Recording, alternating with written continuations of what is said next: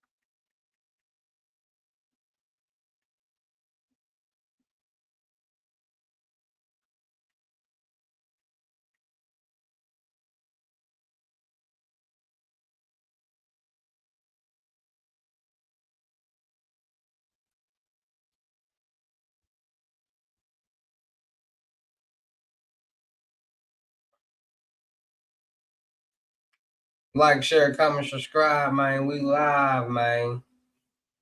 We live on IG. We live on YouTube. We live on Twitch, man. What y'all got going on? Come talk to me. Let's get some people in here, man. Like, share, comment, subscribe, man. Let's get some people in here, man. Let's get some people on the lives, man. Let's get some people on these live channels, man. What y'all got going on this Friday? Friday night lights.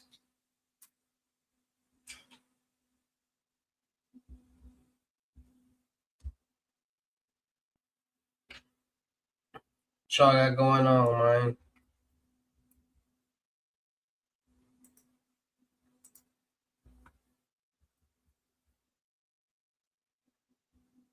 We in the lab right now.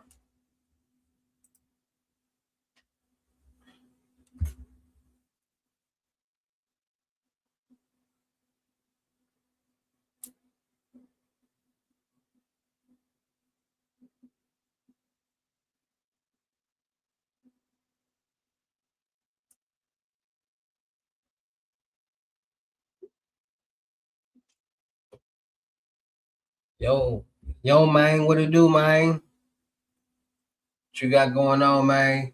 Hey, man, I really love your stream and enjoy being part of your fan community. Would you mind adding me up on Discord? You know, let's get some people in here, man. Let's get some people in here, man.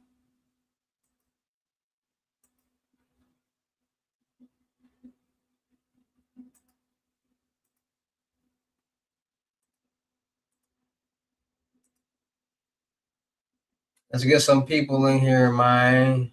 What y'all got going on? Talk to me.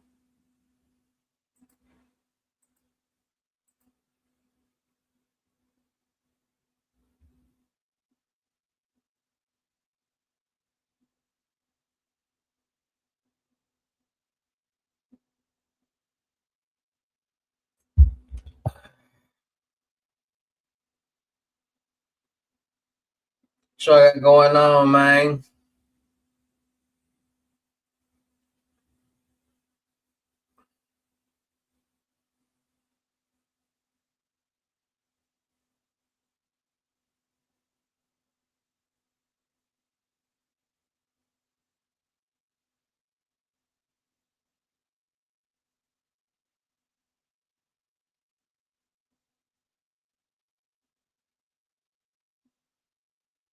Let's get some people in here, man.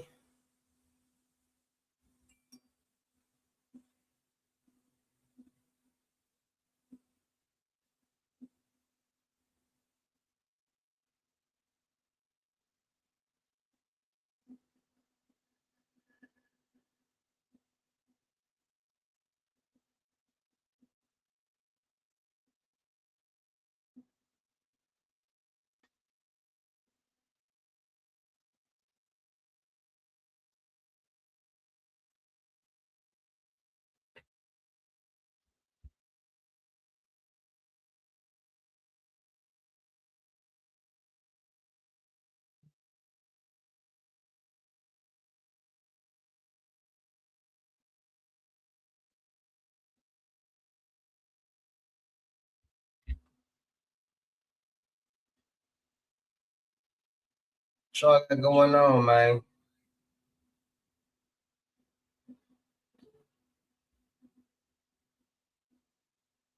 Turn that off.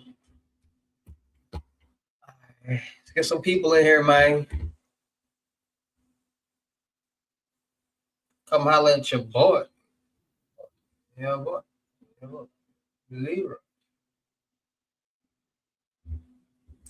Don't know what you're like.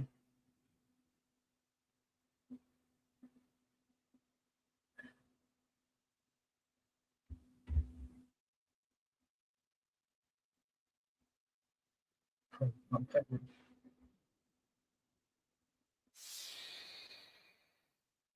If y'all, what it do, Woods? What you got going on, Woods? What it do? What it do? And make sure y'all locking in, man. Get these loads, 250 and up. Lessons, methods. What you got going on, Woods? From the three, what it do? Ask me questions, lock in. Let's get some people in these lives. We live on IG, we live on YouTube, we live on Twitch.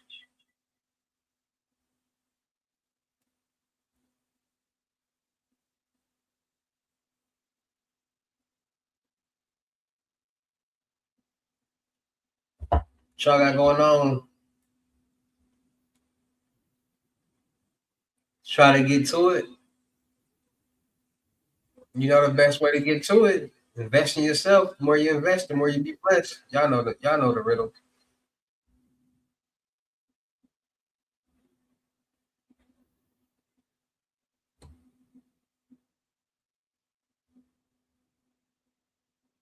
Here's some good game.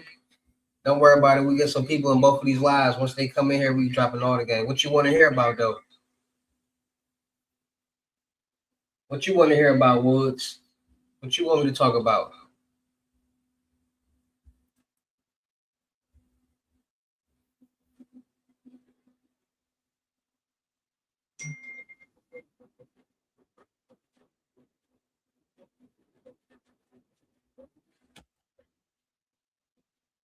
Somebody on Twitter.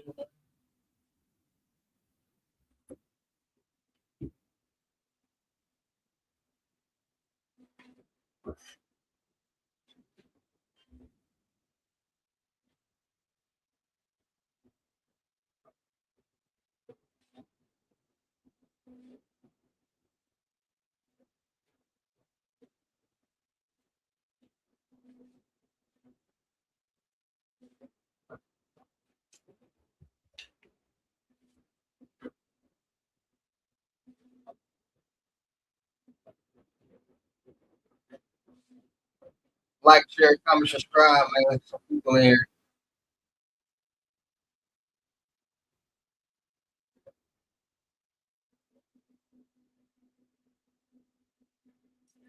Credit repair, the best banks to get loans and lines of credit from.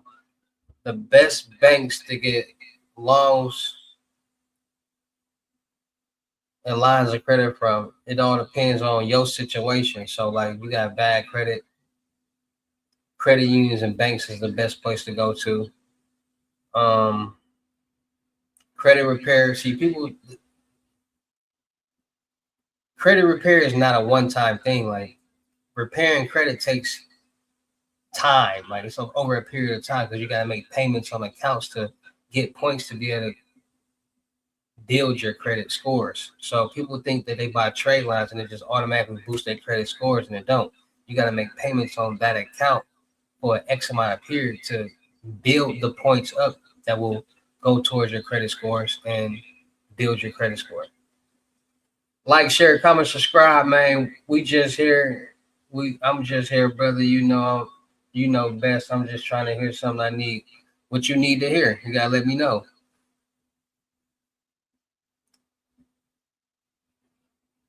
So yeah, credit repair is over a period of time. It's just not like often to buy these trade lines and nah, you buy the trade line, you keep making payments on it.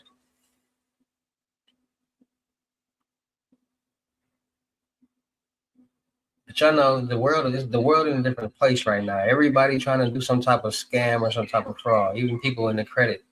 Like people trying to find every loophole that they can right now to like get over on the system because the system getting over on the people. So people like is at a point in time when people just like forget it.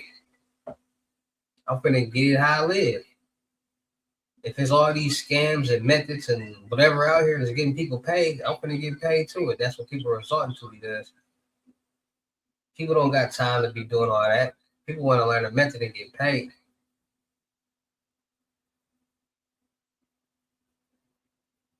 Like, share, comment, subscribe, y'all.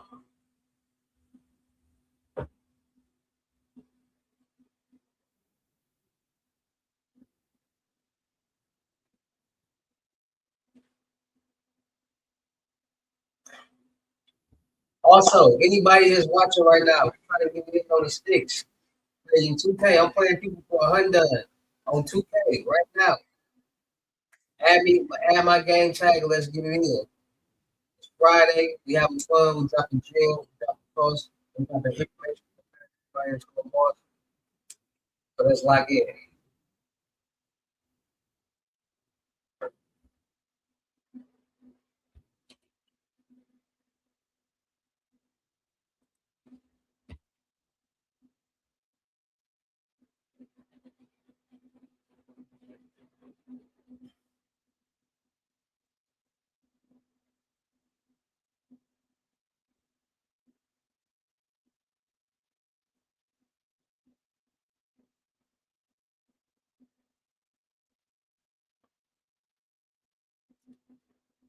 Like, share, comment, subscribe.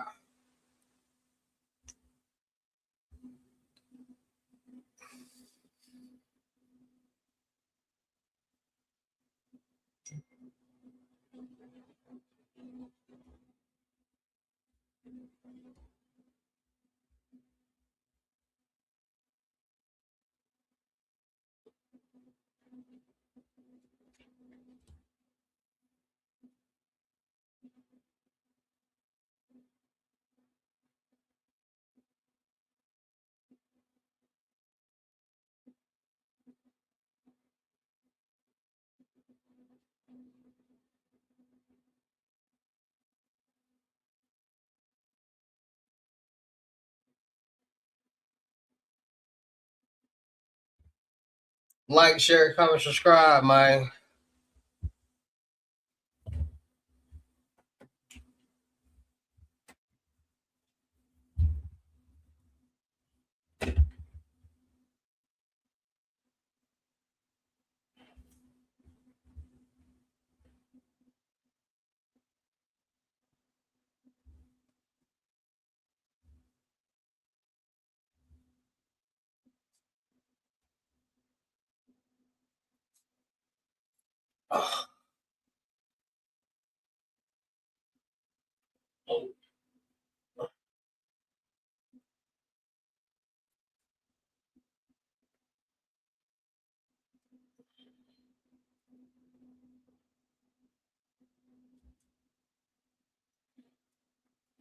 Like, share, comment, subscribe. I got so many questions. That's why I'm just here listening. Feel me? You got listen. This is your time to ask me questions. So you want to ask me questions? This is your time. So ask me all the questions that you know what I'm saying. But there's only so many questions I'm gonna ask and can ask. So at some point in time, you're gonna have to get your I got one, two, three, four cameras on me right now. Well, three.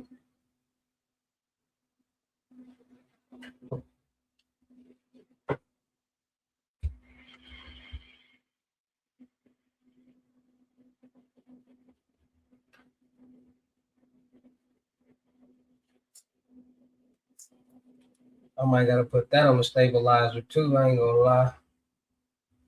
I get it together. Oh, that's a good idea.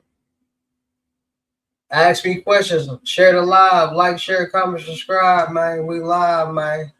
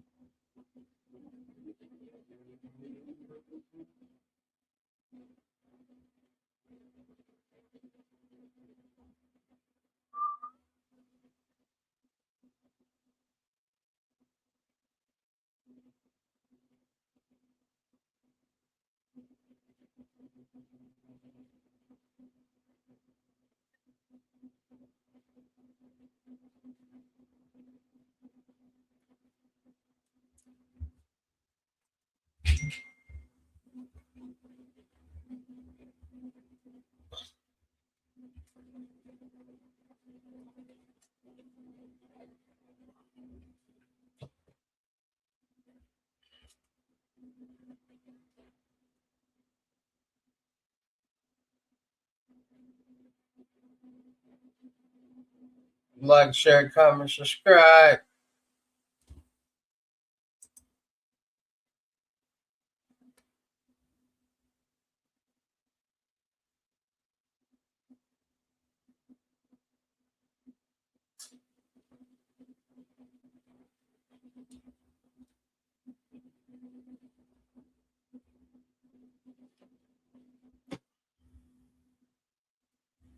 What's a quick and easy for a beginner?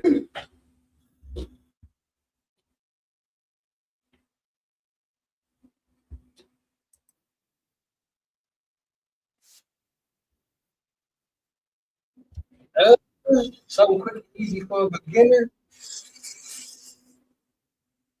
Load these loads.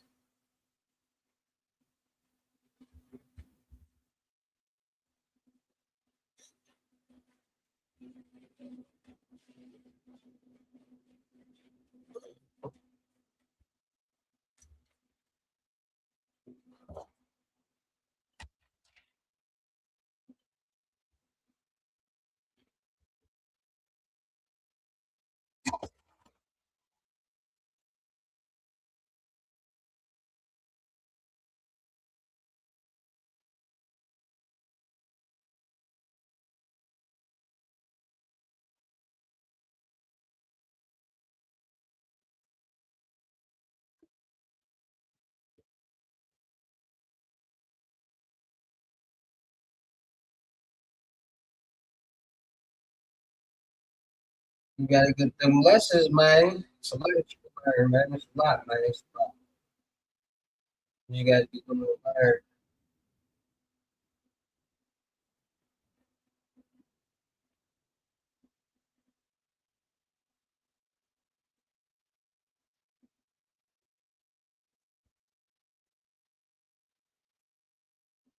We live early, man. We live early. What y'all got going on? Stop the cities and the states.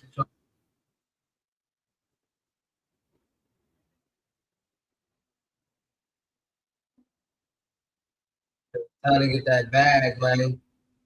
It's time to get that bag.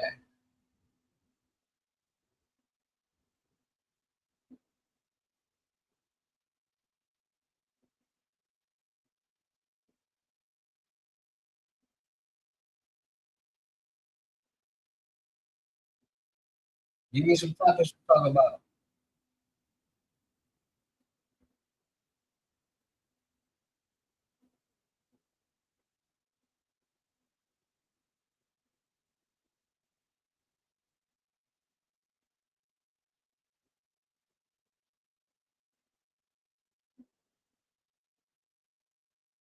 Y'all got potato salad. If I got someone with no, is it easy to structure the day?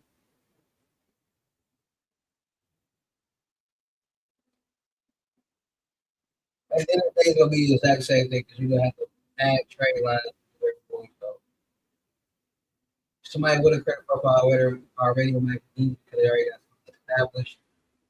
But at the end of the day, it's gonna be the same process. Add trade lines, so they can focus on the trade lines, build your point each month.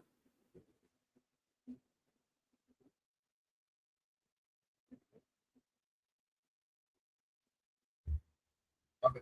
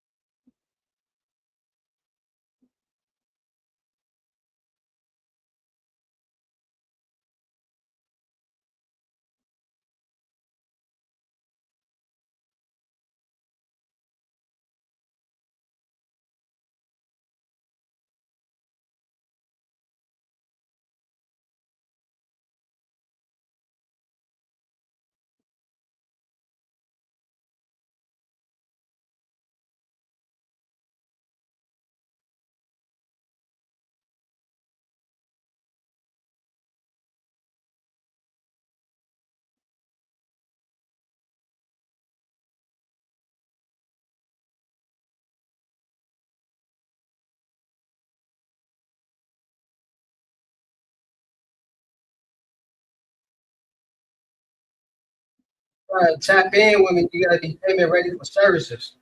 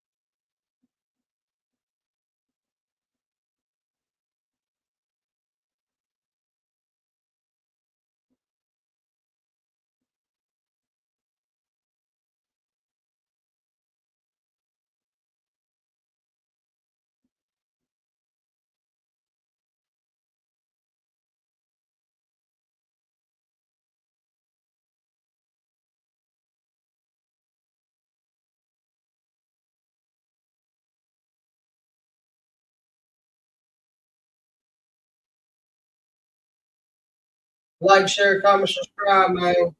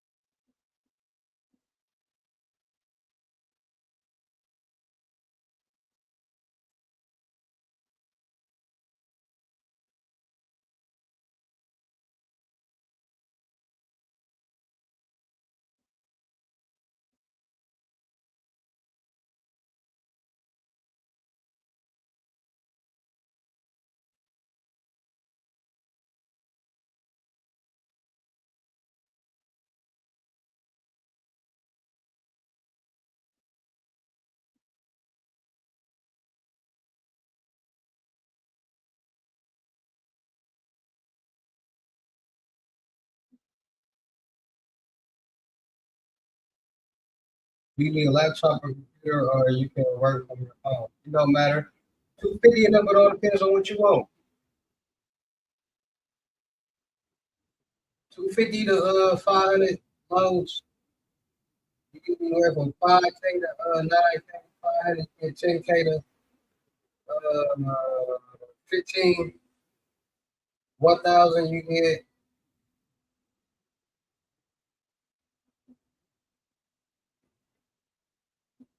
20K to like 25K, and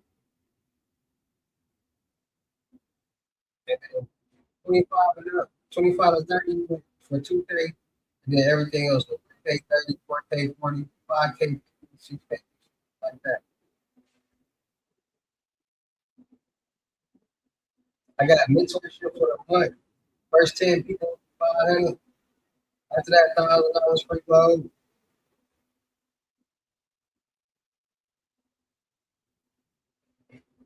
I got pulleys for 250.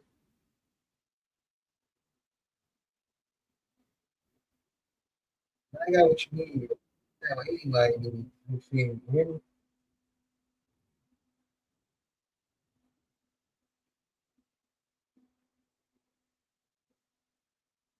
I'm locked in with the vendor, man. The number one vendor, man. You trying to get this? Y'all trying to get this? Lock in with the vendor, man.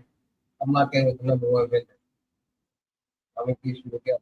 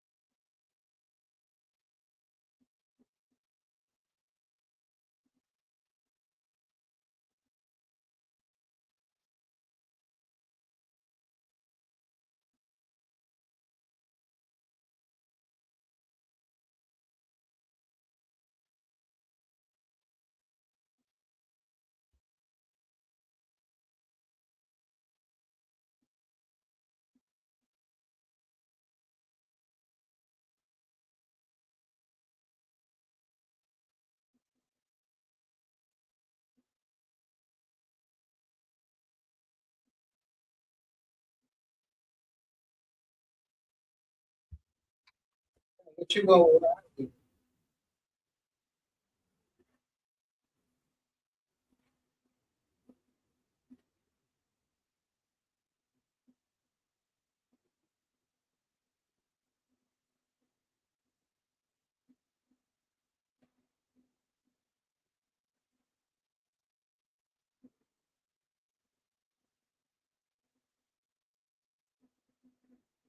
Yeah.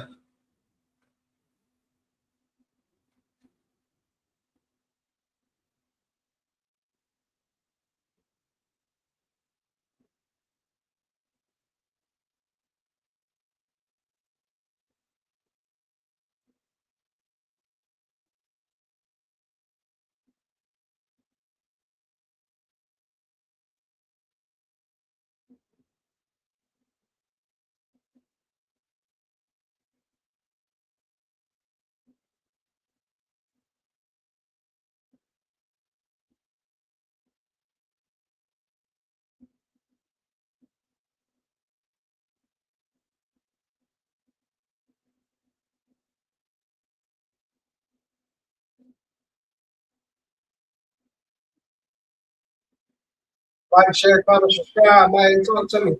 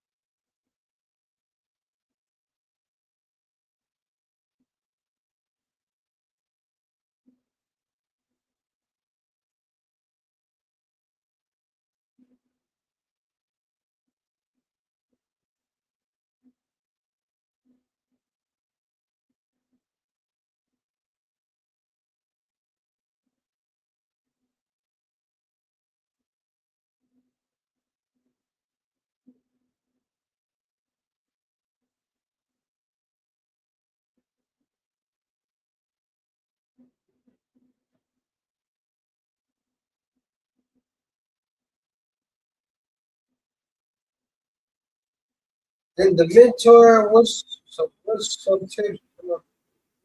in the mentorship? Just videos, one on one,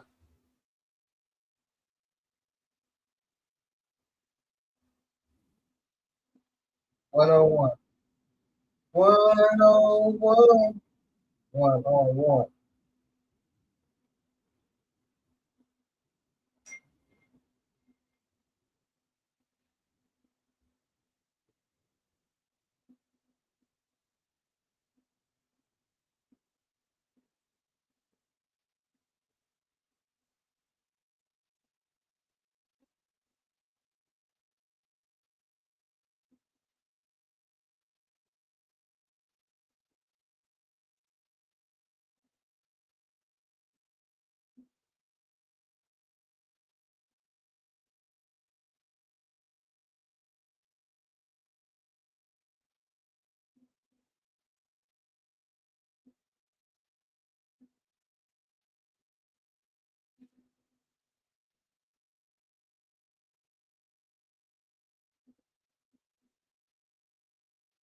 What you do later?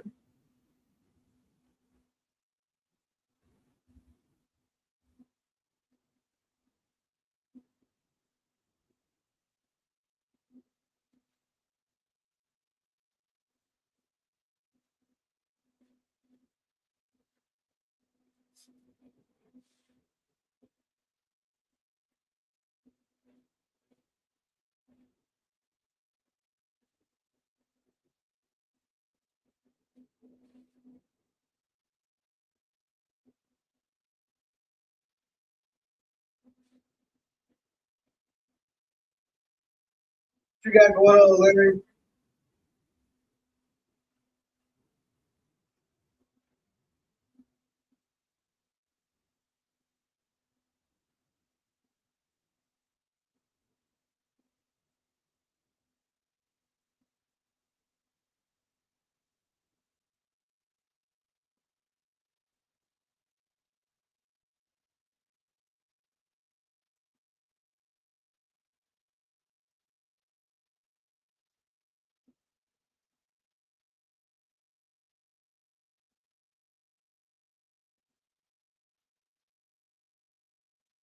Man, y'all gotta start doing better, man.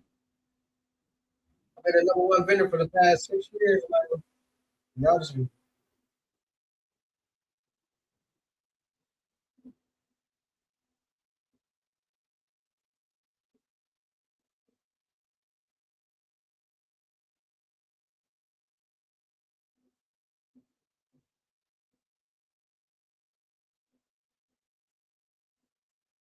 just getting on work. I'm trying to figure it out. People just getting on work at any time of the week. So I'm still in the work. You know what I mean? What you got going on for the rest of the night?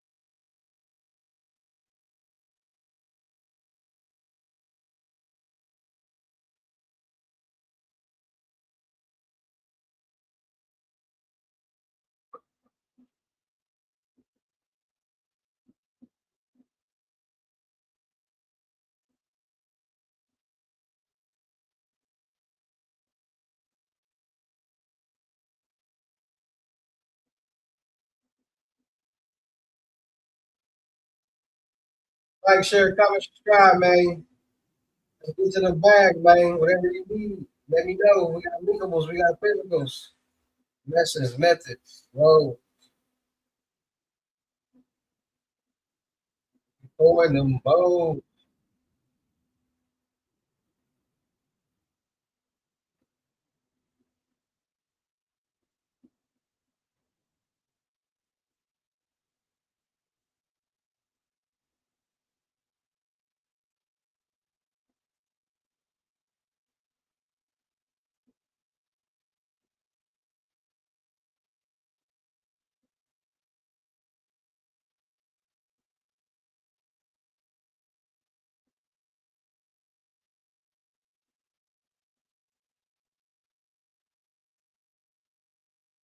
What I got going on, man? Talk to me, talk to me, talk to me.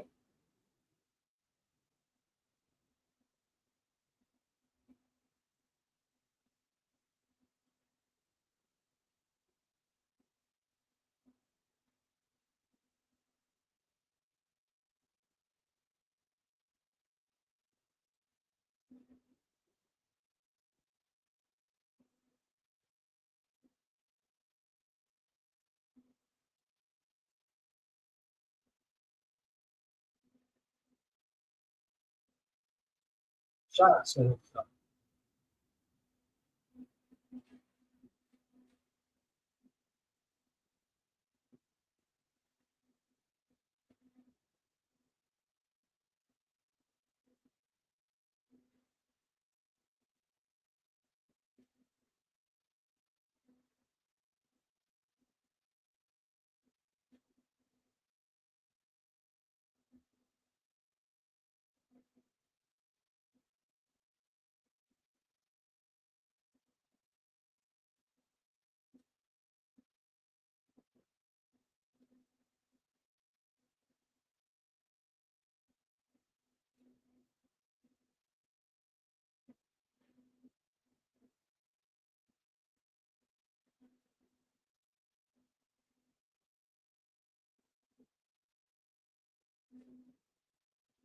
Like, share, comment, subscribe, man. Talk to me, man. We locked in, man. Help people get doing these loans right now for people with yours.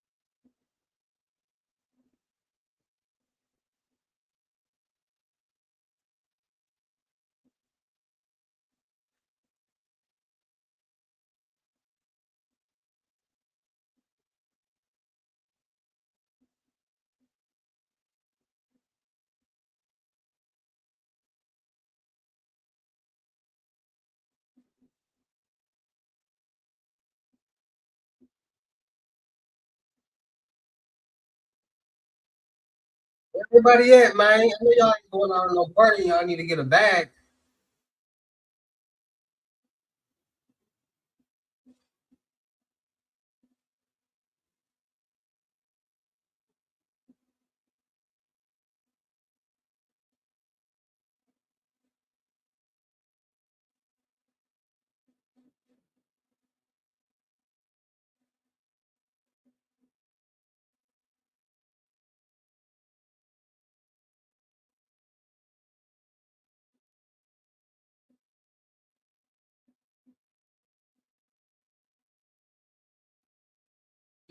Ice scared fish, huh?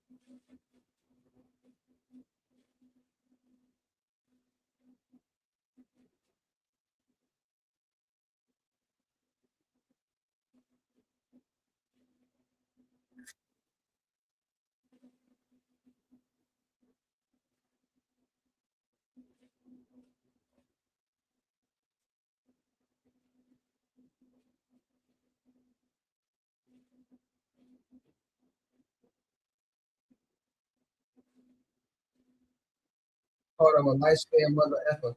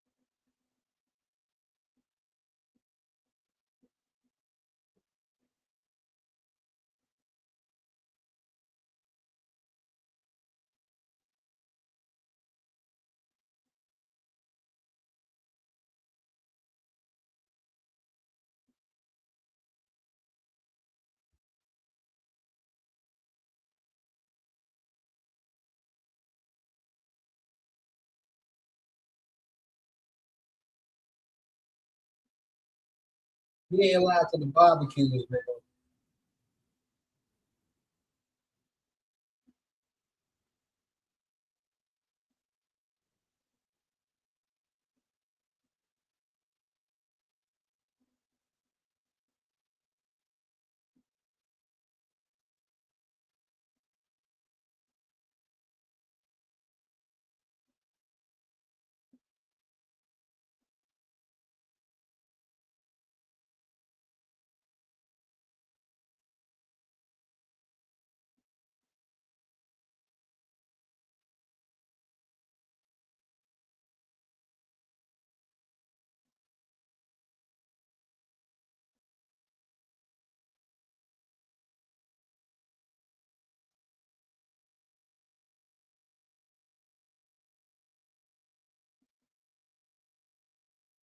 I need to roll up, Coach.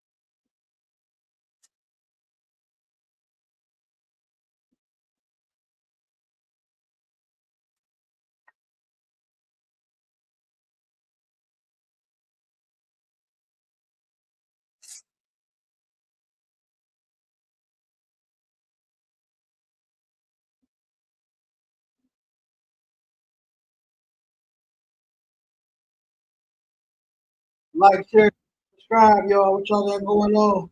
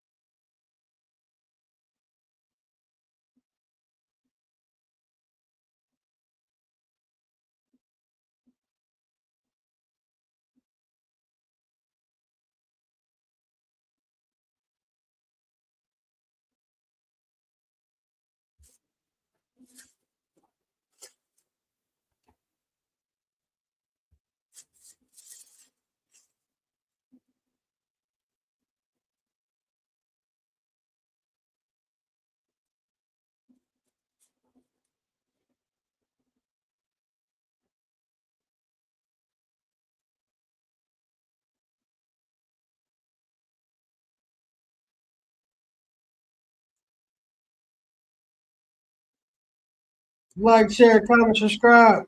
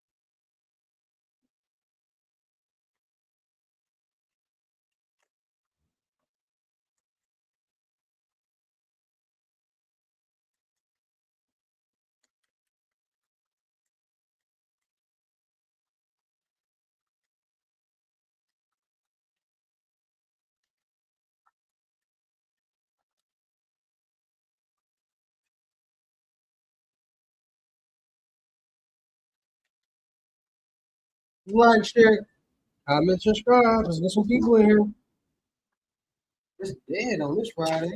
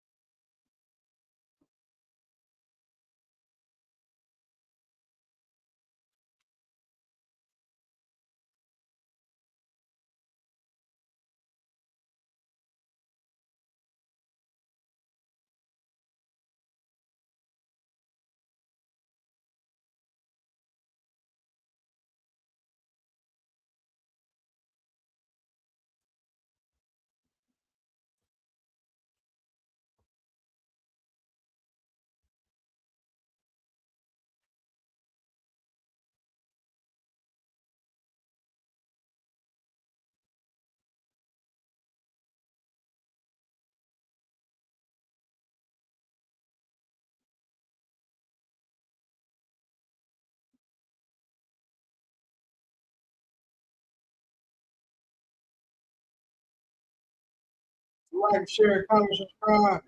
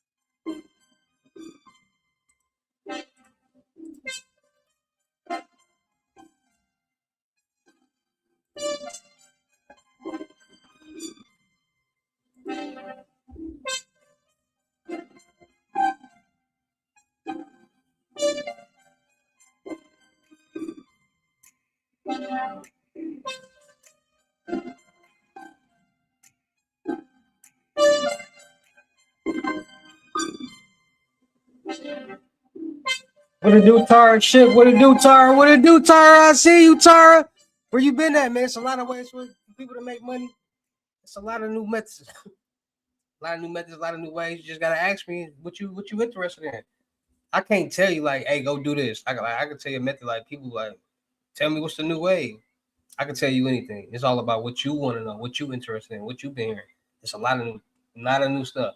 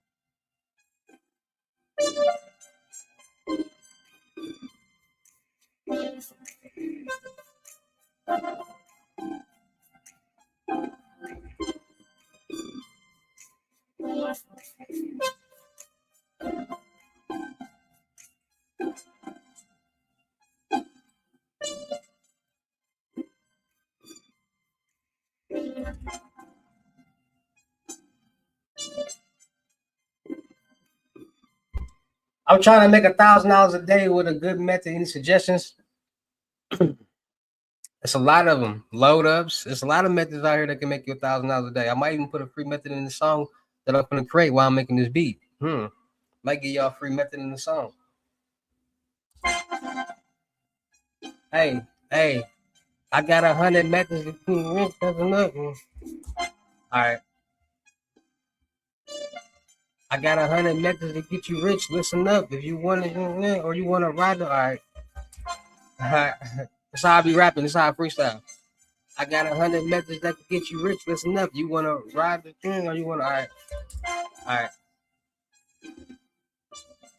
I got 100 methods to listen up. You want to ride a Benz or you want to ride the bus? I can show you how to fill up your car trunk with 100 bills and 100 dumps. I can show you.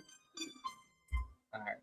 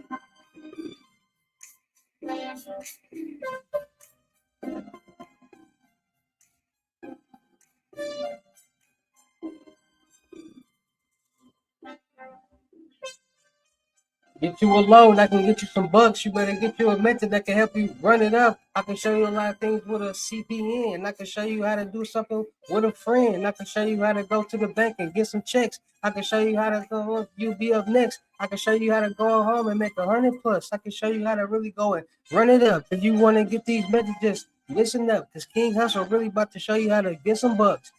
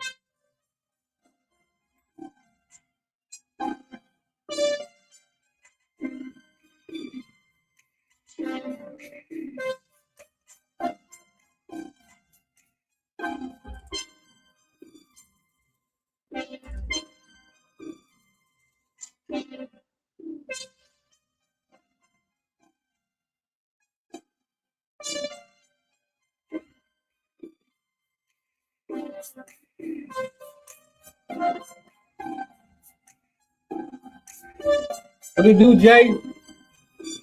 What it do, Jay?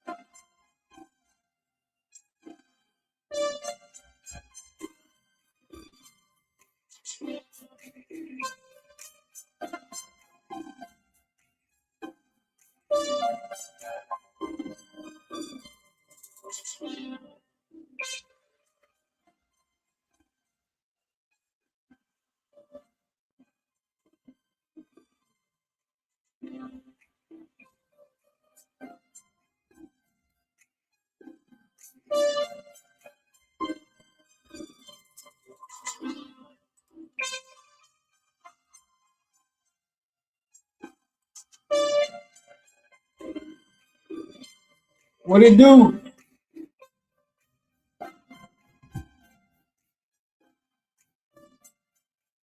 Damn, Vente. What you do?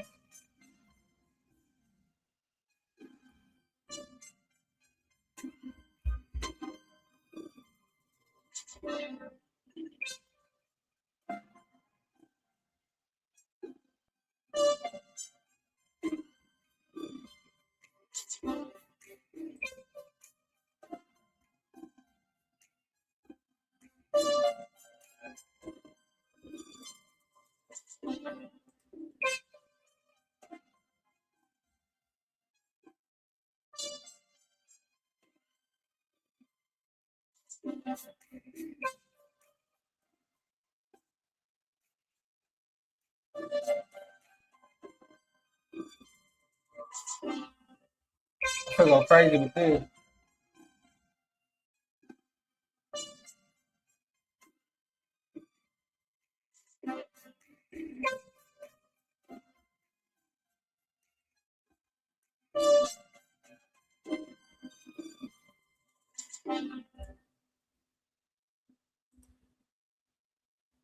Yeah, what it do, young 516? I see you, bro. What it do? Yeah, we live. Let's get some people here. I'm over here working on this EP for the the scamathon.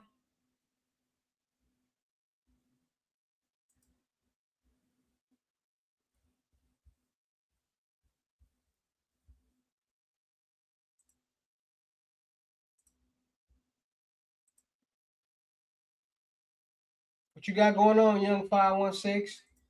I see you, Dan Vente. The I don't know how you say it. What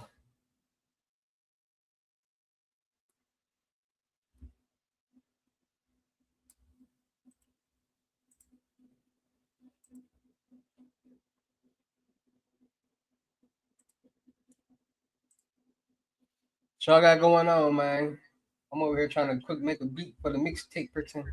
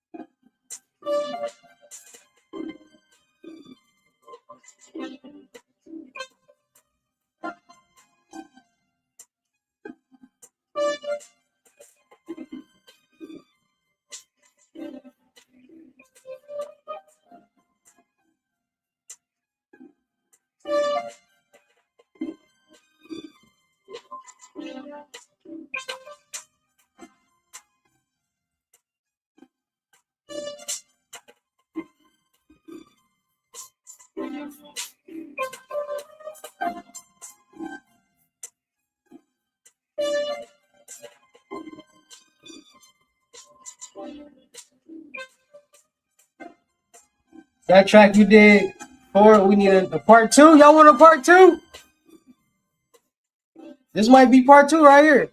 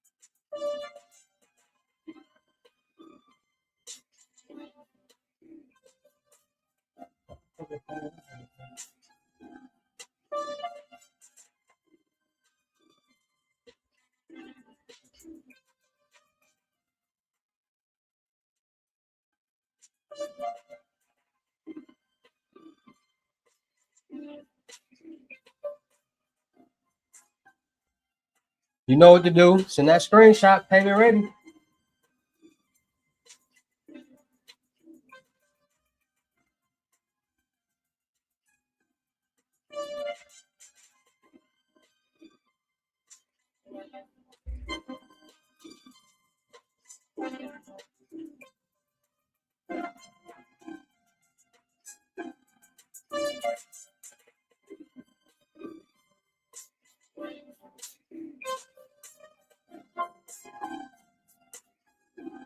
When I say that he ain't really committed no fraud, I can show you how to go and I can show you how to ball. These dire fake, these niggas dire fraud.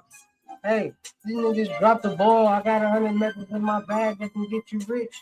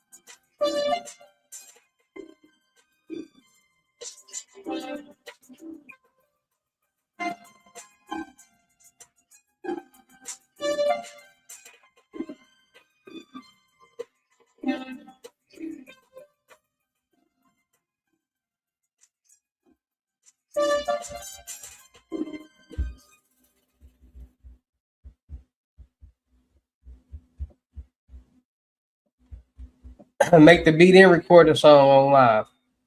That's how we get down. I might give y'all a free method and just listen up. But at the end of the day, you will have to pay some bucks.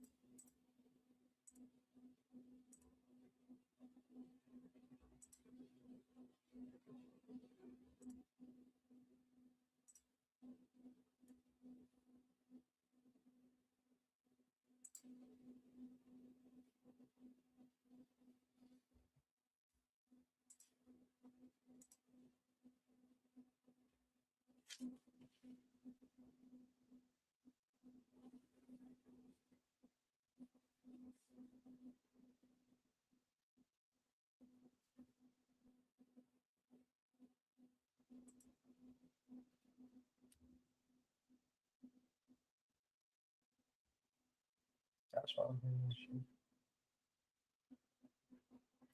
I was like, what?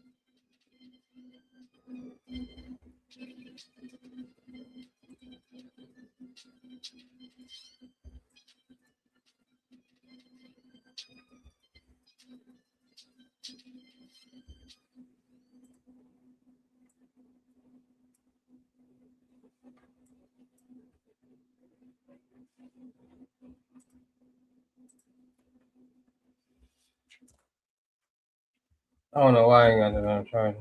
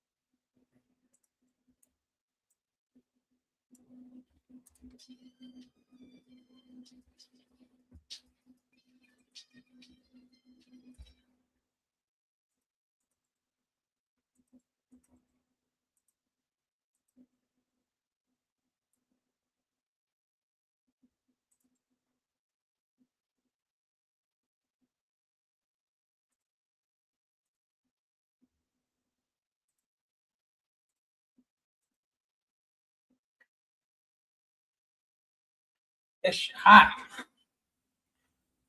Like, share, comment, subscribe, y'all.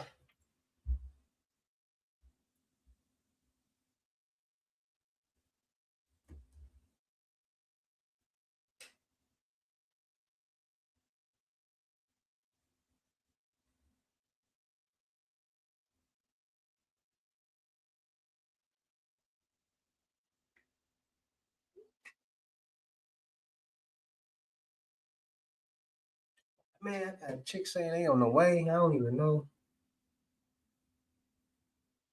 Like, ain't nobody tell you to come over here. What's wrong with her, y'all?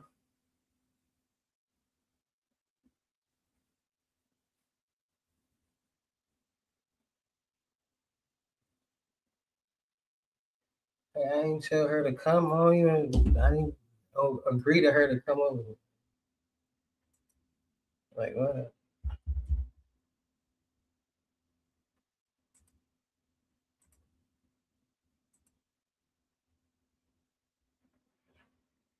Like, who told her?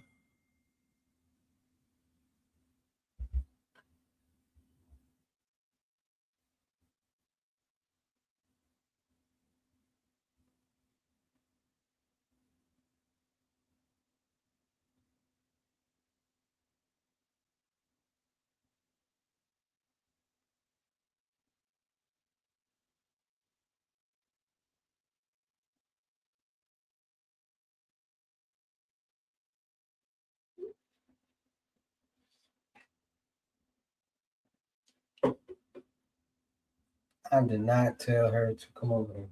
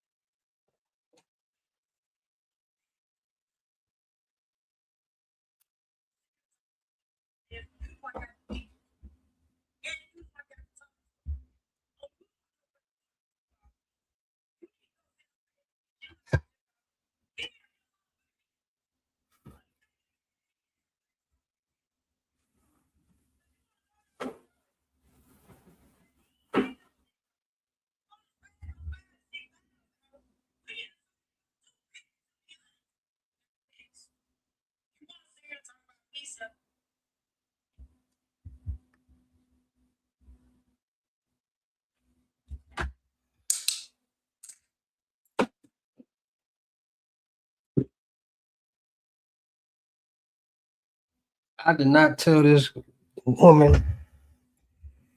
Like, share, comment, subscribe, man.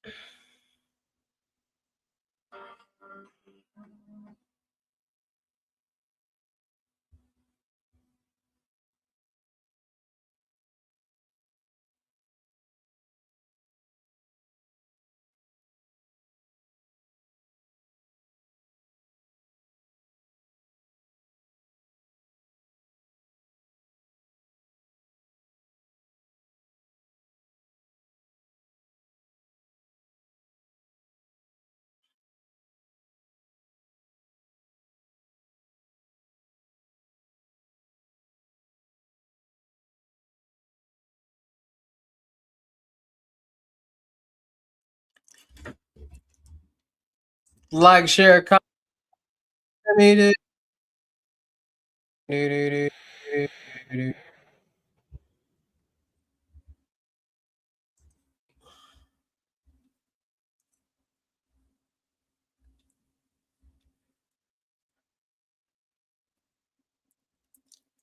Let's see what I can put on real quick.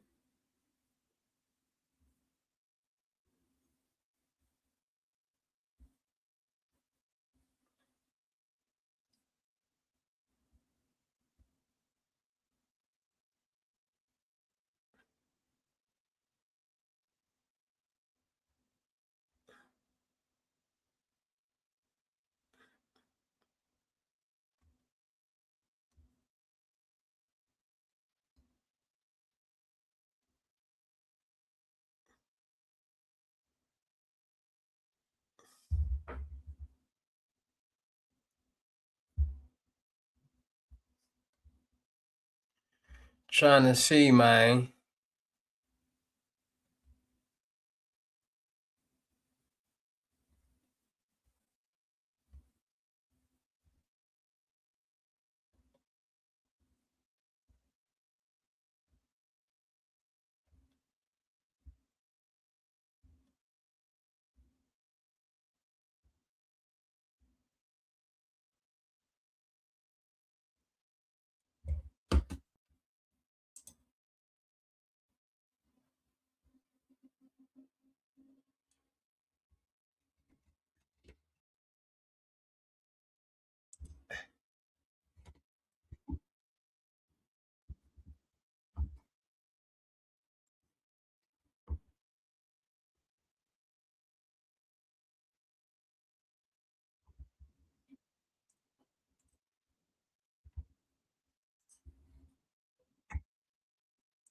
I was 11. I was in Luxury the 6th escort grade. bills, dark And web she empire. just Let's see didn't what she come talking home. about. She left a letter. Yeah.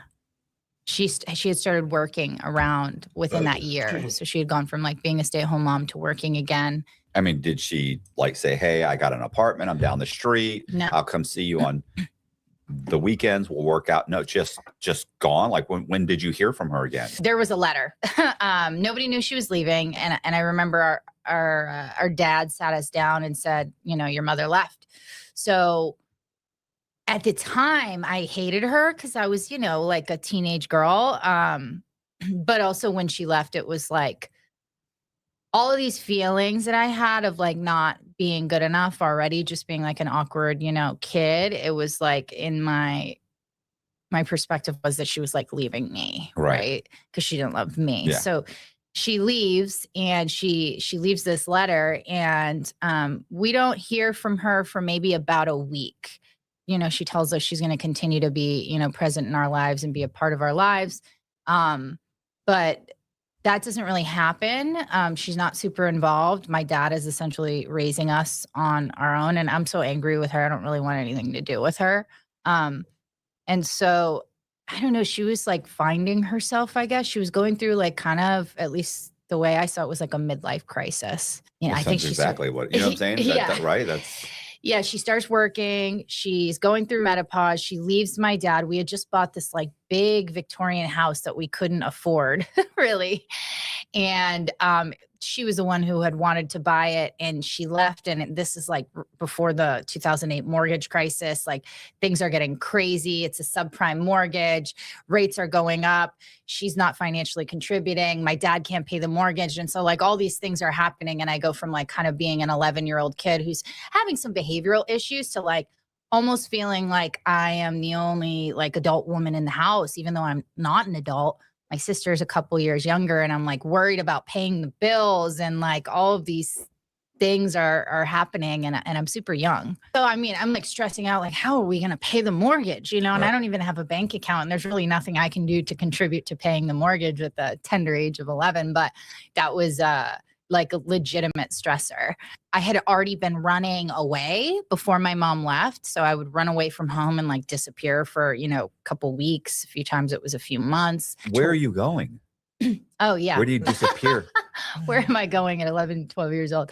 So my best friend at the time, she was 16 years old. Her name was Stacy. Maybe she was 15, 16. And she was like an avid runaway. So she was constantly running away too. And I started running away with her, and we would just like couch surf. We would get on the train in Fitchburg, Massachusetts, and then we would like take the train up to Boston. We were like hanging out with like creepy older men. I mean, we were doing all kinds of crazy stuff. I was like smoking, I was drinking, I was, you know, doing some other stuff, and just starting to like break bad, if you will, I guess. So what happens with the house, and does that all fall apart? I mean, it doesn't sound like. Yeah, no, it does. Eventually it falls apart. My dad ends up losing the house. When he was going through a lot of that, to fast forward, I guess, I was not even around. I was in juvenile detention. But he ends up losing the house. Why are you in juvenile detention? I mean, I was pretty bad at 11, 12 years old. But when I was 13, 14, I got pulled over for driving without a license or a permit, really. And I got a DUI. Yeah. So I got a DUI at 14, and then I'm put on probation. And part of the probation stipulation is to, you know, be tested for substances and alcohol and all of that stuff. And I can't pass those tests. So I'm constantly failing. And I'm failing for pretty serious substances. This is like ice? Is this like, or is this like trying to figure out how to say like blow or okay. H? So yeah, so I'm using I'm smoking blow, and I am using H as well, and pills. And at that time, at least in Massachusetts, there wasn't, and as sad as it is, there's a lot of kids these days who are using substances. It was not a thing then. Like nobody in my school, none of my friends in my age group were using the kind of substances I was using. So when I started failing tests with probation for H and blow, they were like, they're taking it very seriously. And where are you getting these substances? Yeah. At 13 or 14, how are you paying for these substances at 13 or 14? So I was middlemaning quite a bit. You know, I would like get people, you know, stuff and I would just kind of be the go-between, and I would get money that way. Also older boyfriends that were, you know, selling drugs and stuff like that. So I wasn't really hanging out with anybody my age. And at the time I thought I was so mature and developed, and probably for my age I was, but nonetheless I was still a kid. So there was a lot of, you know, creepy stuff going on. Yeah. And so you fail, you end up getting, you fail some of these tests and you end up going to, so I end up going, the first time I just go to juvie maybe for like a month or two, and I'm released and I'm put into my first. Hold on a minute. Hold on. You're racing through this. How did you fit in at juvie? I'm sure you fit right in, right? Like you probably walked in and it was like all a bunch of middle class white girls. Yeah. No, I mean, I was a little hood rat at the time, or I thought I was, you know what I mean? So, you know, the hair gel slicked back tight and like, you know, the thin eyebrows. I just, I fit in fine, with most of the kids then. Okay. Yeah. And after like 2 months, I was put directly into like a program for kids. So I went right from juvie to like a treatment facility. And I got out of there maybe after 2 weeks. And that was the first time I had been around like kids who were around my age, who were doing some of the things as far as like substances go that I was doing. And I got out and I just started doing the same thing right away again. You like network and hang out with these kids now. Now you have other kids that are like you, like, oh wow, let me get your phone number. Let me what's your name? You know, that sort of thing. Or some of them, yeah. It was a mix. It was a mix of like, you know, the middle class kid whose parents caught them smoking pot, or there was like some kids that were like, you know, they were like hooked on age, you know, like 15, 16-year-old kids, 14-year-old kids. So some of them I did stay in touch with. One particularly, actually like years later, to this day, like her and I still stay in touch. She lives out here in Florida now, but no, I was not hanging out with many people my age. I was hanging out with older adults, people who had cars, money, and substances. Like that's really who I was spending my time with. Yeah. I just can't imagine being a grown man hanging out with like a 14-year-old. It's so creepy. I think about being a grown woman hanging out with a 14-year-old boy, and I'm like, ooh, gross. It gives me, the heebie-jeebies for sure. I mean, I just think if a police officer stopped you and questioned you and you were 17 years old or 20 years old, and who's this? Oh, how old are you? 14. That cop would look at you like, I'm about to yank you, especially in Florida. Yeah. We may get a couple of sheriffs out here to yank you, bring you in the woods and teach you just a lesson. And I don't even know if you're doing anything wrong. Yeah. I just know that there's just no situation, unless this is your sister or your niece and you're dropping her off at school, that you should be hanging out with a 14-year-old girl. I totally agree. I mean, it's funny you say that. Before I got that DUI, I had crashed a car and I had been hanging out with this older boy. And it was his car, right? And he'd pick me up. It was like a Tuesday night. It was a school night. And I remember I had like pajamas on. I had slippers. Creepier and creepier. Yeah, I had slippers. And he like picked me up and we're like driving through back roads drinking. He was probably like 19 or 20. And he let me drive. And we're on these back roads, these dirt roads in you know, small town Massachusetts. And I end up going to take a left, and he's like, no, take a right. And I take a right, and the back tire skid and the car like flips over, and it ends up like in like a swamp in November in Massachusetts. So it's like 20 degrees out. And I can't get out of the car. And I remember him kicking out the window and like pulling me out of the car. Otherwise I probably would have drowned and died. And I remember afterwards I was like, so what do we do now? And he's like, you should probably just leave. Right. And I remember walking home like 2.5, 3 miles, just like covered in brown swamp water with no shoes on. And every time I hear like a car, I'd like tuck and roll in the bushes because I'm like, oh, the cops are coming. And if they see like the swamp thing at 13, 14 years old walking down the street, like they're probably going to stop. So Yeah. luckily, I don't think I had many interactions where I was with adults where the police caught me. None that I can remember. Well, actually, that's not true. The DUI, I was with adults. I don't know why they didn't put them in jail. They all had licenses. They were all of age. But you were driving. But right? I was driving, to the club with my fake ID. Yeah, I would think they would have been here in Florida. I think they'd have been arrested and charged with like contributing to a minor. Like, this girl's 14 years old and she's driving. You're sitting next to her. You're 19 and you have like a license. Like, what are you doing? Yeah, totally. And it was she's a girl. intoxicated. Come on, man. Yeah, it's pretty crazy. I agree. So you get out. You immediately get out of juvie and the drug program. Immediately go back to what you were doing. Mm-hmm. So how does that progress? Like how old are you? Still 14 or 15 or? Yeah, 14, 15 at this point. I immediately go back to what I was doing, and I'm still on like pre-trial probation because I'm going through like the court system for this DUI, and I'm failing, drug tests again. And so, you know what nobody tells you about dinner? It never stops. Every day around 5 o'clock, it rolls around again. HelloFresh doesn't make you a better cook. It gives you your nights back. For me, the hard part wasn't not cooking. It was deciding what to make. HelloFresh fixes that. The food comes pre-portioned, the recipe cards are easy to follow, and dinner is ready in 30 minutes. Here's how it works. They have over 100 recipes every week to choose from. You pick what sounds good. The portions are big, so everyone feels full. On busy nights, having a meal ready like this makes things easier. And the food tastes great. You can get steak and seafood at no extra cost. There are more seafood choices than before, plus high protein, Mediterranean, and GLP-1 friendly meals. What you get back is more than dinner. You get time, you get energy, you can sit down and eat instead of rushing in the kitchen. I use HelloFresh and you should too. Go to HelloFresh.com/ITC10FM to get 10 free meals plus a free knife at a $144.99 value on your third box. Offer valid while supplies last. Free meals applied as a discount on your first box. New subscribers only. Varies by plan. I have a court date. I go to the court date.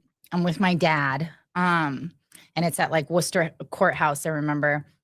And I knew that they were going to commit me to the Department of Youth Services. So I don't know what they call it here in Florida, but essentially, if you're either in trouble at a young age for something really, really bad, stabbing somebody or something crazy like that, or if you're consistently like messing up, they'll commit you until you're 18 as like a way to. Yeah, exactly.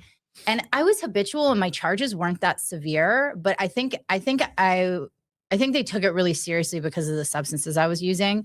And the reason I only stayed in that treatment program for 2 weeks was because my insurance wouldn't cover it. And so I think in hindsight, I think the judge was probably trying to commit me because it would give me access to more services to get help. And also like I couldn't stop using substances. I just kept getting loaded. And so I show up to court. My attorney makes a mistake of telling me that I'm going to be committed that day. And I'm like, sure. And I'm like smoking cigarettes at this point. I'm like, I'm going to go out front and smoke a cigarette. And I go out front and smoke a cigarette. And I call my best friend, Heather, and I'm like, come get me. And she comes and picks me up. And I just am on the run for the next few months. And I run away from the courthouse. And I'm like, my big plan was to like run till I was 18, till I aged out. Yeah. Well, how did they catch up with you? So I was. Heather's a problem, by the way. Say what? Heather's a problem too. Oh, I know. Heather, bless her heart. She's not doing well. She lives out here too. I think about her all the time. She was not as much of a problem as me. She was just, She's helping. Yeah, she was. She got that call and said, yes, yeah, it sounds like you're a hit. You need to go back in there. I'm not coming to get you. What do you mean? We're about teenagers. Yeah. You know what I mean? I'm like, they're keeping me forever. Come get me, girl. And she's like, all right, I'll be there. Yeah. So she shows up, she picks me up, and I don't remember, she dropped me off at, some guy's house that I knew out in that area, out near Worcester. And yeah, I'm just kind of on a rampage for the next few months. And eventually I end up back in like my home area. I'm in this like city called Fitchburg. This like kind of crappy, like shitty little town, city, I guess. Not very nice, kind of like poor area, and it's a college town. And I go to some party for Halloween. It's like a Halloween party, and I'm drinking, and it's the next morning. I'm super hungover, and I'm living out of like a bag of clothes, and I'm with Heather again, and Heather and I go and meet this guy that I had been spending time with, who had like my bag of clothes and also some H for sale. And I go and I buy some off him, and it's like a McDonald's parking lot or something like that. And Heather and I pull out, and a minute and a half later, we're pulled over. And my first thought is, you know, they saw me buy drugs. Right. And I'm like, and I also have a warrant. And by this time, I believe I'm 16. I'd been maybe on the run for 3-4 months. And I'm pulled over. Heather's driving. I'm in the passenger seat, and I'm like, oh my God, they're gonna lock me up for the next 2.5 years. I think I just turned 16. So like almost 3 years. I'm like, I'm not going. And the cop asks for her name and her driver's license, and she gives them all that information, and then asks for my name. And I don't have an ID because I don't even have a permit or a license. So I give them like someone else's name, and they go back to the cruiser to check. And I'm like, I need to get out of here. And she's like, Glenn, don't run, please. And I'm like, no, I'm out of here. And I open the passenger side door, and I start running, and we're like on a hill, and I start running because I think that he's about to pop me for possession. And he was like, you know, in his 40s, which at the time was like a million years old. Mm-hmm. No offense. Yeah. And I'm like, I can outrun this guy. You know, I weigh like 110 pounds, and I like take off going to bolt, and he catches up to me right away. And we're doing the whole like left, right thing. And he finally like tackles me, and he's trying to get me in the cuffs, but he's like, stop resisting. I'm like, I'm not resisting. I'm obviously resisting. Yeah. And then some like motorcycle guy pulls over, and he goes, do you need help? And he just body slams me, this like citizen who doesn't look like he would be like a good Samaritan, because he looks like a Hell's Angel or something. He's wearing like leather. He's on a Harley. He like body slams me, and then the cop puts me in cuffs. And it turns out we had just not came to a complete stop at a yield sign. Yeah. If I had just been chill, I probably would have been fine. And him running you, if you're just turned 16, I don't have a license. My name is, Jennifer Johnson. He's going to go, okay, well, there's it's whatever. Yeah. What's your, even if you gave him a bad date of birth, he's going to be like, well, she's just not in the system. That's all. Yeah, I didn't think this through. Yeah, I was not thinking the whole process through. You're panicked, Totally. I was panicked. I didn't want to go. I didn't want to be locked up. And also I had a habit, you know what I mean? Yeah. I didn't want to withdraw. And I hear it's great to withdraw in prison. So fun. Like the best. It's like the best experience. It's the best. It's amazing. No, it's terrible. So now I get put in cuffs, and I have like cuts all over me. My fingers are all cut up. I have like rips in my jeans. I'm all cut up. And so because I am a minor, technically speaking, they can't even search me. They can't touch me. And so I still have this, this H in my pocket. And they take me to the hospital, and they end up bandaging me up. And it's not much, I'm 16 years old on the run, living out of a bag, but it was enough to like get me off of empty. And they end up bandaging me all up. And during that time when I'm at the hospital, I end up putting it in my Band-Aid on my finger.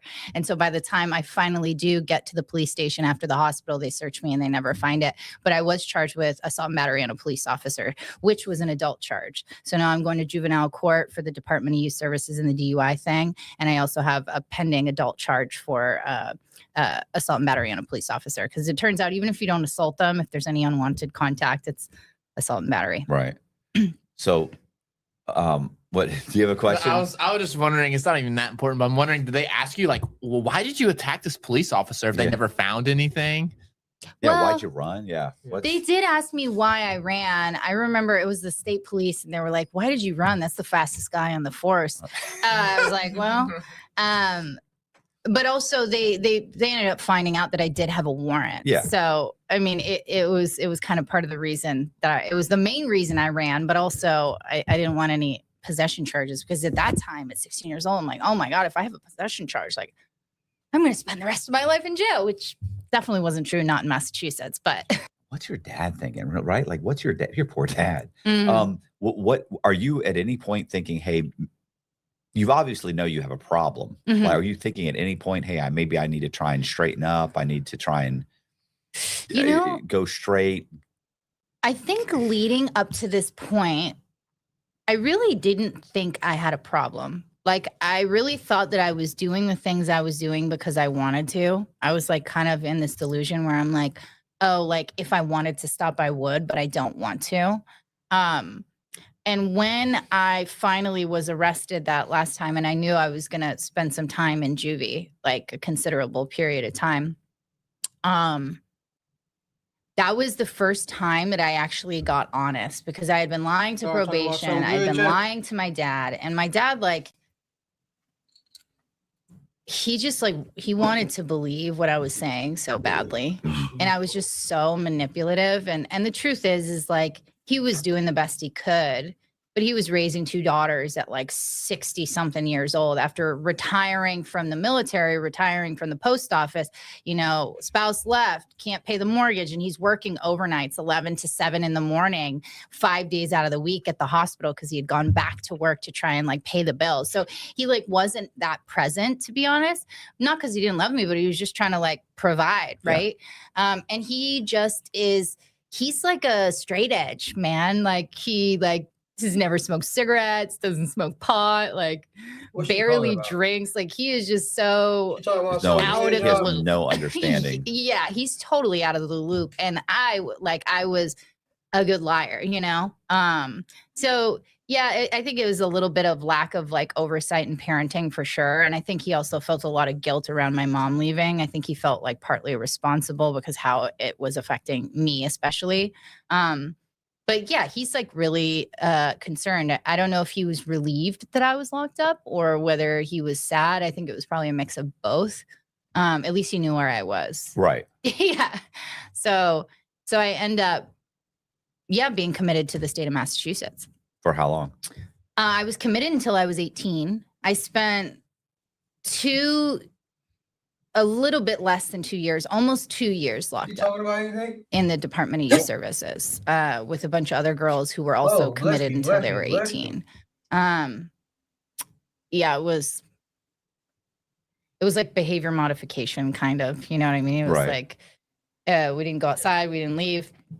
Couldn't have visits unless it was a parent or a legal guardian. And that took even months, you know, no phone calls out except for like a legal guardian who is deemed appropriate to communicate with. You have to take classes. So, I mean, we're kids, so we have to go to school. But the schooling, even at that time, I was a bad kid, but I was smart. Right. You know, I was smart, and most of the kids hadn't made it past the 6th grade level. So we were essentially all in the same classes. You know what I mean? So I wasn't like getting what I needed. I was definitely not going to pass the 10th grade.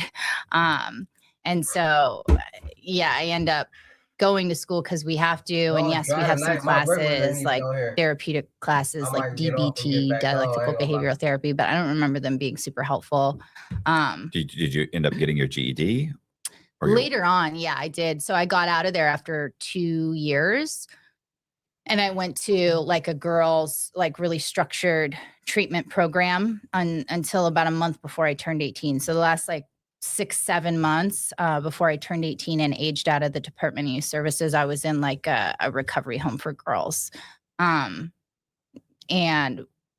I end up getting my GED when I finally get out. So I end up getting out and I go to like dual enrollment, and I'm like working towards getting both my diploma and my associates. And I'm like sober. I'm doing pretty well after like spending almost 3 years, you know, in the system. And And then I started drinking and it kind of all starts up again. And I eventually just get my GED. I stop working towards the diploma and I just take the test and get my GED. So what, when you get out, what do you go back to live with your dad? Yeah. So I'm living with my dad until I turned 18. I was like on an ankle monitor and I was like the Department of Youth Services was very strict. I was like, they called in every night to make sure that I was like in by curfew. I couldn't leave the house. And then when I turned 18, I got off Department of Youth Services, but I was still fighting. I wasn't fighting. I was on probation for the assault and battery on a police officer. So I had adult probation for about 6 months after I turned 18. So I had like another layer kind of Supervision. Yeah. And it was a suspended sentence. So as long as I like kept my shit together, it would fall off my record. Did you? I did until like maybe 2 weeks before probation was up. I started getting loaded again. And I relapsed and I failed one drug test, but I had been so good that the probation officer, like, I told her I took like a Tylenol 3 and she believed me. And she didn't believe you. She did. She did. It must have been like, she did. Cause she'd only see me like be good. Right. And so she was like, okay, fine. And she like let me off still. I think I'd gotten pulled over because I crashed the car in a school zone. And the way I got caught for that drug test is I had somebody else's pee on me. You know what I mean? I was on my way to probation. And the cop, when I was pulled over, found the pee and brought me to the courthouse. He's like, you're going to pee. I don't know what this is, but you're going to drug test today. And she wasn't there that day. So I never ended up drug testing that day. And then I came back and drug tests and I never actually like peed dirty, but I told her, oh, the reason I didn't is because I took like a Tylenol 3 because I don't know, bumped my toe or something. I don't remember what it was. I kept like kind of getting out of things. Right. So and then you went to community college, you went to college, you ended up getting your degree as an accountant, and that's the story. Thank you for coming by. Yeah, exactly. Right. Everything turned out great. No, probably about 6 months after my 18th birthday, right before I got off probation, I started having issues, but I was able to like get off probation and be off paper. I got a job as working at a Victoria's Secret. It was like my first job. And I finally got my license because I wasn't able to get my license until I was 18 because of the DUI and all this other stuff. So I finally got a license. I got a car. I'm working at Victoria's Secret. I'm doing H. I lose my job day 2 during training because I like can't stay awake in the back. You know, they make you watch these like training videos or whatever. Right. And like every time the manager comes back, I'm like snoring and he fires me or she fires me. I don't even remember if it was a he or she, to be honest. It was only 2 days of work. And then I start working at the strip club. So I'm like, I can't hold a real job. I need to. How do you get that job? You just go in or you know a guy? No, it's not hard. Yeah, you just walk in, you're, 18 years old, hey, I'd like to be a dancer. And like, share, comment, subscribe. I don't know, it just didn't occur to me that maybe this is a bad idea. It really just didn't. What does your dad think? You're still working at Victoria's Secret? He has no idea. Yeah, he has no idea. You just stop asking questions. Yeah, I mean, I had been a wild child for a long time. So even when I was like home, after my mom left, I was like barely living at home. I was like doing whatever I wanted, even as a kid. And so the only period of time where I was consistently home between the ages of like 12 and 18 were those 2-3 months until I aged out of the Department of Youth Services and was on the ankle bracelet. And it was because I was required to be there, Right. I had a bracelet on. So like, my dad hadn't really had much of a say in what I did for a long time, to be honest. I was doing whatever I wanted. I was a troubled kid and I was a troubled 18-year-old as well. So, you started the strip club. Yeah. I started working at the strip club. Is this like a decent strip club or is this the first one? Yeah, the first one was a nice one. It was like a fancy one. It was in Worcester, Massachusetts. What was it called? I forget.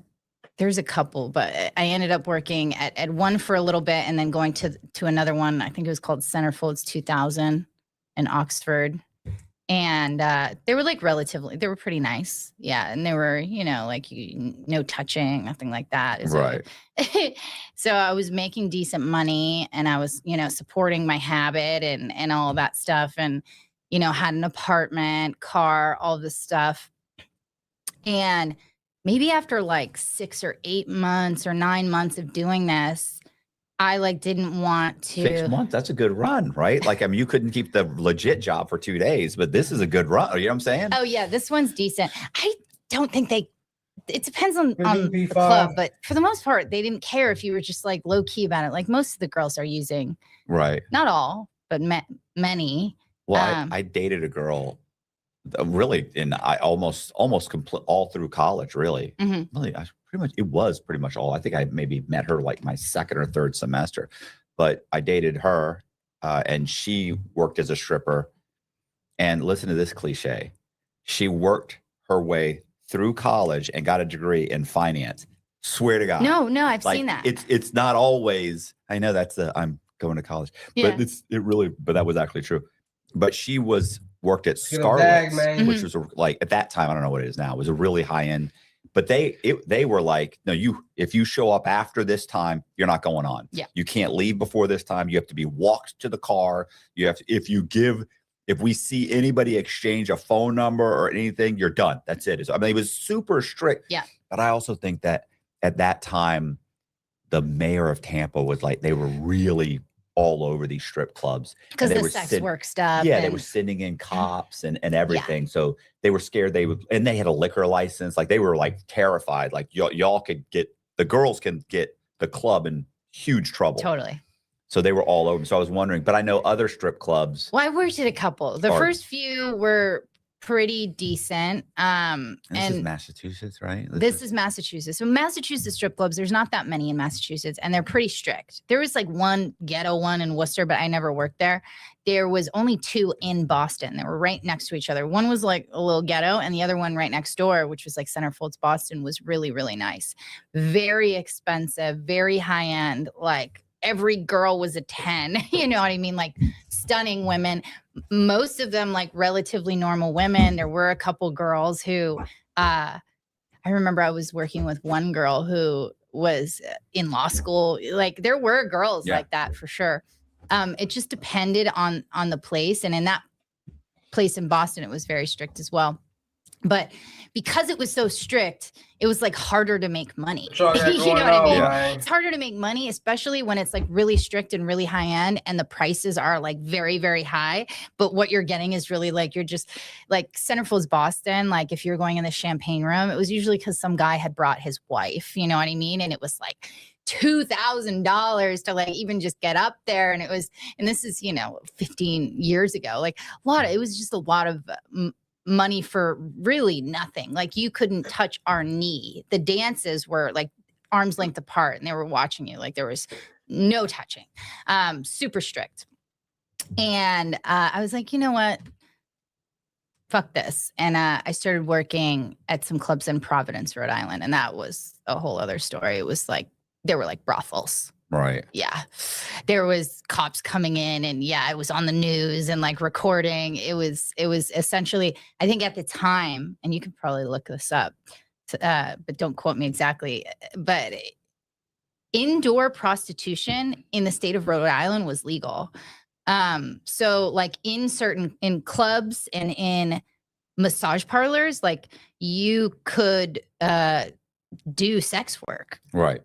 Yeah. So it was kind of a free for all. And then that changed. But obviously like the clubs and the massage parlors did not. Right. And then they started like cracking down. And most of these clubs, especially the ones in Providence, were like owned by mobsters. I was just going to say, I feel like that's kind of a mobbed up area and there's a lot of corruption. And it's kind of like, to me, it's like Las Vegas. Like in Las Vegas, prostitution is not legal, right? But it's only a misdemeanor. So totally. I think it's there's some county just out. It's like 20 or 30-minute drive outside of Las Vegas County or whatever that county is. And that's where like they have the bunny ranch and that's legal. But But if you're in Las Vegas and you're a prostitute, you get busted. It's like, okay, we take you You get a downtown, we ticket. take a picture, you run my finger. Okay, can I go? Book And you're you right out, back yeah. out. Like it's just one LA is like misdemeanor that after too. right. So Yeah. So even there, if they're like, oh, we're gonna, we're gonna really, crack down. Okay, you're cracking down on what are you giving me though? I'm getting a misdemeanor, and even then, when they're cracking down, right? Like the mob is connected, so the cops are like, we could care less. Like, and then they'll tell them like, hey, bro, we're supposed to be in the next couple of weeks, we're gonna be really cracking down for a couple months. They're like, gotcha. Totally. The cops at the front door. Oh my God. I used to sleep with the guy who would do details at the front door. He was like a cop. He was friends with all the owners.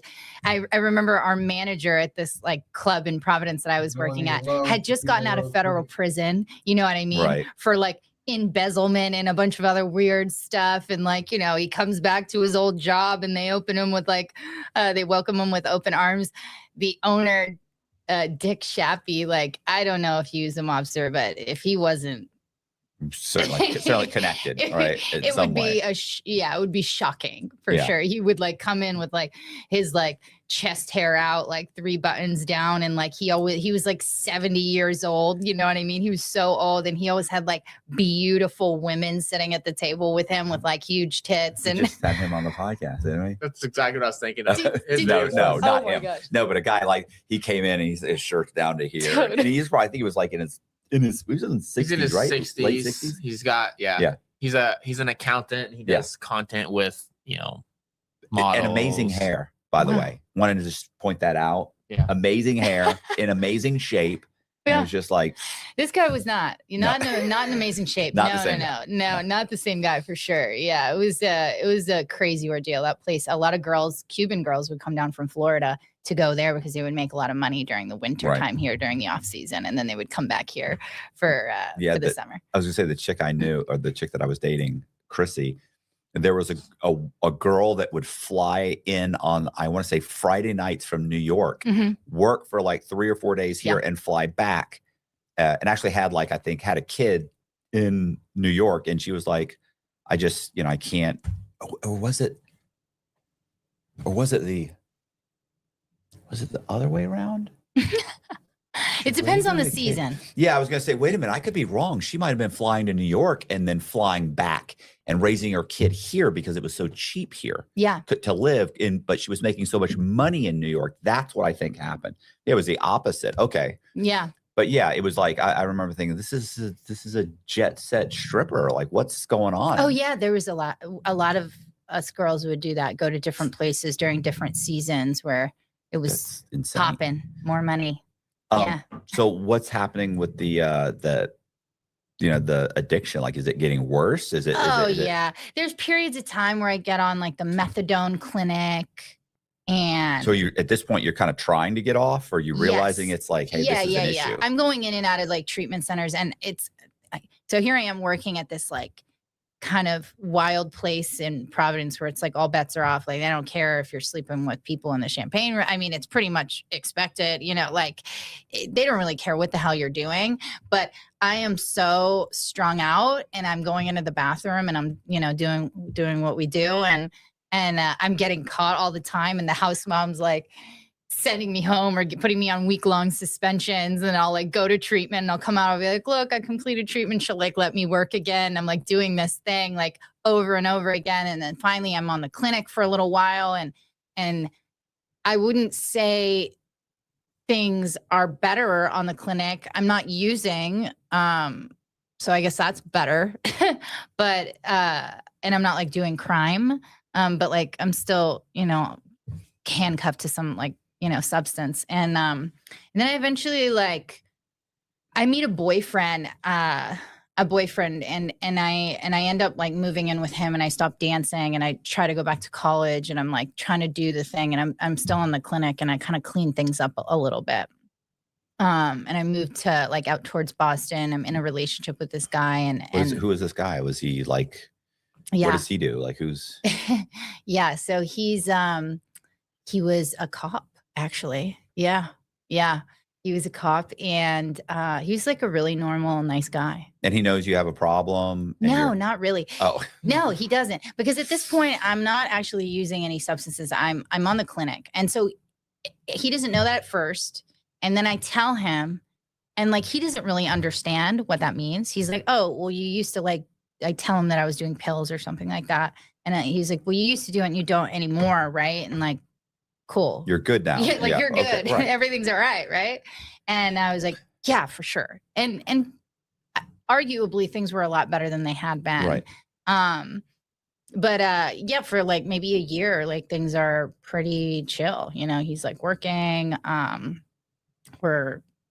on the clinic, which sucks. So I'm like handcuffed to like where I am. So I can't really travel or anything, but things are okay. What does that mean? I understand you're not using, but you're still on methadone? I'm on methadone, right? Okay. So I'm not like using illicit substances. I'm not going out in the streets and like Does buying. he know you're on methadone? He knows that. Yeah. Okay. He knows I'm on that. So he's kind of hoping you'll wing off and you'll be good. Yeah, I actually end up doing that. Okay. So I end up like weaning off slowly but surely. Like after a year, I get off of it and we like go on vacation to like celebrate like my freedom, you know? And I'm off it for maybe a few months. Subscribe, talk to me. And I start using again. And he's working overnights, 11 to 7 in the morning. And I am like getting loaded. You know, I'm like going out and like being a weirdo in the middle of the night and like meeting, you know, dealers and just doing things I shouldn't do. And he's not hip to like game out of personal experience, but he is a cop. Yeah. You know what I mean? So he's not totally like an idiot. And he's like, knows something's going on, but he's not quite sure what's going on. And he's like wanting me to share my location of where I'm at. Thinking that, like, does he have your location on? Totally. He's like, yes, but this is, again, I'm probably only 19 or 20 years old at this point. So this is like 13 years ago. So it wasn't like I had an Android. Do you know what I mean? It was like, it wasn't as easy to just share, but there were some apps, but there was also ways to kind of like fudge it. And so I'm like constantly kind of like manipulating, deleting my location history and like showing him other things, leaving my phone. And I'm just I'm just always like kind of lying. And he'll catch me sometimes and just be like, why are you lying? And I'll convince him otherwise. But like, he is like not trusting me at all. And he knows I'm like up to something. Yeah. You can feel, you have intuition, right? Like totally. He's like, what is going on? And he's like becoming like very insecure, honest, for good reason, for good reason, to be honest. And like, he starts coming home and I'll be like passed out at, 6:37 in the morning. He's like in uniform and he'll like search the house, like a cop would, like search the whole house. And he starts like finding like paraphernalia and stuff like that. And like, I'm waking up with him in uniform, like with stuff in his hand. And he's like, what is this? And I'm like, could also be his job too, right? Like, I mean, if you got in trouble and he's with, it 100% is. I mean, it's more than just. It was many layers. It was one, like he cared about me, like genuinely, like he loved me and he cared about me. And he could see that I was like not only lying to him, but like that I wasn't okay. 2, it was 100% his job, which he cared about and valued. I mean, there was like a lot of layers of like why it was a problem, but like, he was a normal guy. You know what I mean? He wasn't he didn't hit me. He wasn't like abusive. He wasn't a big drinker or anything. He was like a very like normal, nice guy, honestly. And I just like could not like keep it together. Yeah. And after like once or twice of him like catching me red-handed, he's like, you have to go to treatment. Yeah. And I go to treatment, spend 2 weeks. He sticks it out. He's supportive. I come home. I start the same thing. And he's like, you're out of here. Yeah. Get out of my house. He's like, you gotta go. He changes his phone number. He changes all the locks. And like, he's like, he completely like just cuts me off. He's like, I can't do this. Like, this is crazy. In my wife's case, so she was on an ICE conspiracy in Okeechobee, which is the big lake in the middle of Florida down there. Yeah. If you look at any map, it's the huge. I've lake. heard of it. Yeah. Yeah. Yeah. I mean, they always say, like in Okeechobee, they have, they have dairy farms, and they have, ICE. You know what I'm saying? Like that's like the 2 main industries. Yeah.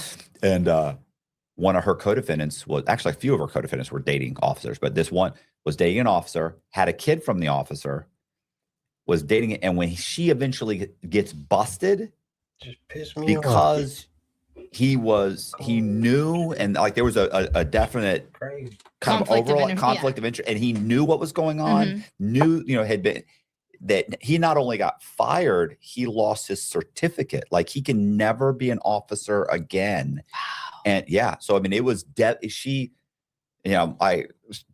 devastated this guy's life. Right. Yeah. And he didn't really, like, what did he do wrong? Like I never Understood. quite sure. I think it's just a matter of the sheriff just saying no. And all the sheriff really has to do is they have to kind of write a letter. Yeah. Doesn't take a lot for them to remove that certificate and say, yeah, I'm sorry, you're just not, you're not making good decisions. So I could definitely see him being, it's not just you, like you said, it's you, he cares about you, but two, you're devastating your own life, but you're not taking me with you. Totally. Yeah. So, no, he was like, enough is enough. Like you and I are done for good. Like I never want to see you again. oh, Yeah. that's sad. It was sad. I mean, also understandable. I mean, he had to protect his peace, his livelihood. Yeah. Yeah. His freedom, his career, all the things. Yeah.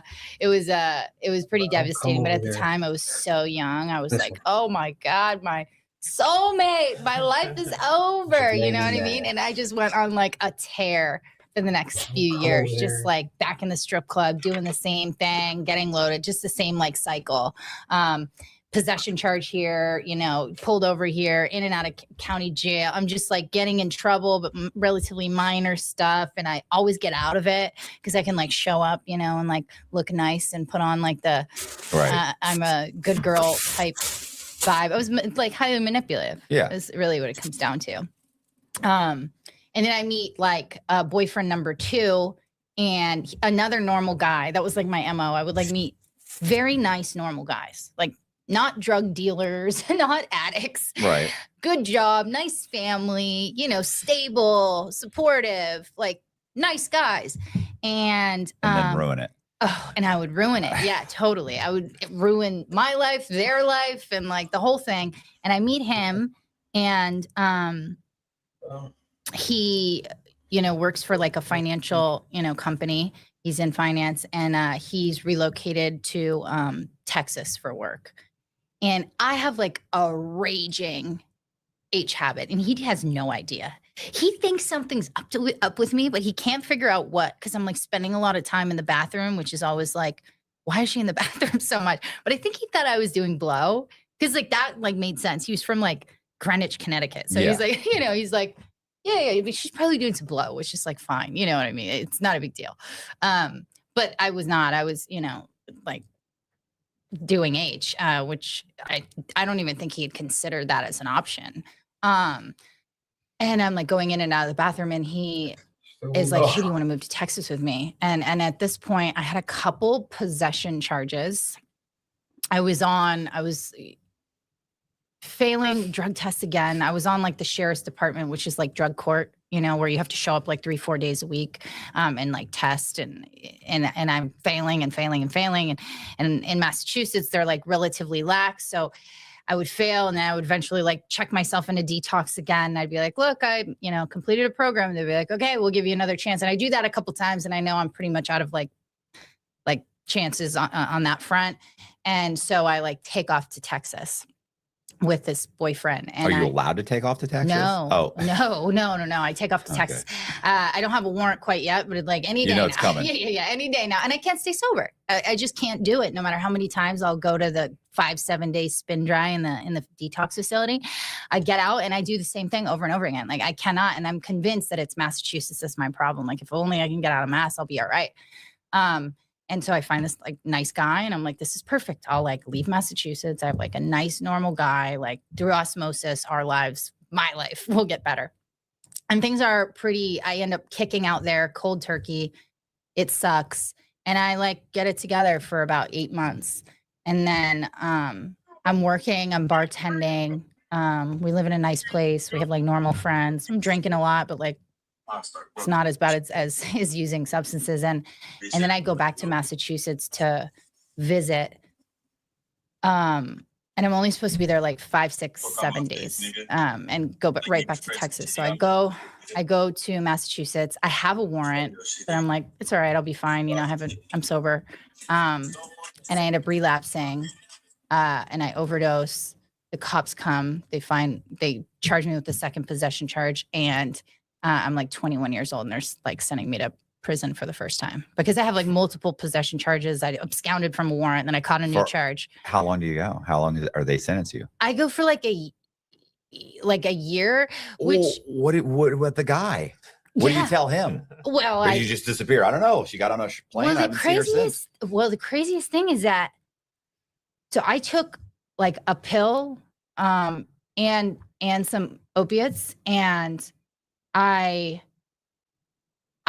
totally like I overdosed. I have absolutely no recollection, and I'm out of it for like 2 days. I literally wake up in prison and I don't know where I am. And the crazy thing is it's not really the type of offense where you typically go to prison, state prison for. It's usually a county jail type deal, possession charges. But they were full. So I went to state prison instead. So I'm in MCI Framingham. I'm like 20 or 21 years old. I have like fake eyelashes, like the permanent fake eyelashes, and like my hair's done, my nails done. They're all calling me Barbie. You know what I mean? It's like, but I end up being there for about a year, and the boyfriend is like, what the fuck happened? He's like, you're where? How? What? Like, what is going on with you? And he ends up like waiting for me for like a year, and I end up getting out. And I get the second possession charge dropped. And I'm going to court. I'm going to 2 different courthouses for the different charges, and I get out and I'm released to a treatment program. And then once I'm done with that, I leave, and I end up like continuing to get loaded in Massachusetts for a few months. I think I got out in August, September, October, November. It got cold in Massachusetts, and I was like, I'm going back to Texas. And I like went back to Texas. And he was still the whole time he's with you. Yeah. Yeah. And he takes you back, Mm-hmm. and you're still addicted, but now you're addicted in Texas. Are you detoxing in Texas? Yeah, I do. But then I start getting loaded in Texas, which is like the first time. Because before I really did clean up for 8 months. I didn't know where to find it. I hadn't really sought it out. But when I go back, I don't do that same thing. I start like, I start seeking it out. Like, where can I? Yeah, I was going to say, how do you seek it out? What do you? I mean, I wouldn't know where to go.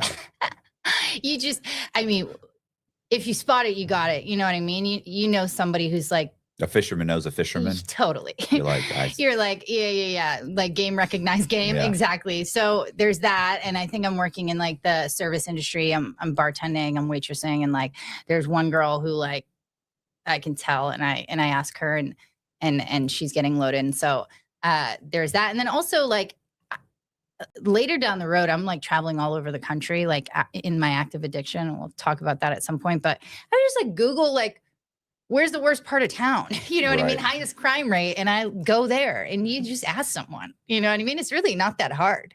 wow. Yeah. Okay. So I was going to like West Dallas. So I was living in Dallas. I would go to West Dallas. There's like this area, this road called Singleton, or Harry Hines Boulevard, which is like the track. So like I start going to these places, and I, just like, hey, do you know where to, and they take you. So I start doing that, and like, it's like progressing, it's getting worse. And I start using ice, which I had never used before. And so I'm doing that, and I'm doing H. And so I'm like twacked out. I'm like disappearing for 3-4 days at a time. He's like, where the fuck are you? And I have like his car, and I'm just totally MIA. But I had this relationship with him where I was like pretty honest with him. I would like lie on the front end, and then I would just like tell the truth. Right. With the previous boyfriend, the cop, like, no, I was lying 100% of the time because he would lose his mind. But the second boyfriend, I would be like, listen, this is what I was doing. I'm really sorry. And he'd just be like, I don't really know what to say to this. And so I would do that. And then eventually things progress to such a point where we like break up, and he's like, I'll give you a chance to get on your feet, but like, you got to leave, I'm not going to put you out on the street, but like, you have to leave. This isn't working. I care about you. It was really sad. And that's when I met Money Mike, who became my pimp, because Money Mike. isn't that funny? Just like the movie Friday. I know people joke. I think that's where he got the name, honestly. I don't know.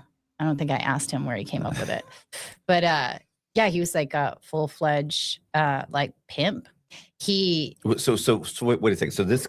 So you get tossed from your house. So, Well, I'm still technically staying there. oh, okay. So, but he's saying you got You got a week or so to get, or a couple weeks, 2-3 weeks. You got to start figure something out. You start moving out. Yeah. Start getting. You have to So we're figure like this out. living in the same house, and it's a very sad situation because like I really care about him and he really cares about me, but he just sees this cycle and he's been going through it at this point for a few years with me. Yeah.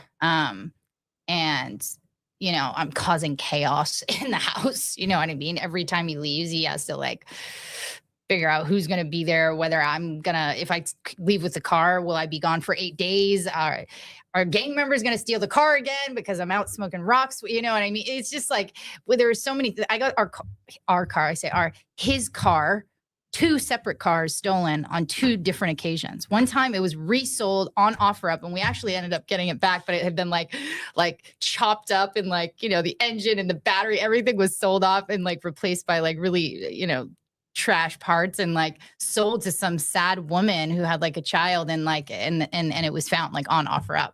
Another time I was like in the hood, I let some dealer use my car, they stole it, gave it to somebody else, and we ended up tracking it down and getting it back. But like it was just like, and he was not living this life and he's like pulled into this, like dealing with the chaos of it. He's like, this is crazy, you know?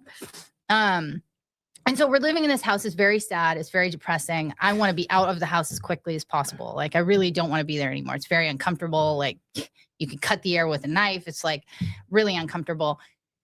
And I'm, you know, disappearing for days at a time, which at this point, he's like, I don't care what you do. You just can't have my car.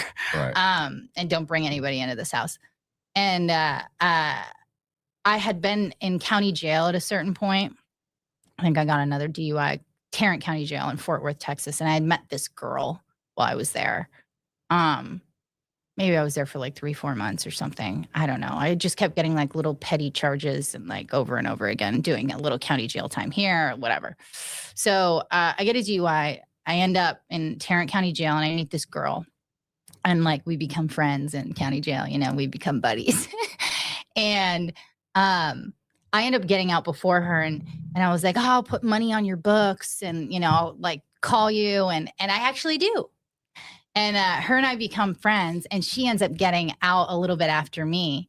And she's a tweaker and she grew up in like a really, really rough part of East Fort Worth, like rough life. You know what I mean? Mom is a tweaker, no dad, had a kid super young.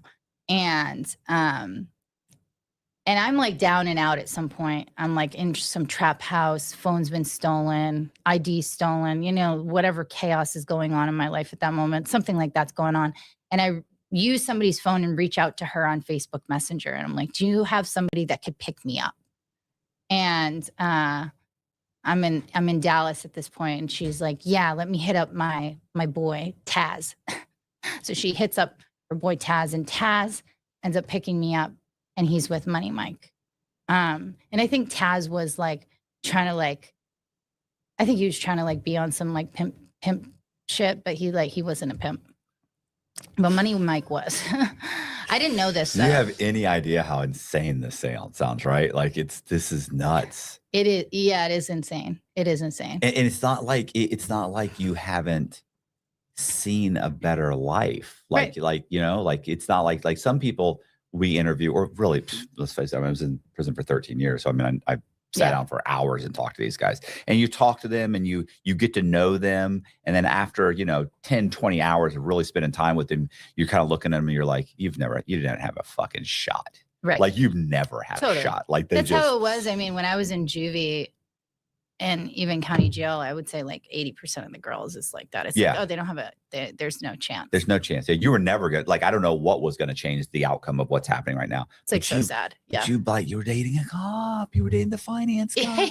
And they're so tolerant. And which is even shocking. I know. I mean, and like in the idea that you're now in this situation in a, you know. I know, it's crazy. A shitty house with a bunch of drug addicts that have stolen all your stuff, and you're reaching out to some tweaker chick you met. I met in county jail. Yeah, I know. Do you look back now or do you still kind of say, no, it made sense, I can understand, or do you think to yourself, do you look back now and go?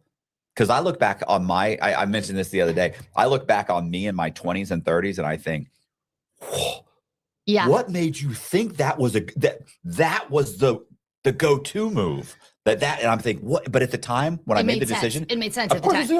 that's the only move. Of Yeah. course, that's what I'm going to do. No, I think even then, because I had, some people, there was always at least, one or two like people in my life who had sense that like weren't living the same life I was living. And they'd be like, I don't understand. Right. Why did you do this? Why are you continuing to make this decision? It's like the second boyfriend would always say like, and like, well, I'm married now and it's been well over a decade and we're still like friends. And he's, in a relationship, happy, healthy, everything's good. And he's like, I always like knew that like you didn't want to be a piece of shit. He's like, I knew that you weren't like trying to hurt me, but like, it's like you couldn't see past your own nose. Like you kept making these decisions. And I just knew that you had more sense than that, but it just didn't make sense that you were in the cycle. And so he was like, that's why I never got mad at you, because I knew you weren't a bad person. You were just making these crazy decisions. And I really do believe that like in hindsight, my decisions were really driven by my like substance use disorder. I mean, it was like severe substance use. When I was younger, when I was a kid getting into trouble, I was almost trying to get in trouble. I think it was an attention seeking thing. It was like, like being defiant in class, like almost like attention seeking stuff, like pay attention to me. And maybe that was like correlated to like not having my mom there and my dad not being as present as maybe, I don't know if it was subconsciously correlated to that. I think it probably was. But after juvenile detention and like doing some time as a kid, I was like, getting in trouble is not that cool. Yeah. I actually don't want to intentionally get in trouble. And so after that, once I turned 18, like I was really trying genuinely to fly below the radar. Like, I'm like, I'll do crime. I really don't want to get caught. Right. You know what I mean? It's actually not that cool to like outwardly be getting into trouble. And, I just would fall short. I don't know, over and over again. And I think I was just, doing whatever I could to survive. At the time. At this point. So yeah. At this point, I'm like, oh, I don't have a place to live in Dallas. I can't be in the relationship with this person. I also, I don't want to be sober. And more than ever, right? Like now I have no nice house and a cushy place to sleep, and the boyfriend, and now I'm in a shitty area, and like I definitely don't want to be sober here. If you sleep hot at night, you know how disruptive that can be. When you're not resting well, everything else feels harder. Your focus, your mood, even your recovery. GhostBed is here to help you fix that. They've spent decades perfecting how to build a bed that's comfortable, durable, and designed to actually help you rest. Every GhostBed mattress features premier materials, proven cooling technology, and their exclusive ProCore layer, a targeted support system that reinforces the center of the mattress where the body is heaviest. It helps keep your spine aligned and your back supported, so you can wake up ready for anything 2026 throws at you. Each mattress comes with a 101 night sleep trial and a 20 to 25 year warranty, so you can try it risk-free, knowing it's built to last. Shipping is fast and free. Most orders arrive in 2 to 5 days. GhostBed has great prices to begin with, up to 50% off comparable brands. And Inside True Crime listeners can get an extra 10% off site-wide for a limited time. Just go to ghostbed.com/Cox and use promo code Cox at checkout. That's ghostbed.com/Cox, promo code Cox. Upgrade your sleep with GhostBed, the makers of the coolest bed in the world. Some exclusions apply. See site for details. So Taz and Money Taz Mike. And Money Mike. Yeah. Taz and they Money pick Mike. me up, and I Like, don't share, comment, necessarily subscribe. Like, know share, comment, subscribe. that Money Mike What's is a going pimp. on, man? Talk to me. Like when he's coming to get me, I don't know right away. And he doesn't give me the full story. I know now that he had just done 10 years. He had just gotten out that week. So he'd done 10 years for pimping and pandering. Is this a black guy? Mm-hmm. Okay. Yeah. But he didn't like tell me what he was in there for. I knew he had just gotten out, but Money Mike had no money when we met, you know. He had previously for sure. But I think when he went into prison, he like lost Yeah, everything. of course. But I like catch on pretty quick. I'm not stupid, and I catch on pretty quick, like what he's up to and like what his intentions are and what his plan is. And I had never been in a situation like that specifically, but I had been doing some like sex work type stuff in Providence, you know, when I was working as a stripper. Club, yeah. It was not to this level for sure, but at that point, like it's not like I hadn't done something similar. Right. And the way that I was looking at it at the time is like, okay, like I need to get some money. I need to like get a house, get a car, like become self-sufficient. I can't do it like bartending because I can't support my habit and pay bills. Like I can't do it bartending. I just can't manage both. So I'm like, how can I make a lot of money as quickly as possible? I had like very little self-respect at the time. I was just like willing to do whatever. And I was also like I was very like disassociated and like pretty far removed from like my own like experience. I was like, you know, I was willing to do whatever. And so I started to catch on as to like, you know, what he was and who he was and what he was up to. I knew. And I was like, I'll get something from him. He'll get something from me. Like he can teach me the game, whatever, and then I'll take off and run with it. And so you know, I start prostituting. Yeah. What is that? Is he telling you like go to a hotel? I talked to somebody. I need you to go to this hotel, room 101, or is it like you're standing on 56 and Bush Boulevard? Yeah. So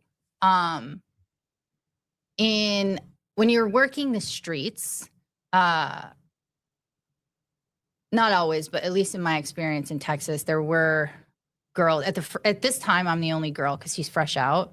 But later down the road, there's more girls, you know, more hoes. And it really just depends on how the girl looks, how old are they, what's their race, on where he puts them. Right.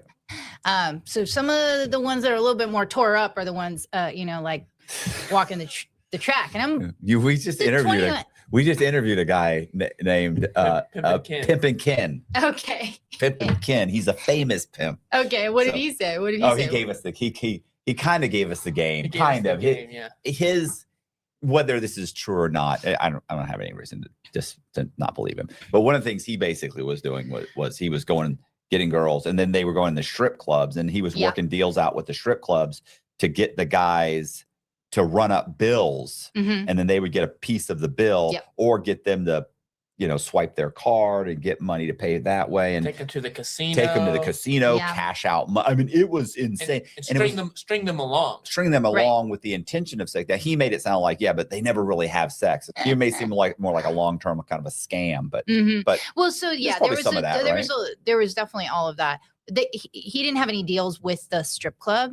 But we would go into the clubs and come back and like give him, you know, some of what we would make, all of what we would make really. But I was not on the track. It was primarily Backpage at that time.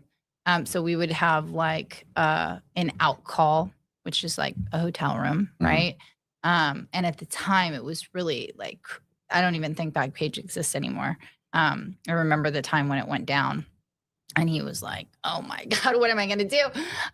Because it was really like you would post, let's say at 6 a.m. That's like a really good time to post, 5:30 a.m., 6. And as soon as you would post, the calls would start coming 1 to 2 minutes later.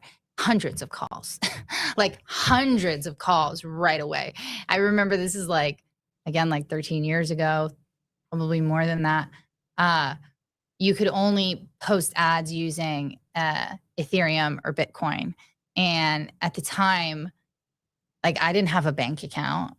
Right. So like we would have to go to like a Bitcoin ATM, like put cash in, get the code, put the code for the wallet into Backpage, and then post on back. It was just, it was crazy. But we would get hundreds of calls. I mean, I wouldn't see hundreds of people each day, but it was like people would come in for the 5 or 10 minute visits, but on their way to work, like construction workers and stuff.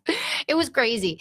And then there were some girls who would like walk the track, especially after Backpage went down. But It was a little bit more dangerous, like on the track, and honestly, less money a lot of the time. Like Backpage was so good as far as like money goes. And then after you do that for long enough, eventually there's people that you'll see who are, what did they call them? Not Johns. They would call them hobbyists. That was like the internet, like underground term for a trick, right? Right. The hobby, that's what it's called. And the hobbyists were not just like a guy who, once a year has a little fun with a prostitute. No, like guys where it is their hobby. This is like what they do for fun. They either see girls very regularly and many different girls, or go to different cities and travel, and like always, in hindsight, they were probably sex addicts. You know what I mean? Right. They had a problem. And so once you see one of these guys who's like very enmeshed in this like underworld, right? If they see you and review you there's these other websites that you can't just sign up for. You can't just, sign up like you can for Backpage. It's invite only. So you have to have either an invitation from somebody who's already, on the site, or they have to review you. So if a hobbyist who's on this site who's been verified, and they verify him because they'll like take a picture of his face, they'll have you take a selfie, and you'll like, at the time, I remember you would have to like write a piece of paper with the date. This is like before AI, it was easy to just edit these things out. And then they would send a picture of their ID, the hobbyist would, and then they would, use their debit card. All of the things had to match. The face had to match with the selfie, with the date, and with the credit card. Now, I don't know this guy's real name, but the site moderators would be able to verify, okay, this guy is who he says he is. He's paying for the service. And then at that point, once he reviews you, you can use that review as an opportunity to start posting on these sites. These sites are a lot better than Backpage, because Backpage is open to the public, right? So like anybody can call, and it could be cops, it could be like violent guys. It's very hard to like verify who you're going to see to keep yourself safe. And I didn't know how to post. I didn't know how to like do any of these things. And so like Money Mike is the one who kind of like put me on game on how all these things, what to look for, what to say, what not to say, all these other like alternative sites that aren't like well known to people. And so I end up getting a review eventually from one of these sites. And essentially the review says, she had a decent alcohol. She looks how she says she was. She did what she said she was going to do, and she didn't rob me. Right. Which once you do that, you'll have to burn your whole name and identity, and you'll have to start all over again. It's actually not a good look if you're like a hoe and you have a pimp to like rob tricks. It's not good at all. No. Yeah. So not a lot of repeat customers. Totally. Exactly. So what are you, real quick, like what are you charging? In the beginning, probably not very much at the time. Maybe like for like a quick visit, it was like maybe $75 or $100 or something like that. But again, it depends on the girl. Right. Once you're on this site, what are the? That's when I start making a lot more money. Oh, okay. So once you get on one site and you get that one review, and then you're verified and they finally let you in. Do other people start reviewing also? Did they connect to that? And there's like 6 or 8 or 10. Okay. Yeah. And so some of these hobbyists are like well known in these communities. You know what I mean? It's like a whole underworld. So if they review a girl, like their review is seen as being like, very like valuable, right?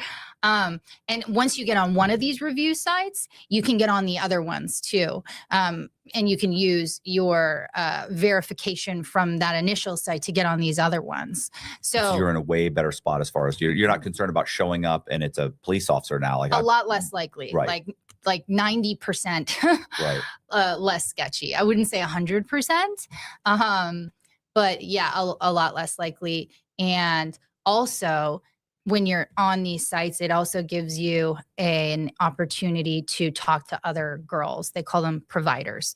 A verified provider is somebody who's like been reviewed and verified and like all of that stuff. So when you're talking to other verified providers, you can share information on like certain people to avoid. Oh, anybody who's calling from this phone number or emailing from this, don't see them. They won't visit you, or they're a time waster, or, you know, I had a really weird call with this guy from this phone number. I think he might be law enforcement, that kind of thing. So you're like suddenly like communicating, and there's ways to also like verify some of the guys that you're going to see. And the other side of it too is some of the guys who are reaching out to see you, they're willing to pay a lot more money because they know what they're getting.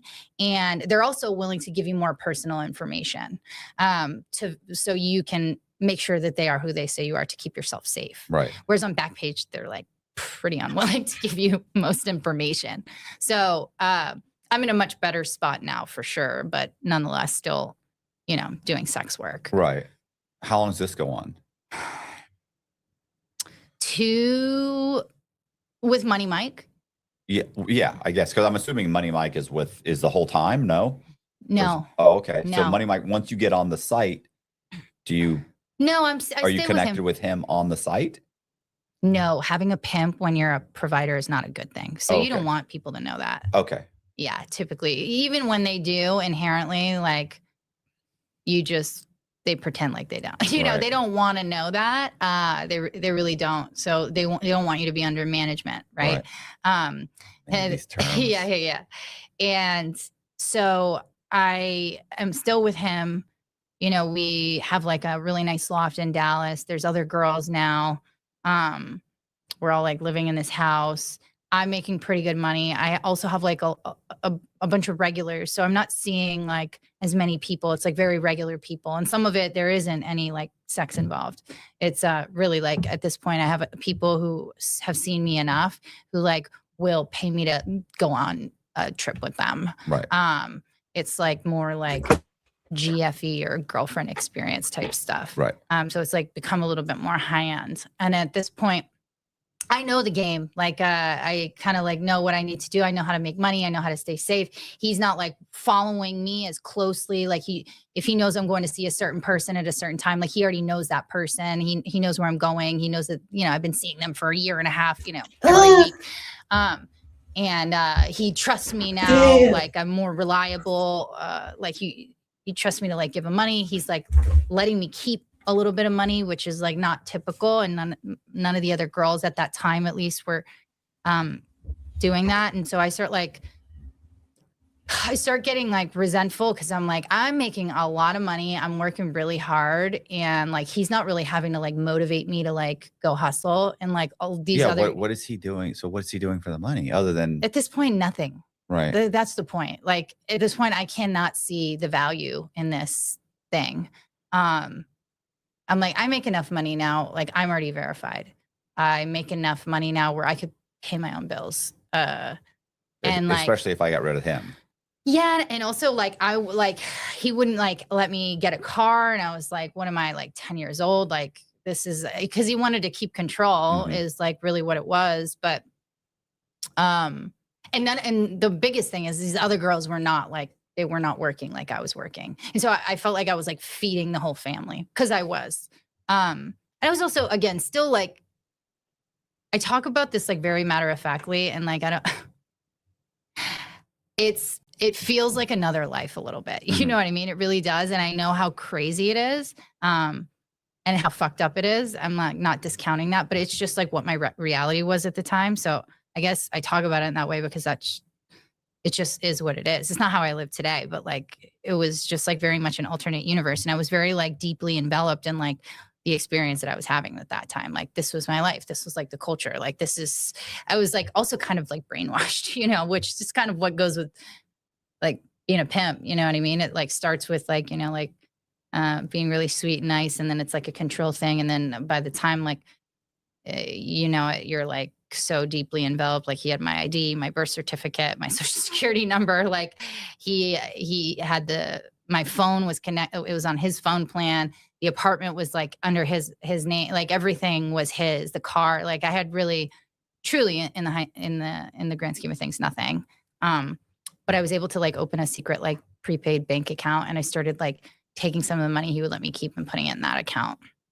And I was like making a plan to leave. And I knew he wasn't like not going to let me leave. So one night he was out with a couple fresh turnouts. So a couple girls that, were like kind of like new. He was, like taking them on calls and all this stuff. And they had just like posted an ad. So they would like go have a drink, post an ad, and then like the phones would just start ringing. And then like whenever they would get like a guy who was like serious, gave an address, was able to provide some kind of verification, he would like take off and take one girl there. And then if there was another one that was close by, he would take her there, and they would come, he was running around. And I told him I had like a regular, and we never were really allowed to have people at the house, at our own house. We would always like have a hotel room or something.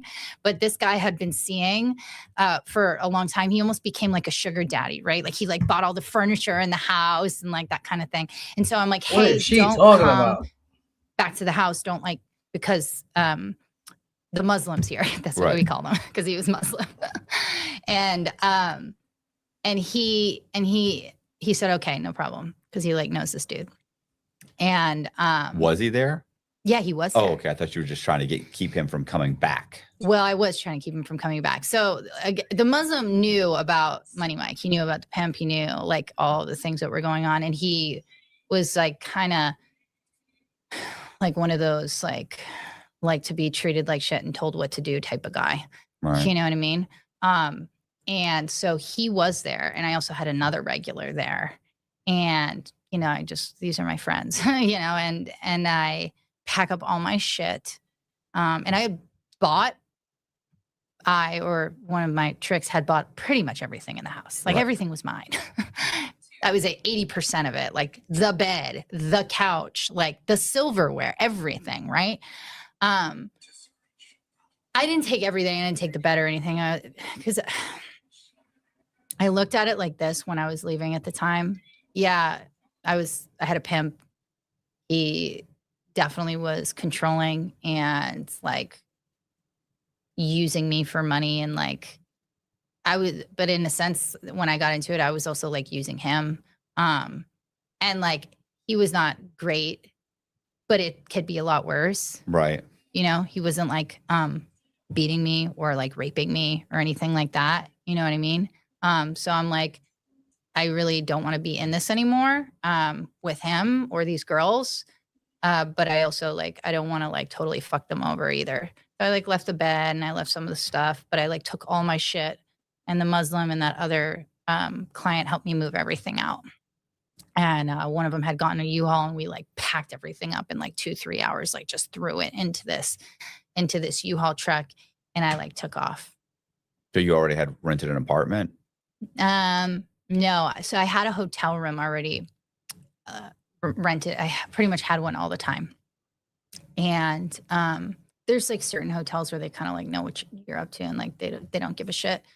And so I already had a hotel room rented. I didn't have an ID or any of that stuff for like a regular debit card or credit card. I only had that prepaid card. It didn't work at a lot of places. Right. But I already had this hotel room. And so I was just paying cash every day for this hotel room. But the problem with that is he knew where the hotel room was. And so like I got a new phone, and I was able to get into all my accounts and change my passwords before he even knew I was gone. And I was like staying at this hotel, and he would like drive by, check on me, but he like couldn't get into the room, What? All your stuff's in a U-Haul. Are you paying for the U-Haul? No, I had one of those two guys. Yeah, let me store all their stuff in the garage. Okay. Yeah, one of the two guys. So I had all that stuff there, and my plan was just to like come up, like stack my chips, make some money, and I'm making a lot of money at this point. I'm making hundreds of dollars an hour, So what is this like a week? What are you making a week or a month? I mean, $5,000? probably more than that. No, definitely more than that. 8 or 9? I would get $500 to $600 for 2 hours. Right, but you're not working 8 hours a day. No, I would see 1 or 2 people. Okay. So or sometimes I would just see one person for 12 or 24 hours, and like I wouldn't do anything for the next like 2-3 days. So I was probably making like, I don't know, 7,000 to 8,000. I had a raging drug habit though. Right. So I was probably spending like half of that on drugs, but I made a lot of money pretty quickly. And within a month of being in that hotel room, I was able to like buy a car cash. So I bought like, I think it was like $17,000 car. Right. Okay. And then I maybe like 2 to 3 weeks after that, I like moved into my own apartment. Okay. So within a month, you're kind of Month and a half. Yeah. month and a half, you're kind of straight. Like, Yeah, I was working at a strip club at the same time as well, but Money Mike had like called and pretended to be a patron. got you fired. Yeah, totally. I mean, yeah, he totally did. He was like having people pose as tricks and trying to reach out to me. Like he was like definitely trying to like make sure I failed. It was like I was a renegade, right? Yeah, I was yeah. like a girl who went off and is like actually being successful without him, which like isn't good for business for No. him, especially when the other girls see, you know, he's flagging my ads, all that stuff. He like called and said, oh, this girl, you know, so-and-so robbed me at the club, which he taught me never to like rob tricks. And I knew it wasn't good for business. So I never did that.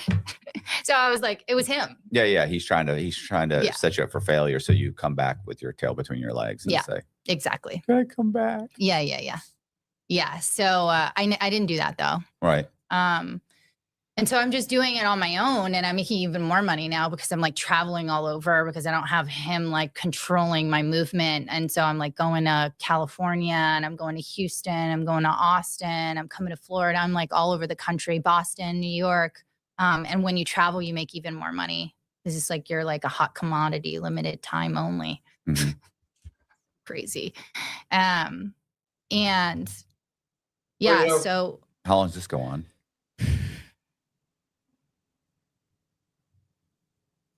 probably about 2 or 3 years. I'm all over the place, and 2 or 3 years.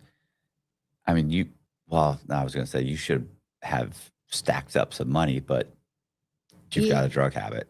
yeah, I mean, I did have money, but I didn't have it in normal places. I had like cash and like Bitcoin when it was like 14, like, but it was like I had like the actual wallet where you needed the code, you know, like you know how it'll have like 15 different words, and so like all of it's gone. There's probably a lot of money in a Bitcoin account someplace that I don't even know how to access, right? Because I'm like, yeah, I'm on drugs, I'm all over the place. But eventually I end up coming to Los Angeles. And financially, I am doing pretty well. I'm pretty comfortable. And I come to Los Angeles, I come to visit, and I come to see actually like a trick, honestly, for a couple weeks. And he like puts me up someplace, and he's like paying me really well. He's like an ex-NFL player. And I had met him in Texas, and I'm supposed to only be with him for a week. And I decided to extend and stay 2 weeks and like stay for the other week on my own.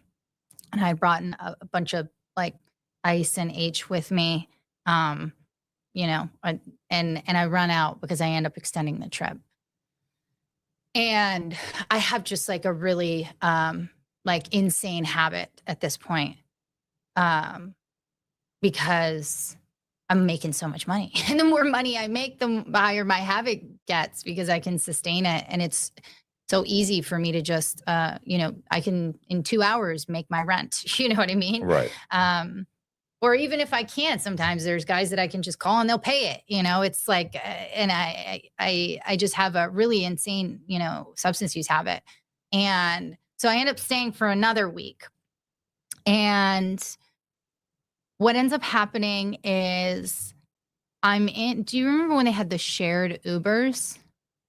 Do you know, like you could order an Uber and it would be like a shared ride, like with another person? Can't you still do that? I don't know. Maybe. I know they ended it during COVID, but maybe they started it again. I don't take Ubers that often I would anymore. see one like it's share ride or something. yeah. It's like I'm almost positive you can still do it. I never do it because I think I don't want to share an Uber with somebody. Right. Well, I did that when I was in LA, and I had a phone, and my phone, the case was the wallet, you know, so Yeah. it had like my ID and my debit card and credit cards in it. Yeah, on the back of it. Yeah. And whoever was in the car took it. I mean, they stole my phone, and so they stole my wallet. Yeah, never take a shared Uber ride again. And I was supposed to leave like the next day. It was around Christmas time. It was like right before Christmas, and I was supposed to fly straight from LA to New England to see my family. And I lose my ID, lose the debit card, lose the credit card, lose the phone. I can't even post ads because I can't answer calls because I don't have a phone. And the only way to get into my email is through my phone number. It can't be another phone number. And I can't get a new debit card delivered to me because they'll only deliver it to my home address, which is in Dallas, right? So I can't go to the bank because I don't have an ID. So I'm like in this situation where I like can't get money, and I can't even get a hotel room, right? And I don't really know anybody in LA. I have some family in Los Angeles, but I'm definitely not going to call them because they didn't even know I was there and like what I was doing. So I'm not calling them. And I need to get substances. You know, I'm starting to not feel so good. And so just like in any city, like if you're looking to cop, where do you go? I go to Skid Row. That's the obvious choice if you're looking to get high.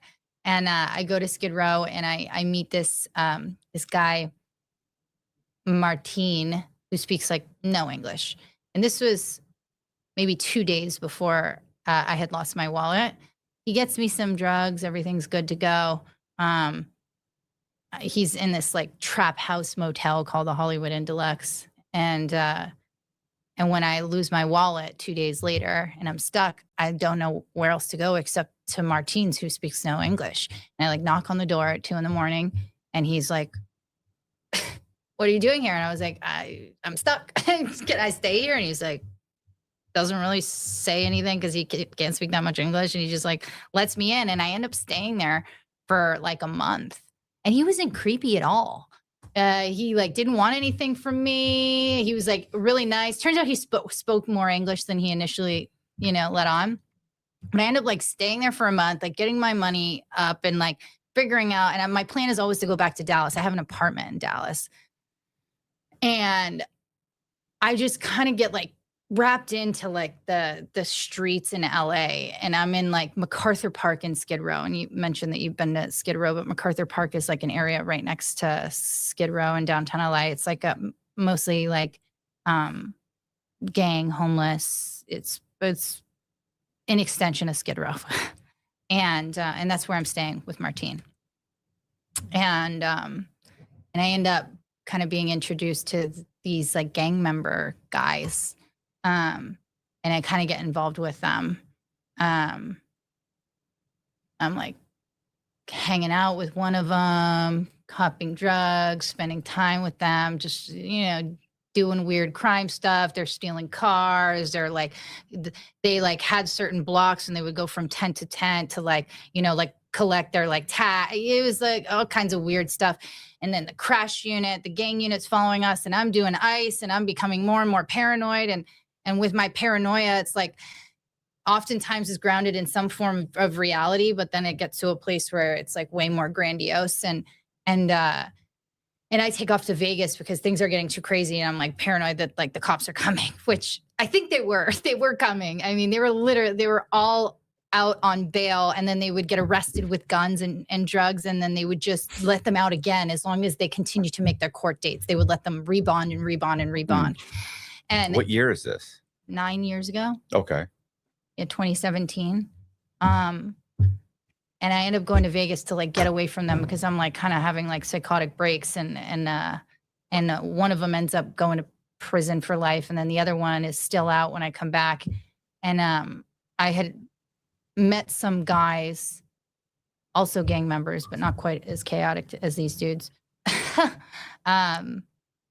who were, crossing drugs over the border, and people. And I had met them because I would go get H, and at this point it was like opiates at this corner on Skid Row, at like a tent, right? Mm-hmm. Nothing fancy. But I was coming with a decent amount of money because I was making a lot of money. at the time. And so I was getting like more than they hold at a corner in a tent in Skid Row. Right. You know what I mean? And I was consistently like going back and picking up on a consistent basis. So it got to a point like they knew me, they know what I want, and they would have to oftentimes go and get the quantity that I wanted and come back. And so that happened for long enough that at a certain point, whoever they were getting it from was like, just bring her straight to me. Right. And I end up going to this like loft apartment in downtown LA. It's like on the top floor of this I thought she was on some skyscraper. Bitcoin. Eventually, and I meet this this guy, and I start just getting it directly from him, and he's involved in like counterfeiting, again, like transporting over the border. He's like working with, you know, the cartel, like he's selling like very large quantities of drugs, and I'm consistently picking up from him, and I'm just doing it for myself, but I'm getting a lot because I have a big habit, and it just didn't make sense to me to go back and forth every single day. So I would like get like a week's worth for myself or like 2 weeks worth. And then I start picking up more because he's giving it to me at such a cheap price. I would pick it up for like 3 or 4 other people that were selling it themselves. So again, I'm kind of like middlemaning, but I'm making so much money at the time as a sex worker, and the risk was so much lower that my goal was not really to be like a drug dealer. Like I didn't want to be a drug dealer because like the risk versus reward financially was just not there. I'm like, the risk is higher and the reward is like lower. I think I'll just do it a little bit, right? I'll pay for my own shit and distribute to other people, which makes you a drug dealer. Right. Totally. Whether you make any money or In not, my mind, even if you lost money on the deal, that's totally not, the cops would be like, yeah. Well, I was making money for sure, but not a lot. It wasn't like my main goal, right? It was like almost like a side thing.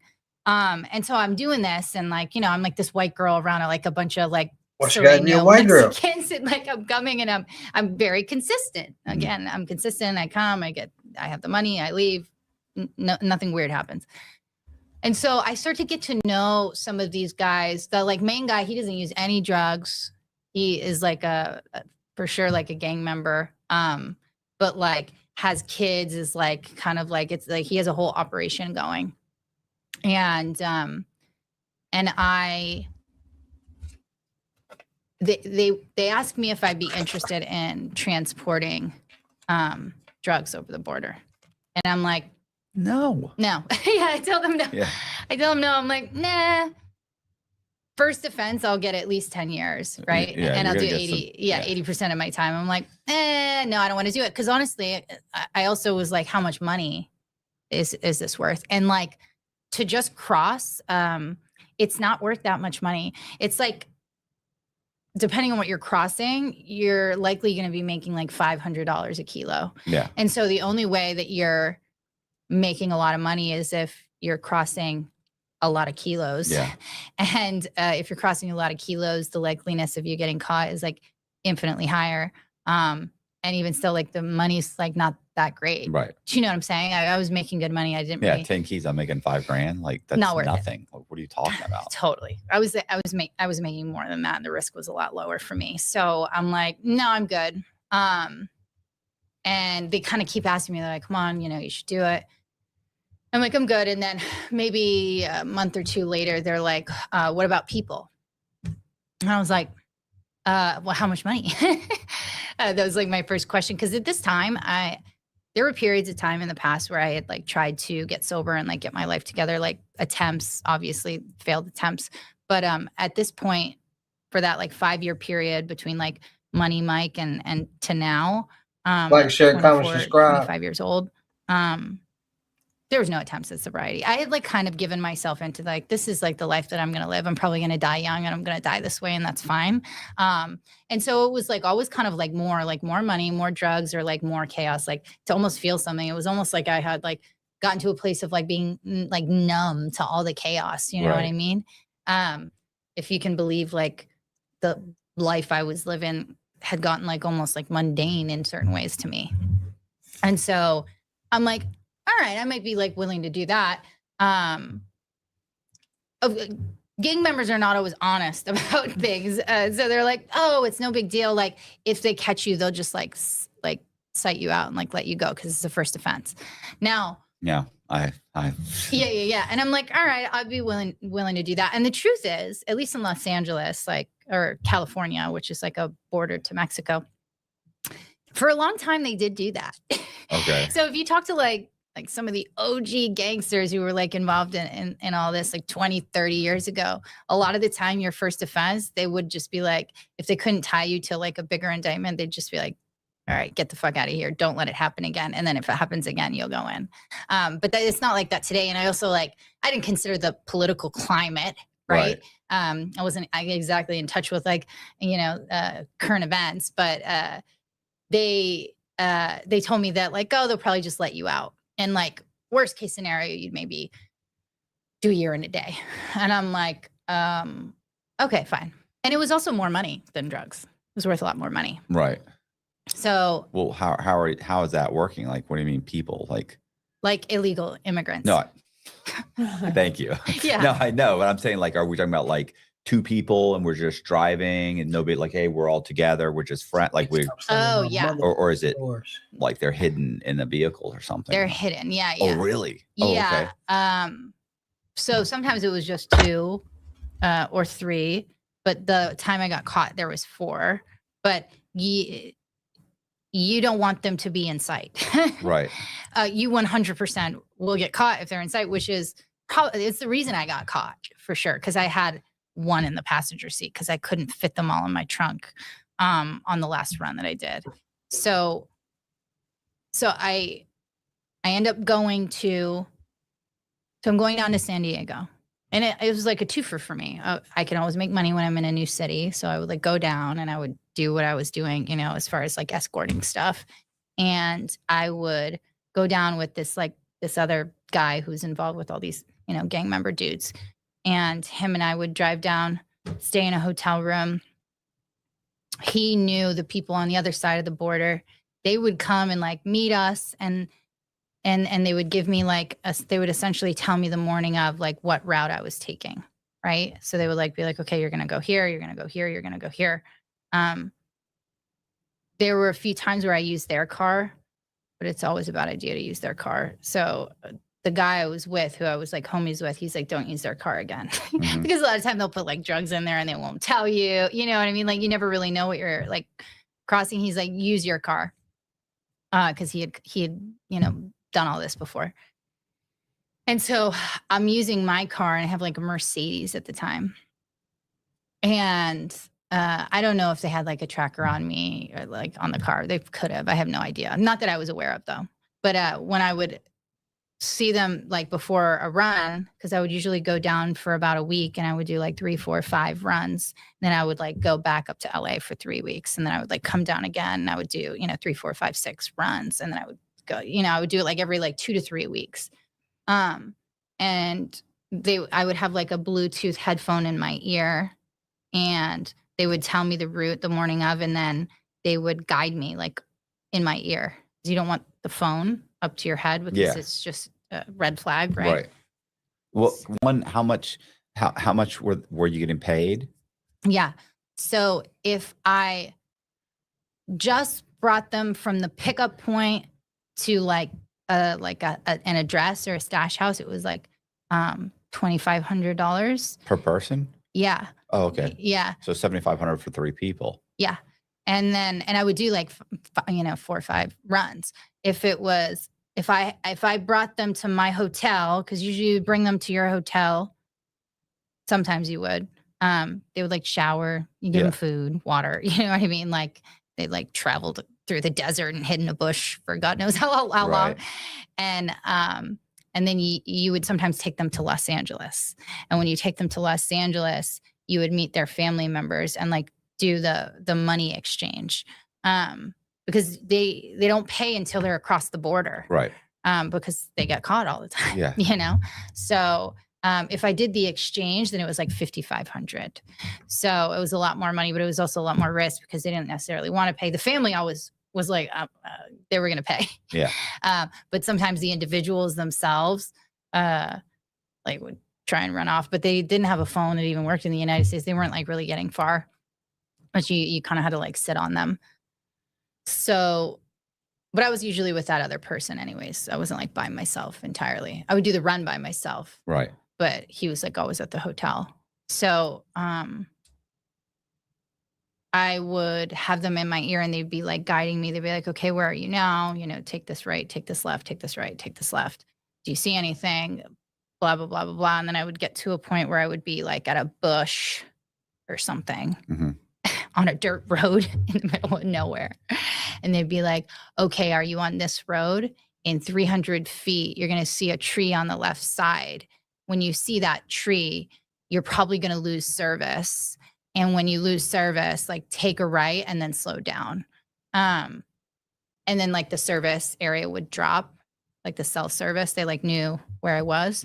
And I would like slow down and then like a couple of illegal immigrants would come out of a bush with blankets on their feet. Slow down, pop your trunk, drive it 5 miles an hour. Yeah. And Juan and Pablo are going to jump in the back. 100%. Yeah. And they would jump in the, well, sometimes they would try to get in the passenger seat and you'd be like, no, no, no. And so you'd put them in the trunk always just to get through secondary. Yeah. And then you would put them in the car, you know? But yeah, they would always have blankets on their feet because so they would, and they always smell like onions too. They would like come through Mexico in onion trucks a lot of the time. Okay. So like when they were getting to the actual border, they'd come through on onion trucks. And then I think they would use the blankets at night when it was cold. And then when they were closer to the border, I think they would put blankets on their feet for tracks because they were walking. For tracks? I have no idea. They would always have blankets on their feet. They don't have shoes? Or they would have shoes and then blankets on top of the shoes tied to their feet. Maybe to not leave tracks. To not leave tracks. Yeah, that's what I'm saying. Oh, okay. Yeah. Okay. Yeah. Sorry if I didn't explain that well. I was like, yeah, I think that's the reason. Yeah. I mean, none of them really spoke English and I speak like very little Spanish. So like we weren't like talking much. Yeah. But yeah, they would come, they would have the blankets on your feet. So you would want them to take the blankets off like ASAP. Yeah. Because it red flag. Yeah. Yeah. And you would, you know, put them in the trunk and then you would turn around and the people who are in Mexico somewhere, you know, they're like calling to see when the service is picking back up. So they'll be from the moment the cell service drops, they're calling over and over again to see when it picks back up. Because when it picks back up, they know where you're at. I also am pretty sure that like they had like people at the border, both on the Mexican side and the United States side, like in like ranching houses or something. Watching. Yeah, for sure. Cause they always knew exactly where I was. Yeah. So it was like tracker or like they always knew where I was and I don't really know how, but they definitely did. And so they would be calling. And then as soon as service picks back up, they know exactly where you are. And so they're like, okay, do you see anything? How many people are there? What's going on? Be chill. You know what I mean? And like, don't talk to me. Like, listen to me, but don't talk. And then I would just drive through secondary and then they would usually just wave me through. Yeah. They didn't even stop me, like, because I wasn't crossing the actual border. Mm-hmm. I was going to like the border. Yeah. You'd already crossed the border. I wouldn't cross it. No. Oh, you're just picking them up on this side and driving them through secondary so that you can, so now you're in the, now you're just free range. You can just go anywhere. Right. So like there's somebody else that brings them all the way to the Mexican-American border. Right. And then like I'm on the United States side and I pick them up. I'll pick them up like right at the border. Okay. Yeah. So, so I didn't have to go through like customs because I hadn't crossed. So it would just be like a checkpoint. And how many times did you do this and before you got caught? I don't know, a lot. I don't even know how many. I was probably doing it for like less than a year. Okay. Probably more than 6 months. So like somewhere in between there. And yeah, I would just make a bunch of money, you know, cash money. And then I would like go back to LA. And it was like pretty easy. it got to a point where it was like, they were just like waving me through. They wouldn't even push me to secondary and look at my ID. They would just like see me, see my car, wave me through. But I was usually picking up like 2 people. Mm-hmm. I was like the average number, sometimes 3, but usually 2. And I would just do multiple runs. Usually I would take 2 or 3 people and they would start calling me over and over again. And then as soon as the service would pick up, they would know where I was at. And so they'd be like listening in my ear.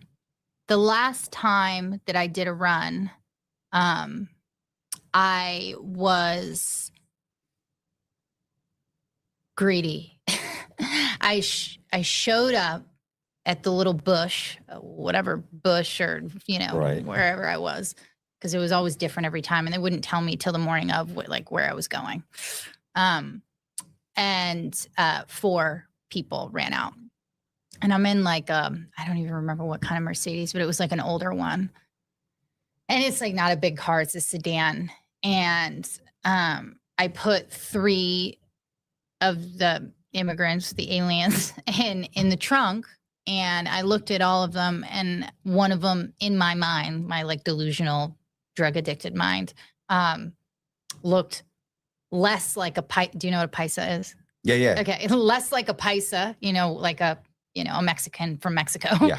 than the other 3. He was like younger. He was probably like 19, 20 years old. He definitely looked Mexican, like very Mexican. But in my mind, he looked less Mexican than the other ones. But you also had such good luck in this. I had gotten super cocky. And also like the people that I was like running for, they were like hyping me up. They're like, you're good. Like you're a goal. Like, you know what I mean? They're like, you're like all-star, right? And I'm like, yeah, I'm a delusional, drug addicted all-star for smuggling immigrants. But I will say too, like driving the Mercedes at the time, I had like blonde hair and like even on drugs, because my like main job was being like a high-end escort at this time. Like I always like was like dressed well. Yeah. You don't look anything like the people that they expect. Exactly. So you said, Pedro, get in here. Exactly. I think actually the one in the passenger seat, his name was Jorge. I did ask his name, and I'm like, okay, get in the front seat. And I had like, sunglasses, and I gave him a pair of sunglasses, and I had an iced coffee because it was like 6 a.m. It was Friday the 13th, I remember. And I gave him my iced coffee. And then I was like smoking cigarettes still at that time, like my Newport 100. And I like gave him a cigarette because like in my mind, this made him look more American. Yeah. Cigarette, sunglasses, and a nice coffee, which arguably probably did a little bit.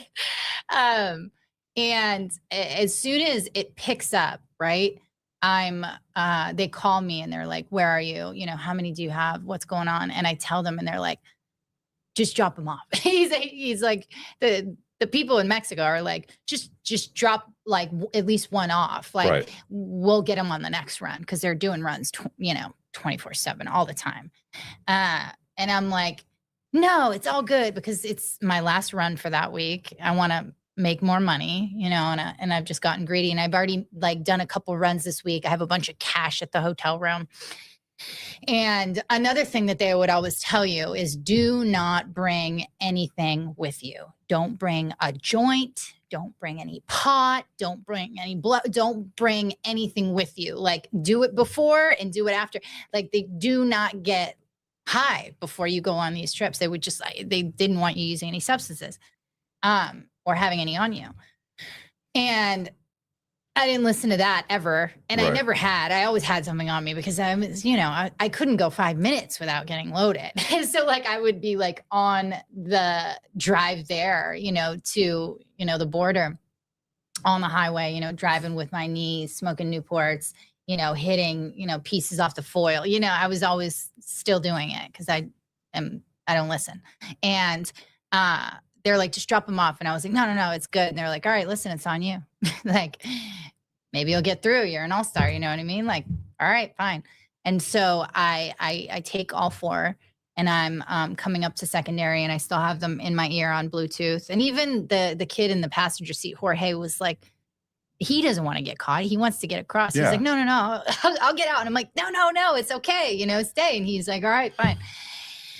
And I come up to secondary, and this time around, they like stop me, and they're like, and usually I don't get put to secondary. They let me just keep going straight through the checkpoint. They're like, just wave you through, you know? But this time they're like, no, no, no. And they point to the secondary lane. And I'm like, That's not good. I literally say out loud, and they're in my ear, I'm like, I'm burnt. And they're like, all right, don't say nothing. Like, just let us listen. And I go to the secondary, and like, I'm so out of my mind. Again, it's 6 a.m. Friday morning. I accidentally like continue to go forward rather than to the right. And you see the border patrol, he's like, ah! They think I'm trying to run. I'm like, oh, sorry. And I end up reversing out, right? And I pull into the secondary, and I'm just like total hot mess. And they stop me, and I have like this elaborate story. They have these like they have a yacht show every year in San Diego. And I'd already like thought about, you know, what my story would be. Oh, I'm here for the yacht show. I'm picking up my boyfriend, and I have like my hand around him, and I'm like, you know, pretending that like we're in a relationship. And he's like, you know, this super young, you know, Hispanic gentleman who speaks zero English and has a pair of women's sunglasses on and an iced coffee and a cigarette in his hand. And so the Border Patrol agent is like, okay, where are you going? Where are you coming from? And I have this like pretty dialed in story, actually, Right. pretty elaborate. And he's like, okay. He's like, what about you, sir? Well, how are you today? And the guy he just blinks at him. He doesn't speak any English. Right. You know, he doesn't say a word. And the Border Patrol agent looks at me. He's like, oh, he doesn't speak any English. And I'm like, oh yeah, his English is not that good. And most of the Border Patrol agents, especially there, they speak Spanish. Yeah. So they start talking to him in Spanish. And he doesn't rat me out. Right. He doesn't say anything. But they're like, ma'am, do you mind if we take a look in the car? And I'm like, actually, you need a warrant for that. And they're like, actually, we don't. So just pull over. And what we're going to do is we're going to have you and him get out and just stand over here. We're just going to have the dogs do a little walk around. Right. And I'm like in high heels and a dress. And I have like a full face of makeup on, like too much makeup for sure. And I also have shit on me too. Right. But it's already, you know, safe where no one can find it. And they have the dogs do a walk around, and then they alert at the trunk, Yeah. you know? And I think also too, one of the things that you would do, which I didn't do because I was expecting only to pick up 2, is a lot of the time you'll inflate the tires more so in the back, so it's less obvious because you could see the weight, you know, if you're looking at a vehicle. And they're like, oh, it's in the trunk, you know, and they open the trunk, and then there's, you know, 1 Mexican, 2 Mexican, 3 Mexican pop out, and the 3 are sitting right there, and me and Jorge are standing on the other side of the car. And they like start asking those guys, you know, You go, that's crazy. You didn't say. I don't say anything. I don't say anything. I knew at this point that like I was burnt. And they start asking those 3 like paisas like what's going on, and this a lot of the time what they do is they'll say whatever they need to say to try and stay. They don't want to go back. Right. And so they're like, she forced us in here, you know, give this crazy story, like she's tortured us.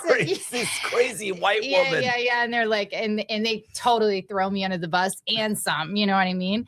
And they're like, you're going to prison. And in my mind, right, I really genuinely believe still at this point that they're going to question me, and then they're going to let me out. Like, I really believe that, genuinely. And so they bring me into custody. They bring me to the Pine Valley, like, Border Patrol station. I'm, like, kicking, but I'm in, like, a room where there's cameras, so I can't, like, do any of the stuff I have on me. And eventually they, like, bring me in, like, 2 agents to talk to me. And the first thing they ask me is, like, oh, do you want to make any phone calls? Like, do you want to get in your phone? I'm like, no, you know, I'm not letting them in my phone because I'm thinking about all the things that are in my phone. Like, not only is this all this stuff that I've been doing, but all these people I've been involved with, you selling stuff and like middlemaning and also like the sex works. I mean, all of it. I'm like, oh my God, there's so much crime in there. I'm like, no, I'm good. Like they had told me that if you ever get caught and they ask to go on your phone, don't let them, like, if they have to, they'll get a warrant, And so they're like, do you want to go on your phone? I'm like, no. And I'm kind of like defiant. And they're like, well, do you want to talk to us? I was like, I want a fucking lawyer, And they were like pissed. They were like, you're going to fucking prison. And I still was like, sure. You know what I mean? Sure, I'm going to prison. And they put me back into the holding cell, and I spent maybe 2 or 3 days there. And then because I told them I was like withdrawing, they sent me to the hospital for maybe 2 days. Because they had like a contract, like the feds had a contract with like some shitty hospital. And so I was there with like a US Marshal for a day or two. And then I went to MCC in San Diego. And I was like, I'm going to prison. I'm like, they're serious. Yeah. Yeah. And I'm like regretting all of the choices. Like I shouldn't have done that last run. I shouldn't have brought 4 people. I probably would have been fine had I just stuck with 2 or maybe even 3. I would have been fine. Like, what was I thinking? I should have talked to those people when they pulled me in. You know what I mean? I'm like, what? This is the worst. And I do the rest of what I have left, and I really start like withdrawing while I'm in prison. It's almost a week later, like that's when it gets really, really severe because I'd been such a long run. I like fall off the top bunk. I have a seizure. I hit my head. A couple months, I'm like cross-eyed. I don't know why they took me to like UCSD, which is like where the trauma unit is. I spent like 2 weeks there with like a US Marshal and my little like, they called them minions because it was like the yellow jumpsuits that like button up. So it looked like those little minions. I'm in the minion. I'm like cuffed to the hospital bed with like marshals with me 24/7. They like can't figure out what happened after hitting my head and why I'm cross-eyed. It's like, it's all chaos. And I end up being sentenced to 36 months. I'm supposed to do 30 months. And, they moved 30 months because of good time. Yeah. Okay. Yeah. I mean, that's what I'll probably end up doing. Yeah. And so I'm at MCC for a while, and then they moved me to another federal facility, Otay Mesa, and then they moved me to another one, Santa Ana, and they move you around before you finally land in prison. And COVID happens, and I've been in for like 18 months at this point, and I wasn't on an indictment because I didn't talk to them. I didn't like rat anybody out or anything like that. I just, they started releasing a bunch of girls who had like nonviolent offenses, which I've been in and out of county jail. I've been to state prison. You'll get out early in like state prison or county jail, like on good time, or like they'll drop charges. That happens all the time. People are coming in and out. But as you probably know, like you don't get out early in the feds. Like you do your time. No, unless but for COVID, they were. Right. Exactly. So I remember the first girl who got released, this girl, we called her Chicken because she looked like Chicken Little, the cartoon. and Chicken went down to Zoom. We didn't even know what Zoom was at the time. You know what I mean? It wasn't a thing before COVID, right? And we're in prison, so we're like totally removed from like what's happening in the world. And she gets out that day, and she was like a super young girl who would like potentially unknowingly cross drugs, like bought a car in Mexico type deal. Who knows though? That they all have the same story. Yeah. You know what I mean? They all have the same story, which is the funniest thing because usually the people that they're working for give them the story to tell the cops. And so when people come in, they all have the exact same story, and you're like, yeah, all right, sure. Oh, it was, my car broke down in Mexico and I bought this car and it had kilos of blow in the door. I'm like, that's crazy. Jennifer too. Also, yes. So Chicken, it was super young. She was not about that life. She was not an addict. She wasn't like a criminal. And we're like, oh, she's telling for sure. She's got out the same day that she did this like imaginary Zoom unicorn court. And we're like, she's telling for sure. And then the next day, another 2 or 3 girls who weren't on indictments and didn't have violent offenses or like known gang affiliation, same thing. And they get out that day, like within an hour of going to this court. But they're coming back telling you, hey, I had a Zoom with my lawyer or whoever, a judge. Yeah. And because I'm nonviolent, they're going to let me out. Let me out. Yeah. So now we believe it. At first we were like chickens telling, you know what I Right. mean? But then it's like it's happening every single day, right? And there's no movement, nobody's coming in. The few people that do come in, they're having to quarantine for like 30 days because this is before the test. This is like height of like COVID lockdown, Right. right? You've already done how much time? 18 months. Yeah. It's not like they didn't get some time out of you. No, they did. They for Right. sure did. They definitely got some time out of me. I don't think another year is going to change it. No, Doesn't gonna change anything for you. So. I don't think so. I mean, also too, because I'd been in and out of just like the system since I was a kid, I like knew how to do time. Yeah. You know, I learned when I was a teenager, like no calendars, no marking dates. Right. Don't like just like program, get busy, like and so like I learned how to do time and because of all these experiences I had like leading up and all these different lives I had lived, right?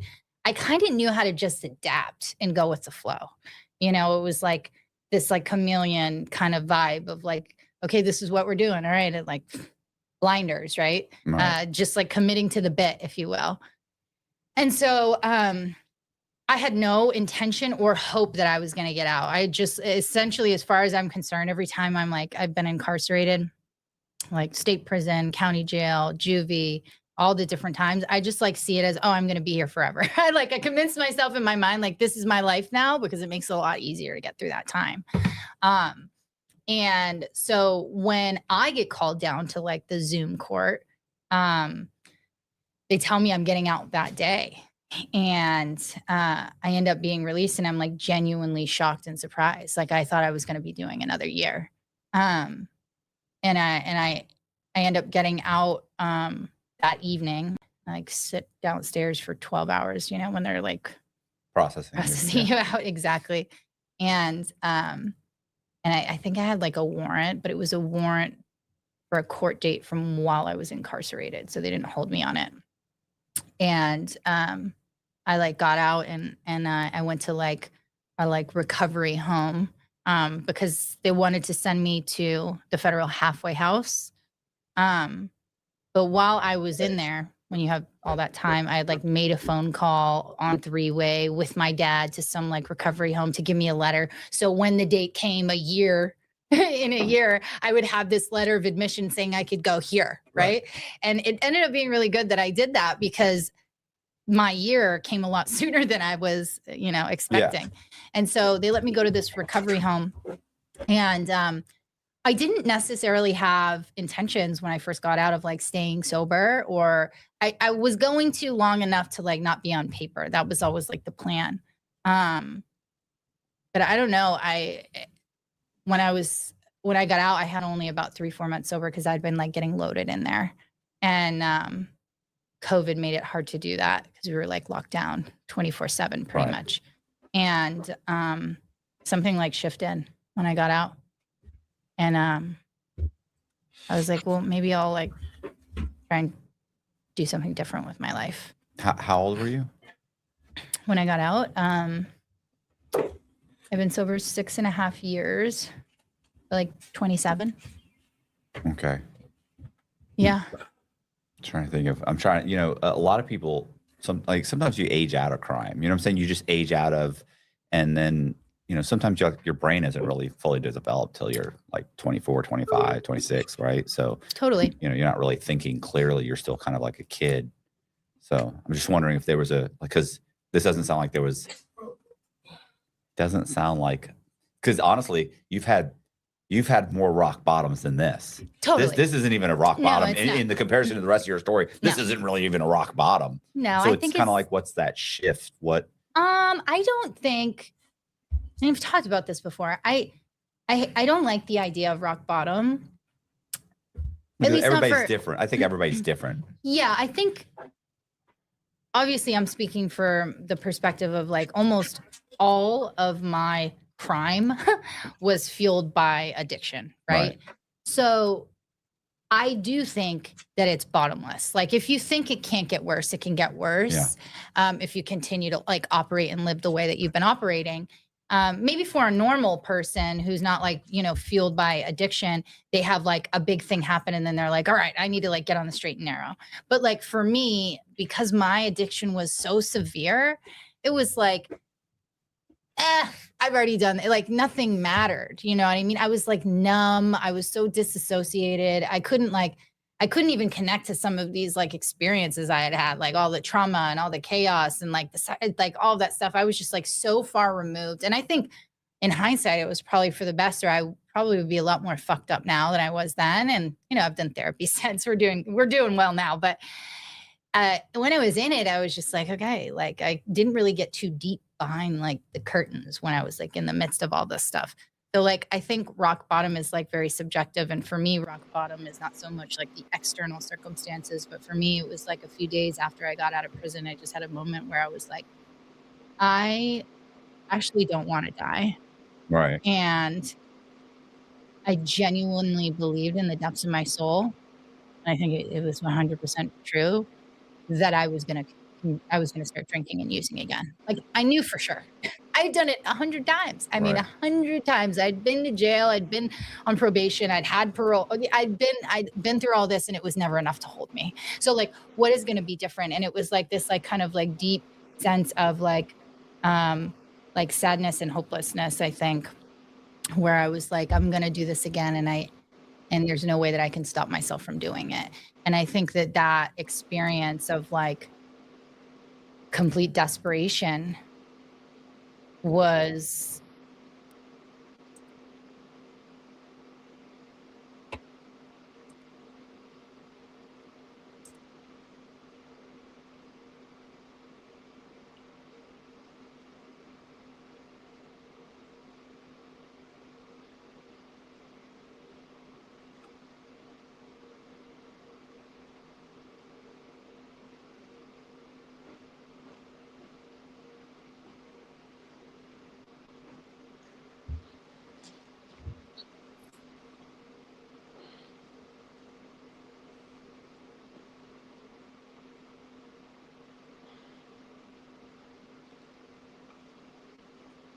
Like, share, comment, subscribe.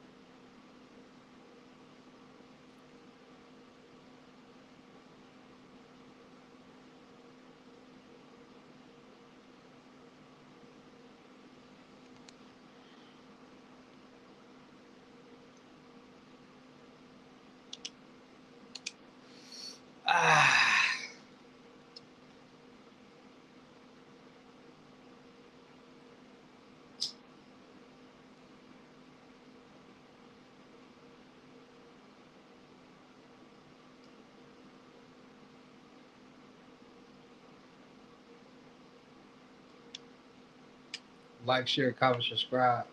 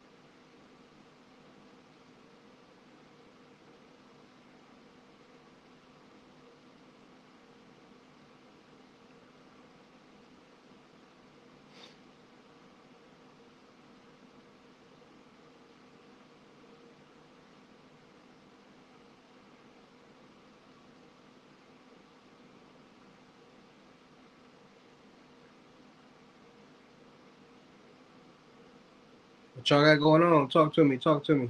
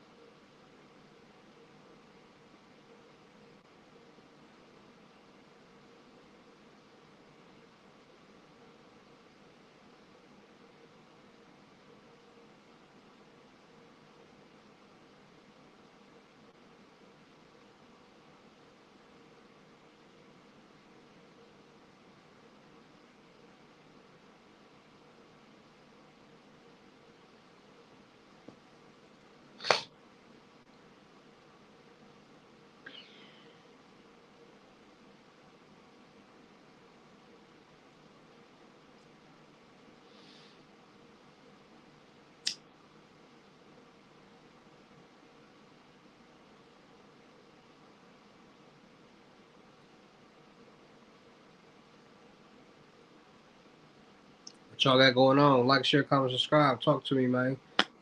Give me some topics to talk about. What y'all got going on? What y'all doing?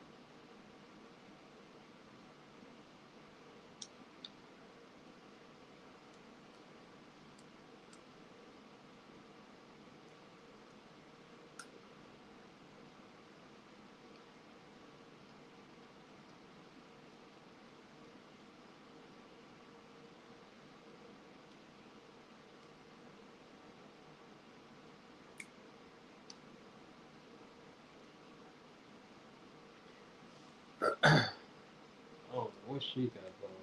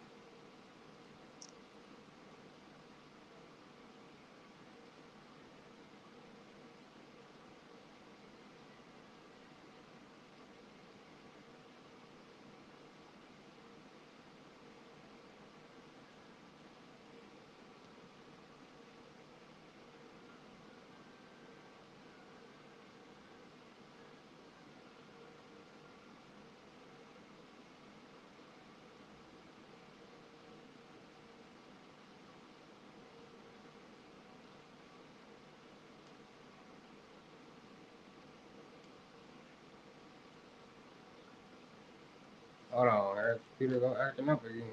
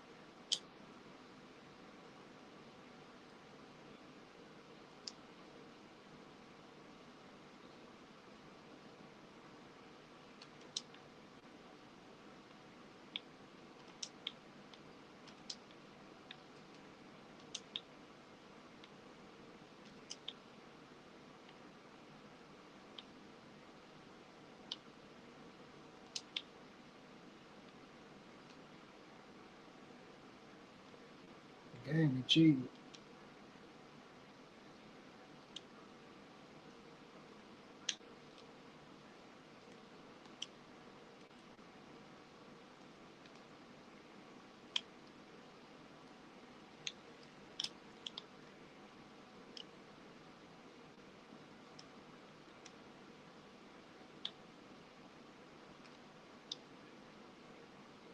They hitting everything. I gotta jump.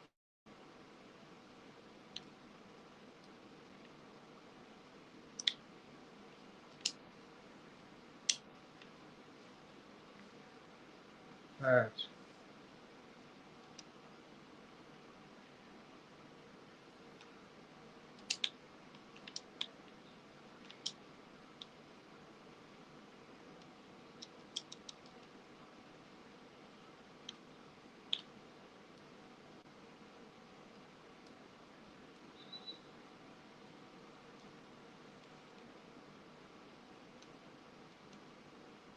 Like, share, comment, subscribe.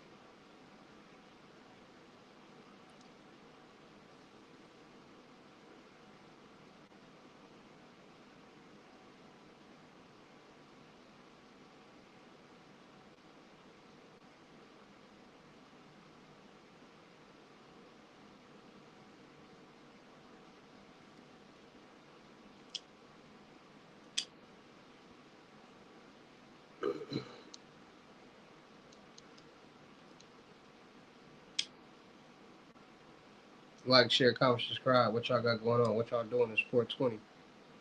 Y'all like Chief?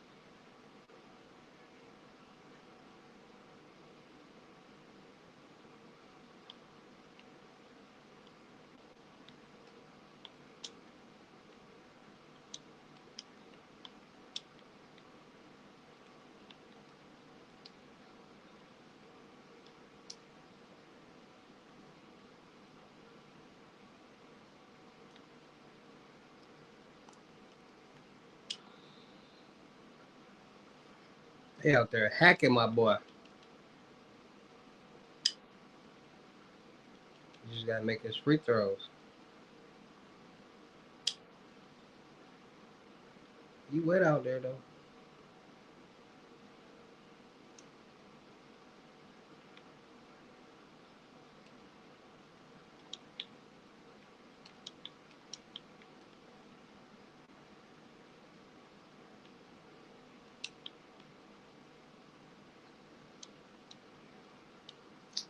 He down there killing him in the paint.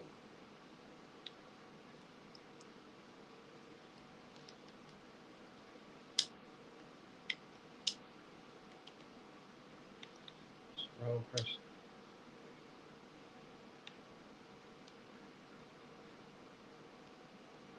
They they trying to get to the championship.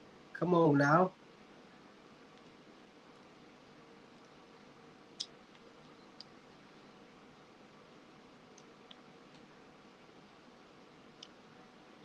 Kansas is mollywopping us.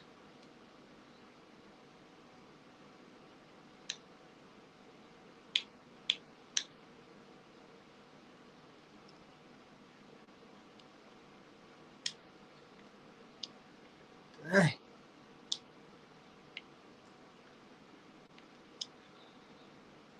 We can't get by a bucket right now. I ain't gonna lie to y'all. Kansas tapping that right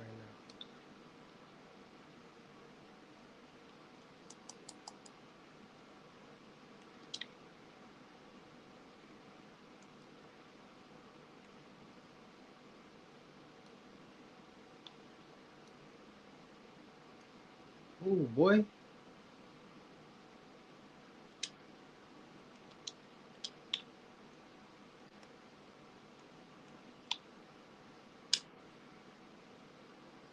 Ah.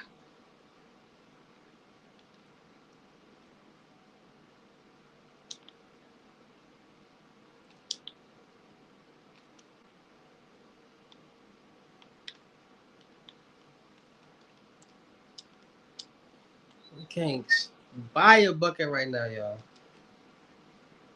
Can't buy a bucket.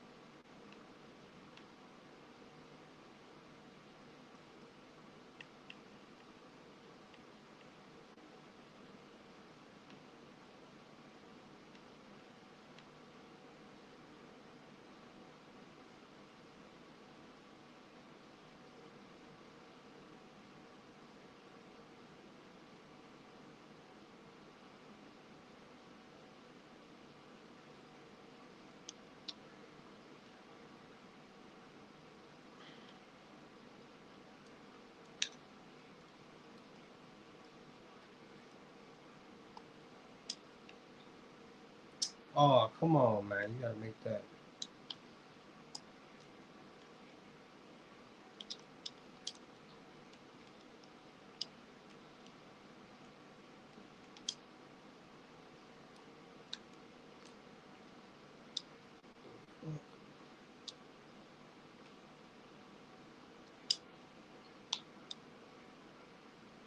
They got us by 15.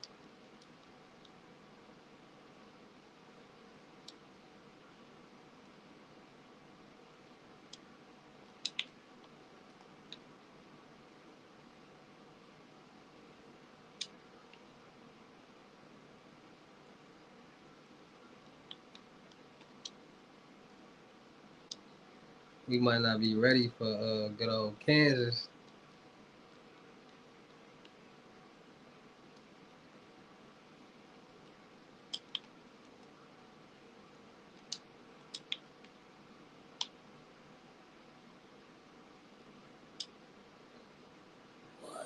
They cheating now. Ain't no way he missing that. Good steal.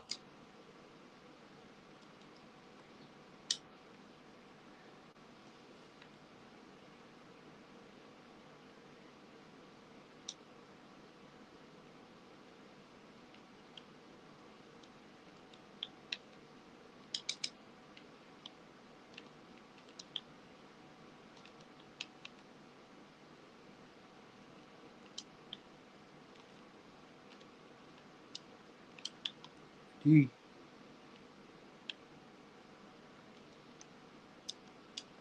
Bro, they making everything in a paint, bro. I'm talking about literally everything.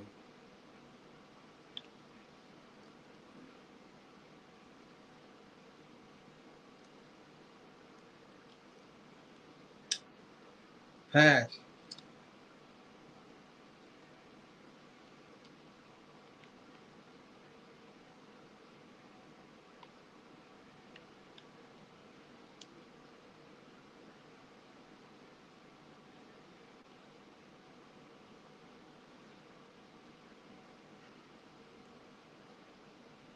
P gonna have to step it up.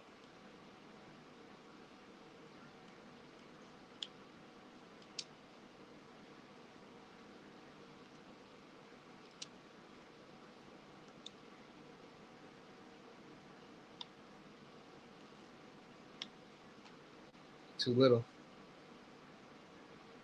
Too little.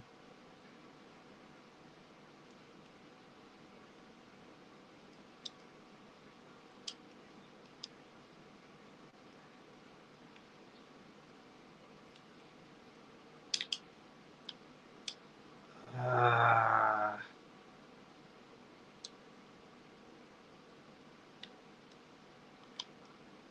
D.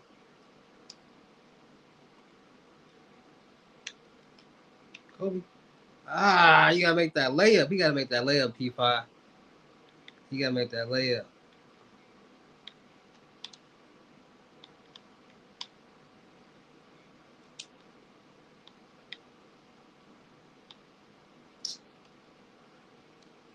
They letting the little white boy kill him.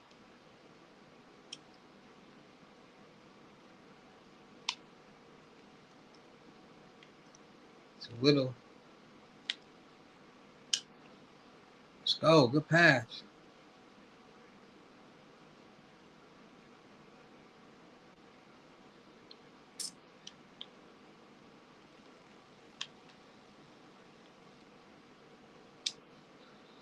He got dunked on. He got dunked on, y'all. Oh.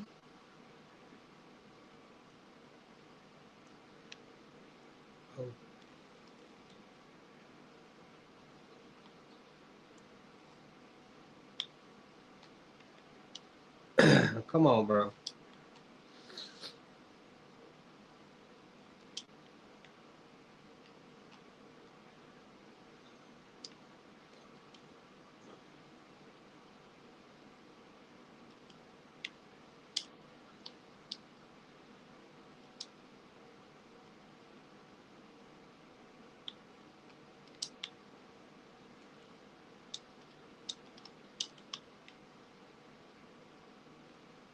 D.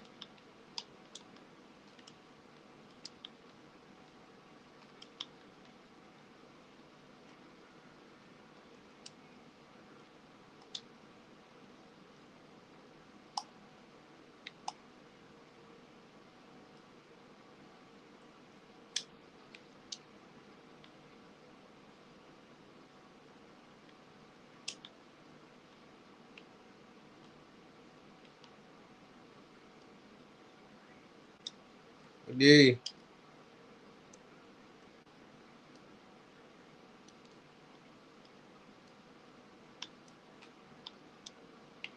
What?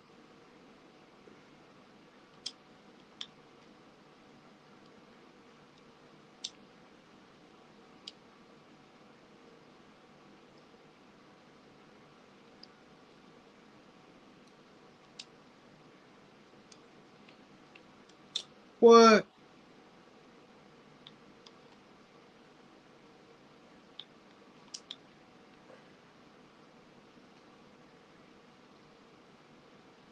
Bro, they smacking us right now. 36-18. That's a dub, ain't it? 18? They got us about 18? And ain't nothing I can do. You got 6 minutes, P.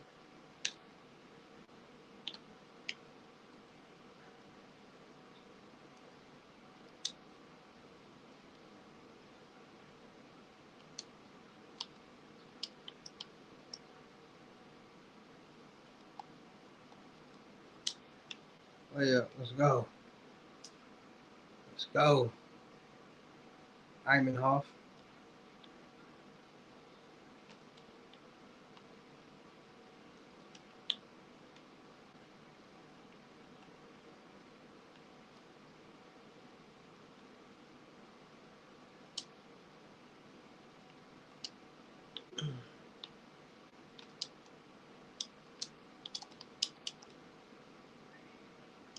Dang. Stay on your feet.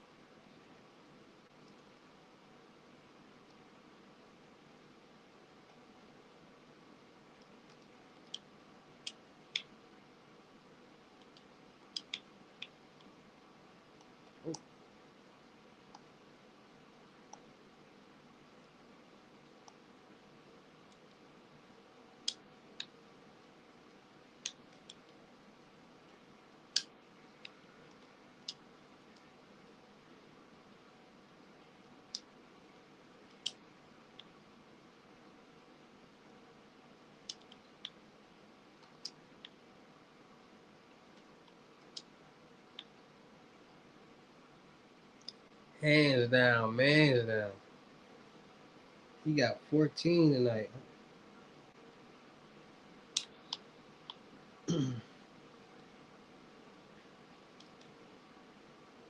He got 4. He got 14 and he got 4. He ain't made a shot. He making real un-D1 right now. Let's step it up, P. Let's go, good D.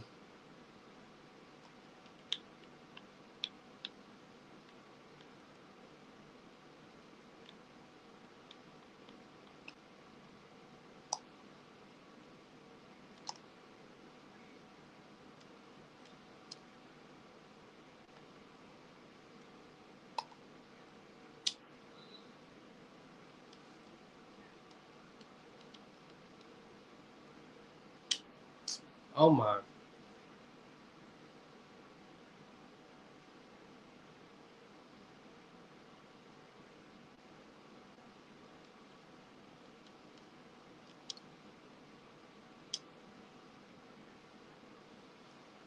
You gotta make them, buddy.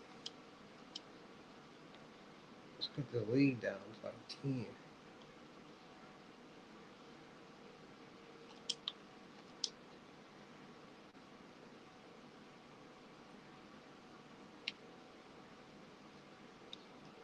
He eating down there.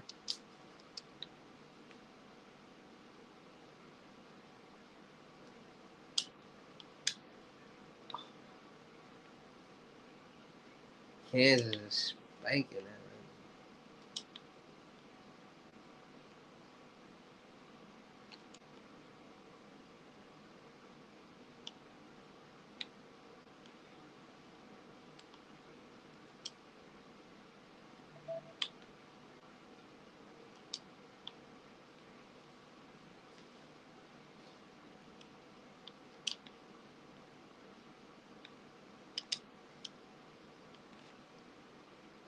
Good D.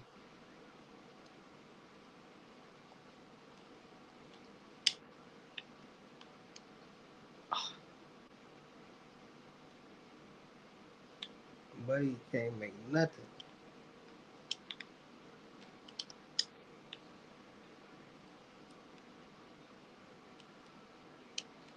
Dunk on him, then. Dunk on him.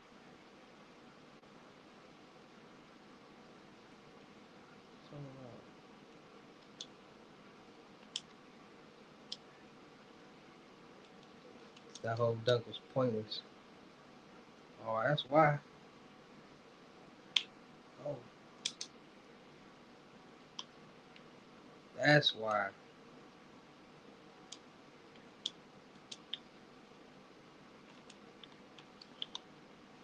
Let me step up my game a little bit. Oh,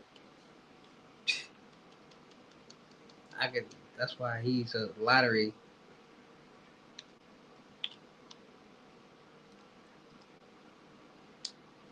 pass.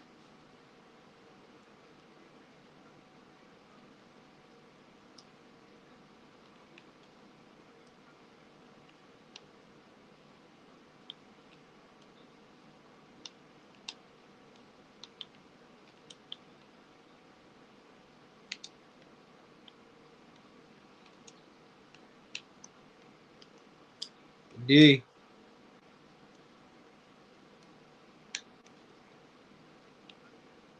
He locking me up.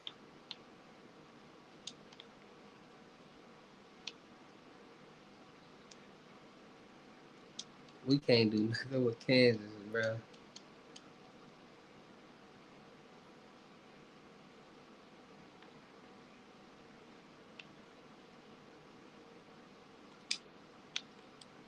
Kobe, good layup.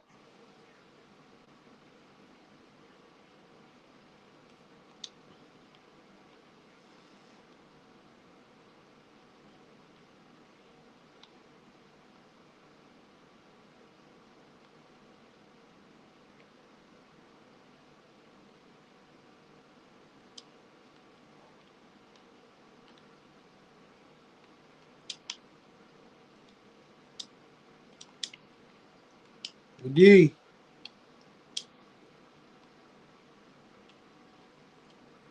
Dang, bro.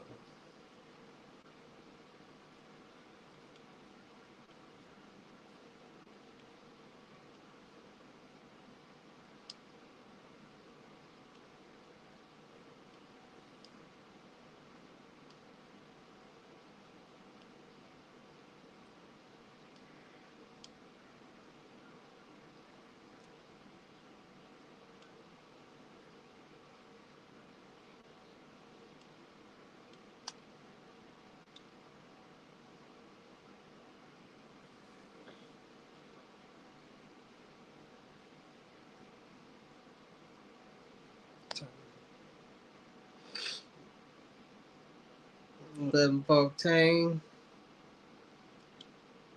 Or some Zaxby's on that bitch.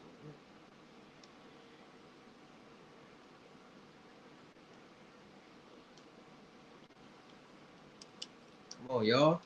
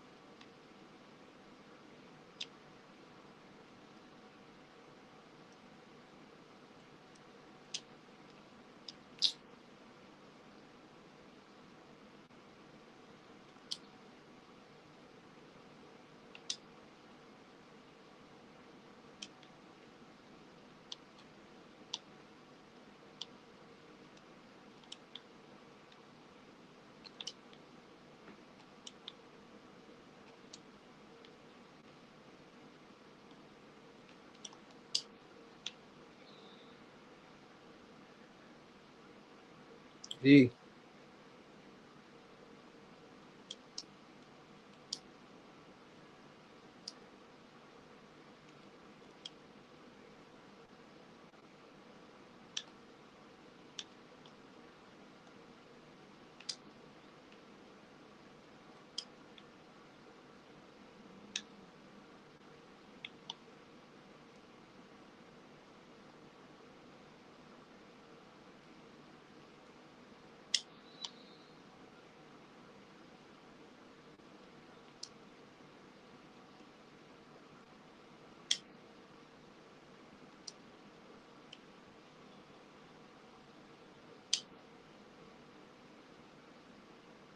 Hey,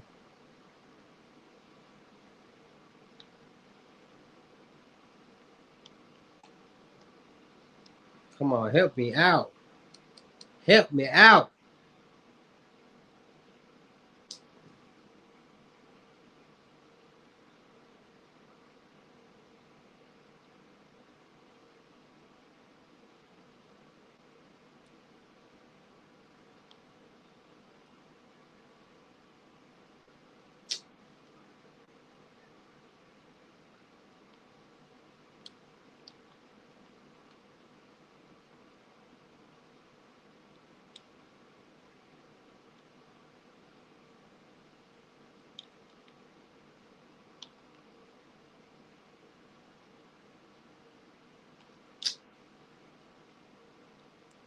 They not missing.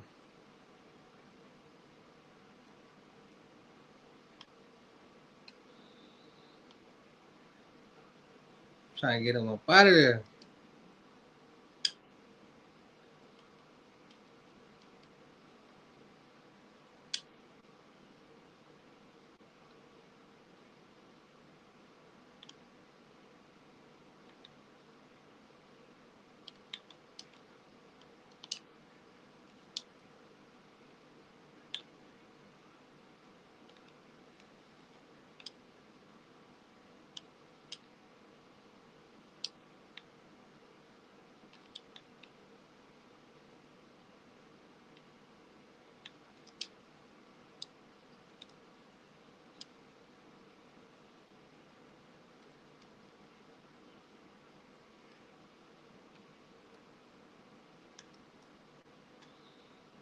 Get him up out of there. Right at his chest.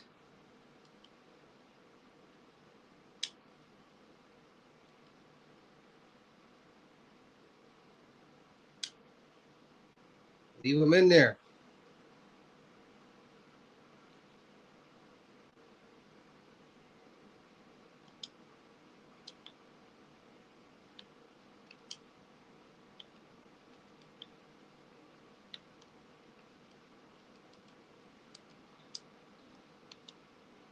D. Layup.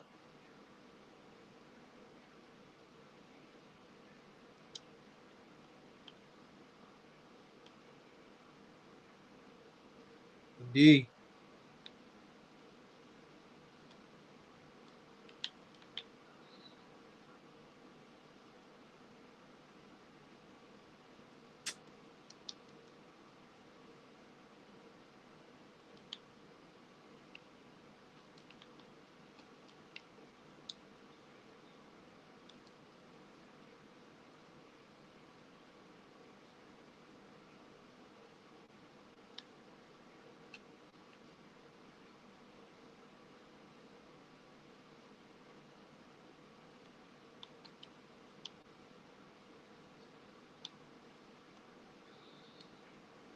Yeah, one. And he flexed on him.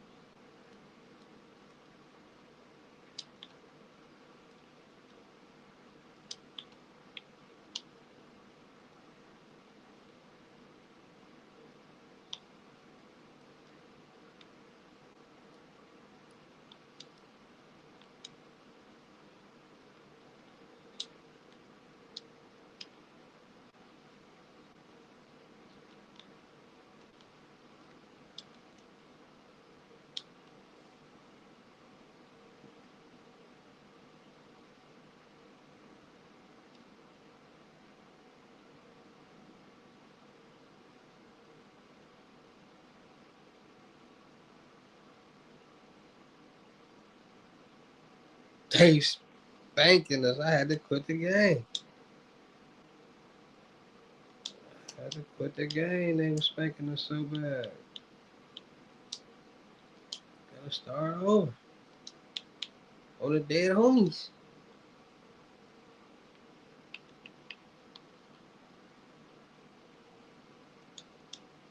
I'm looking for a golden retriever.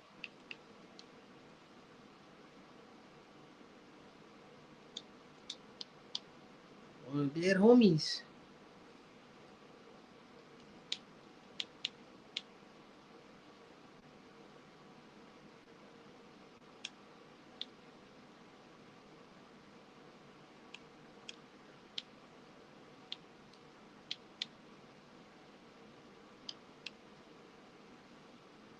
I'm looking for a golden retriever. I'm looking for a golden retriever. On the dead homies.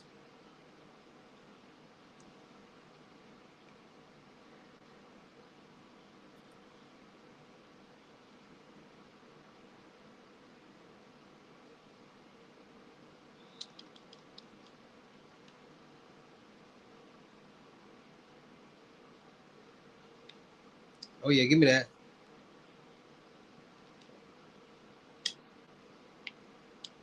Ah.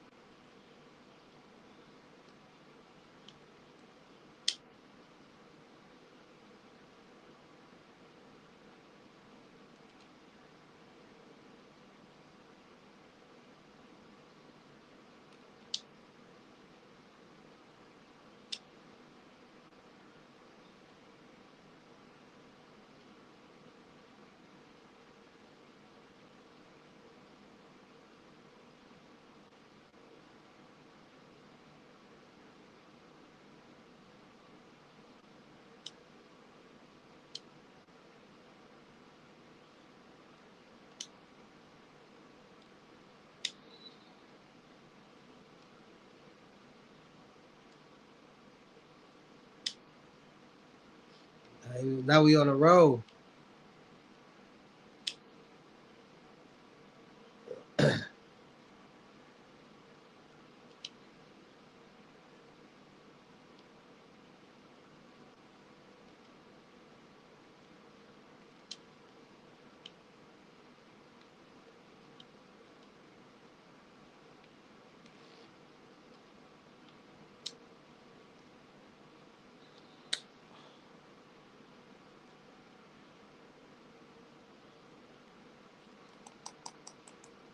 That's a block.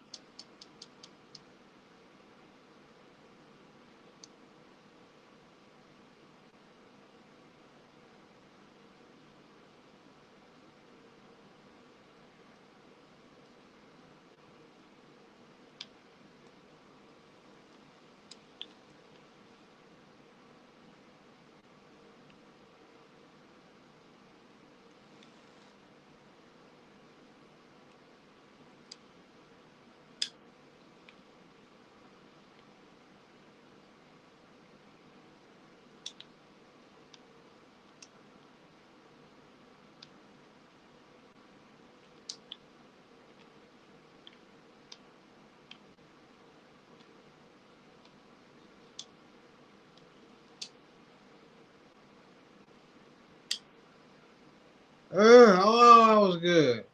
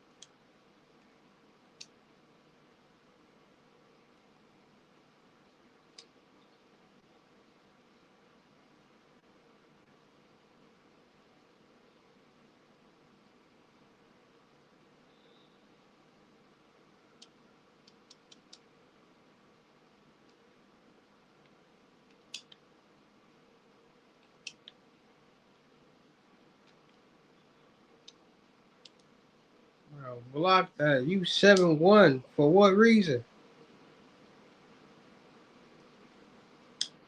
Hell. 7-1 for nothing.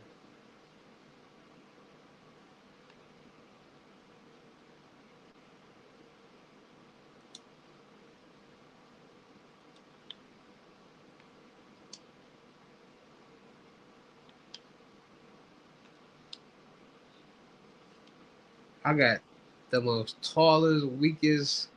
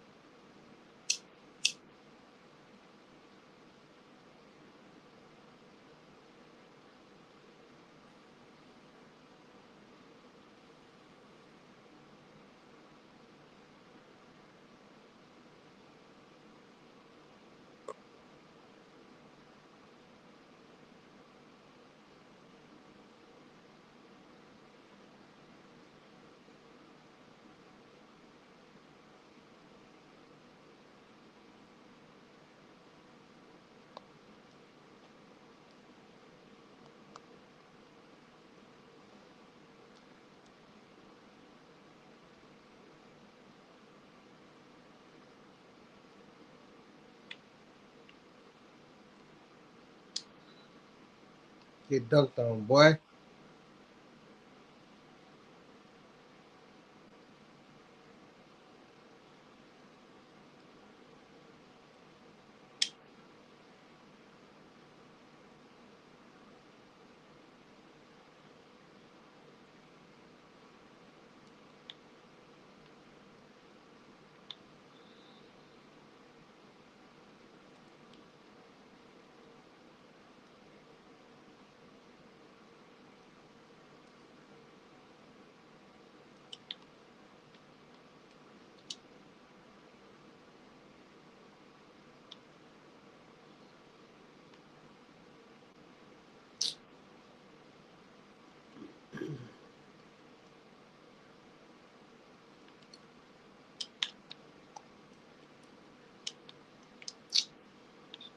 Trash, bro. Look at that. He fall.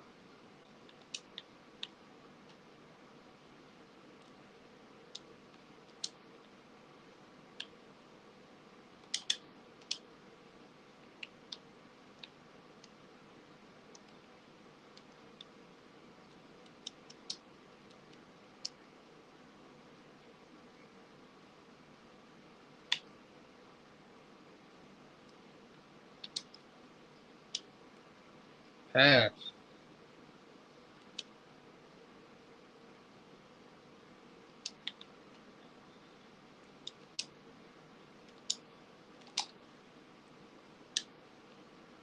Pass.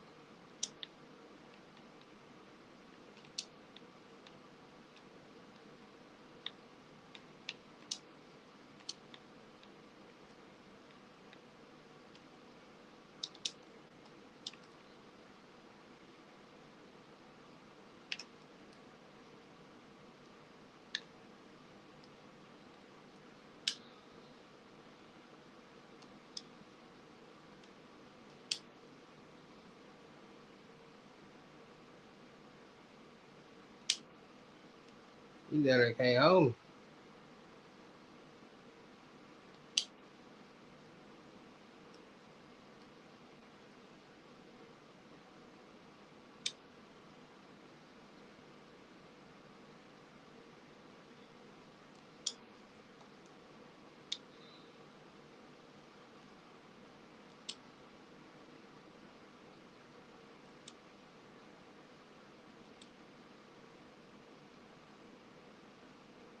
Why take me out? I'm the bucket getter.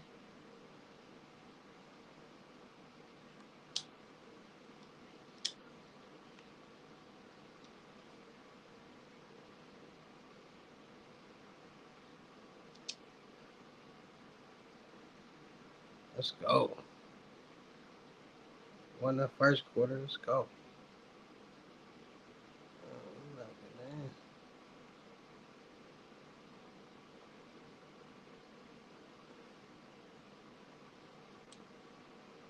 Doing all them, shooting all them threes.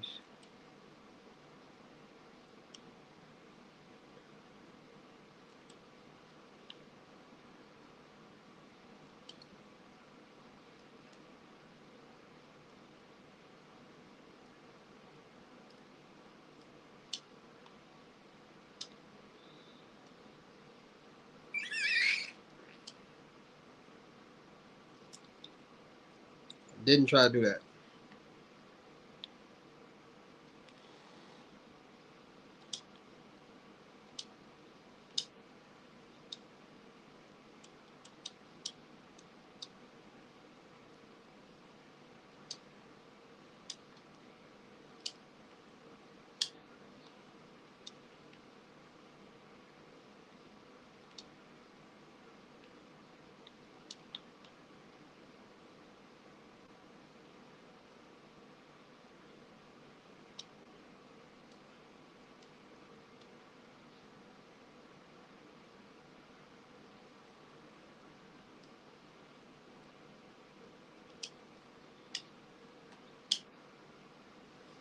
Let's go.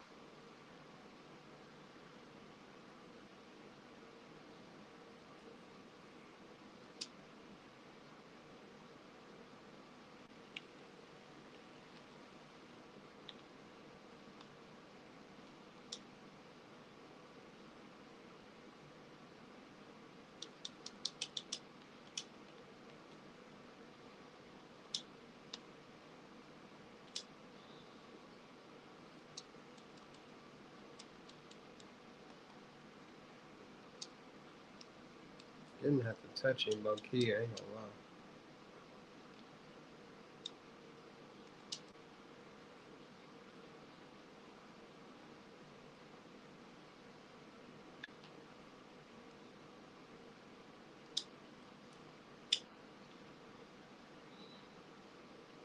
Lay.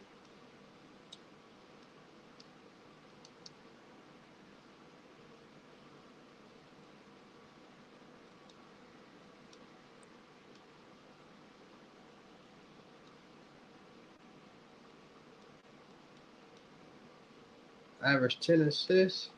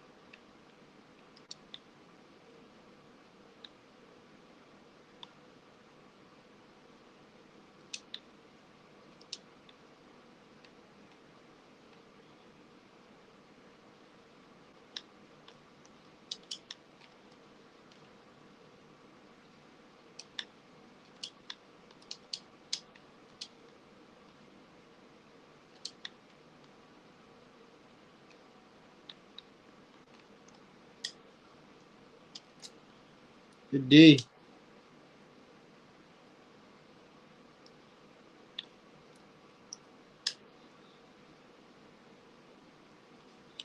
They can't hold you, P.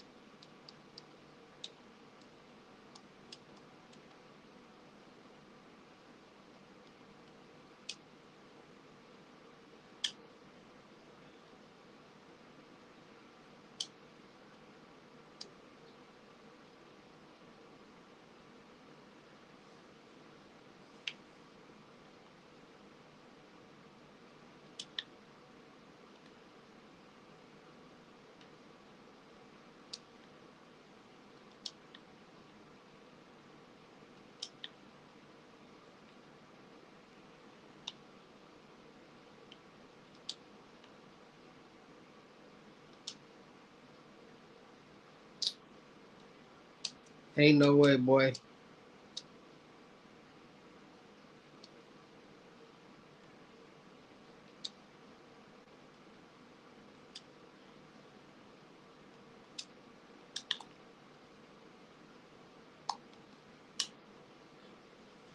Can't hold him.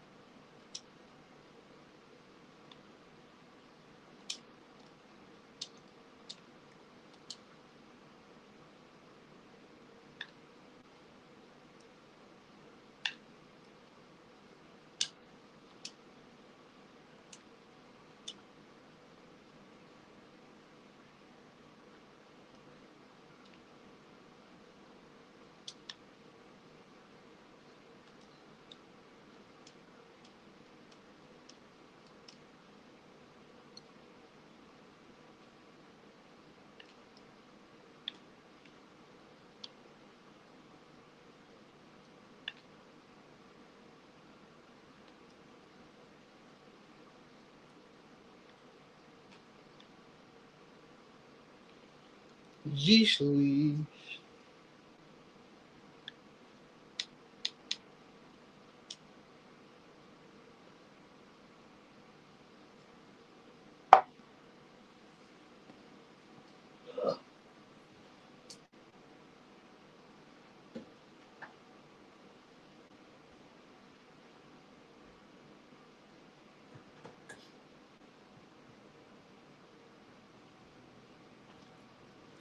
Ugh.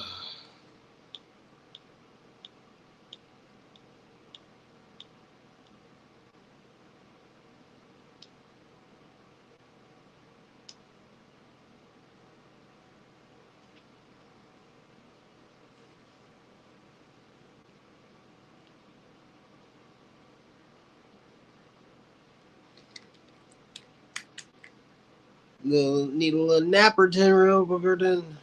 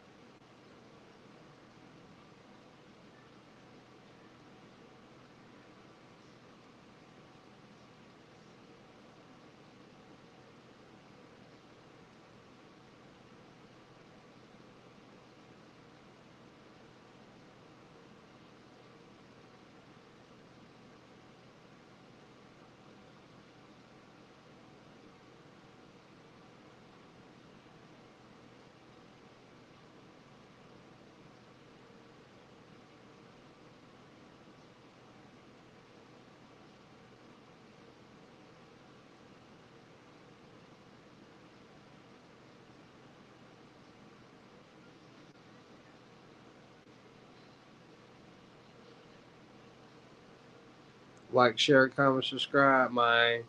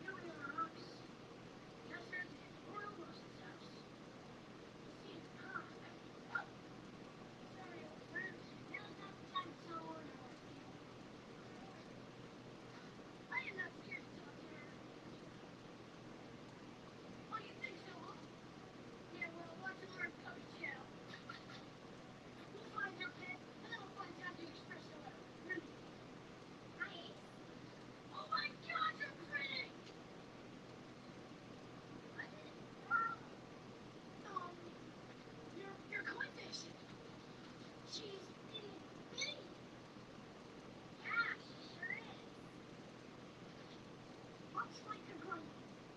Stay inside, man. Please don't bring so, Joe. I'm sorry. Well, I'm young. I've seen zero new signs in the fourth century. Special suspects include the Superman and the treasure chest.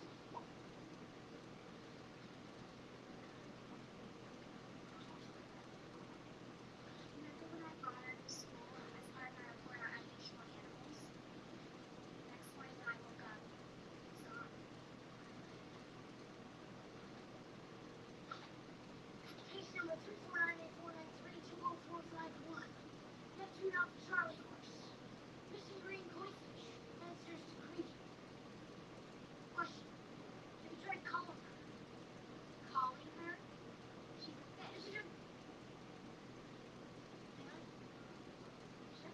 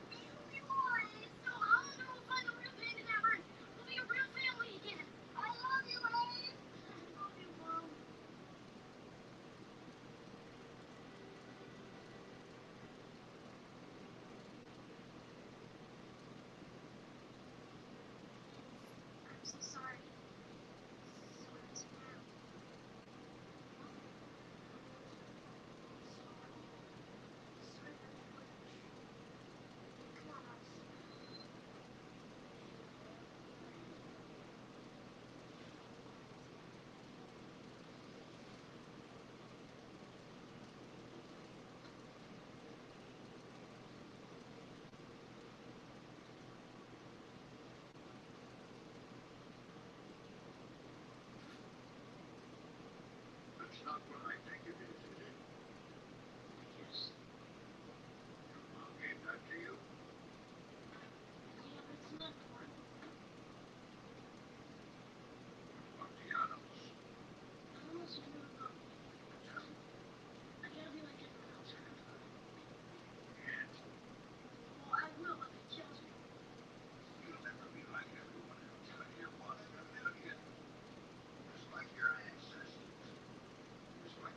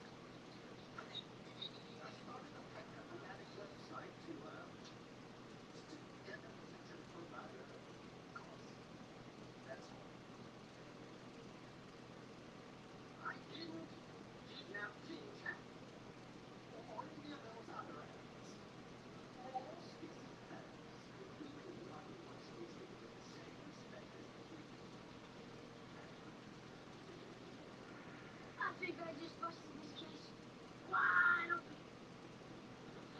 Amigos. Vamos. I have a bar. Hey, so what's going on? Well, here's the plot up until now. A perpetrator is stealing famous animals, and there's none more famous than Calypso. He claimed the hero unicorn and epic trilogies they set and seal it. His orders are doing the benefit magic performance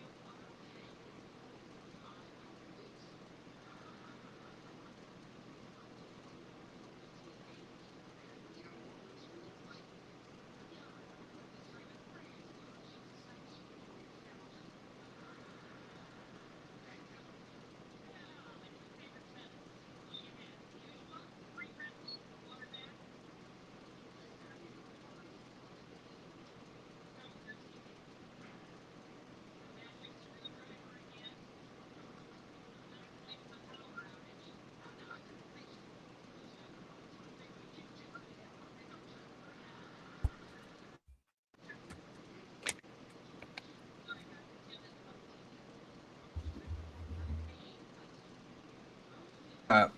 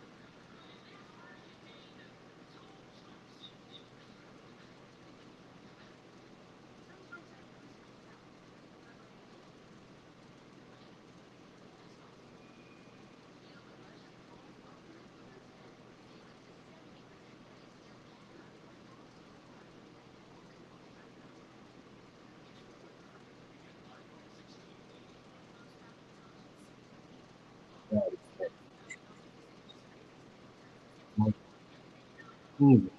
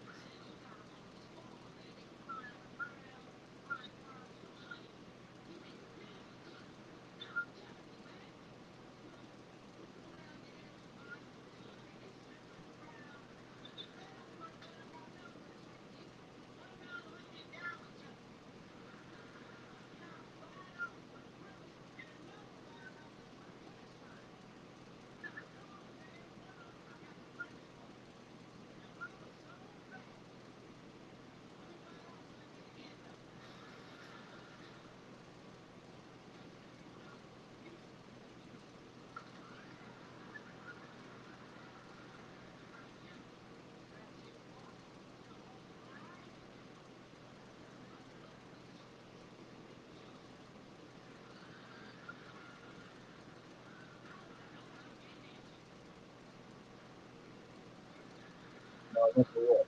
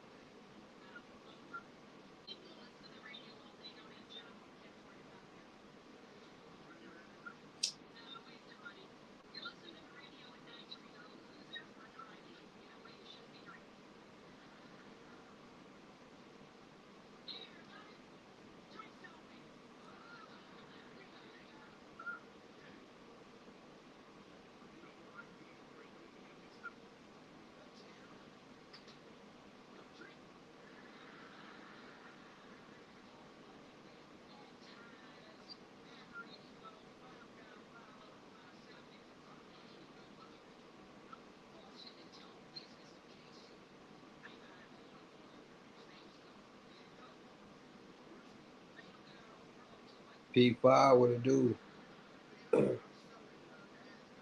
You still doing that?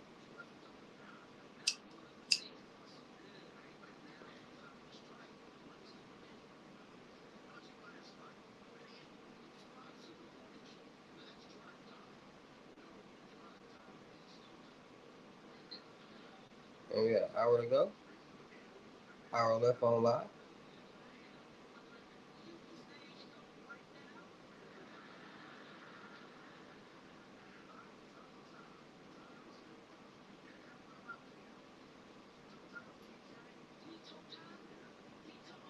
Might as well.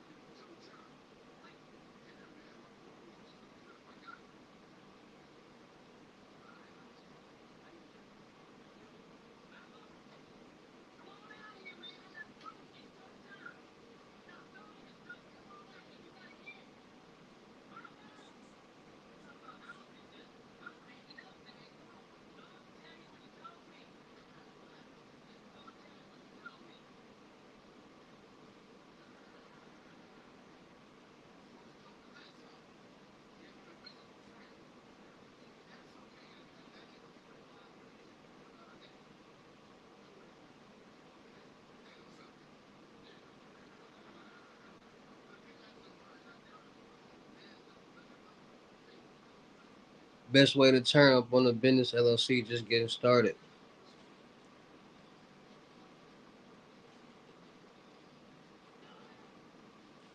You got to start getting credit cards and smaller credit cards and secured credit cards and loans. You got to build that profile.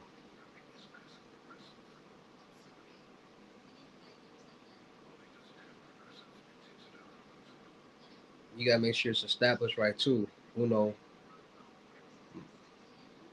McHugh. Is that how you say it? Uno McHugh?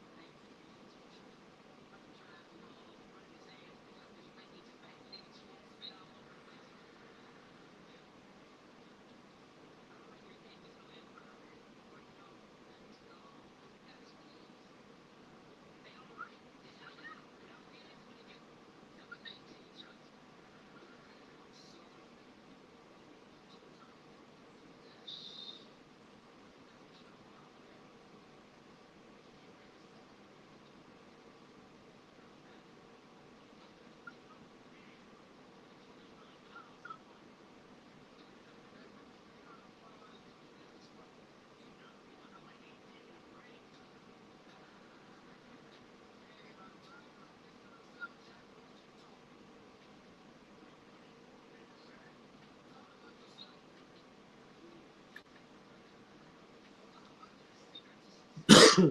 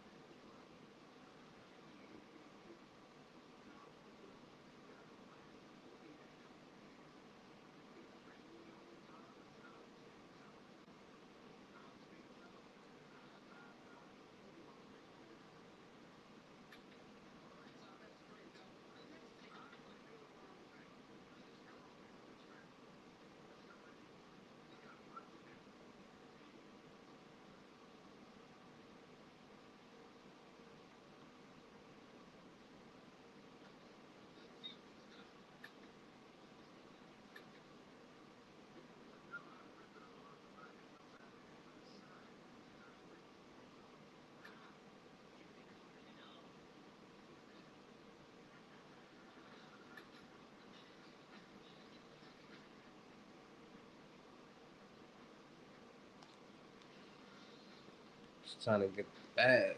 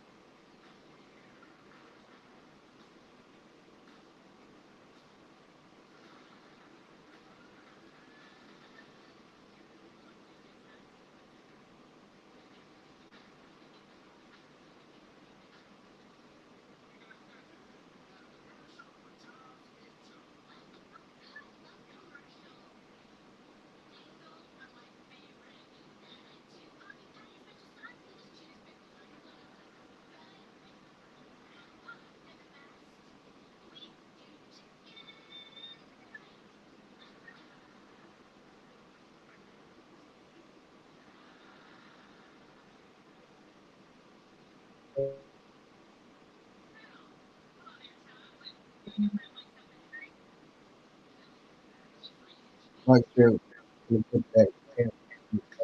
Hey, go run that up. Go run that up. Go run all the. Go no. Go put it. Go put that on. Put both of them on. Put them on repeat.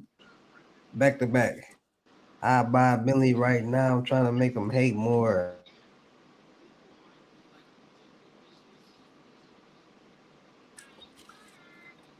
She ain't a. Hey, I done made so much pay. These methods hitting banks. I'm on tour. If you buy 5 or more, we'll bring them to your door. You'll be amazed how much money can fit up in this floor. That's what I'm talking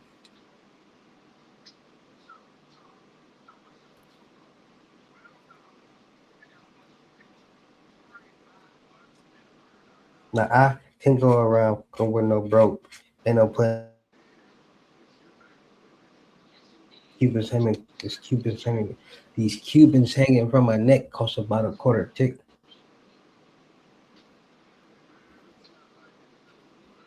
We gonna get them on a flight or boat. It don't matter. We gonna get them gone. I could show you how to change your life off a mobile phone. The way I kiss you plays, you would think I had a clone. I'm broke. Doing trying to get along. Every time you talk, I just hear the same old tone. You got the work, we gonna drop it with a drone. Hey,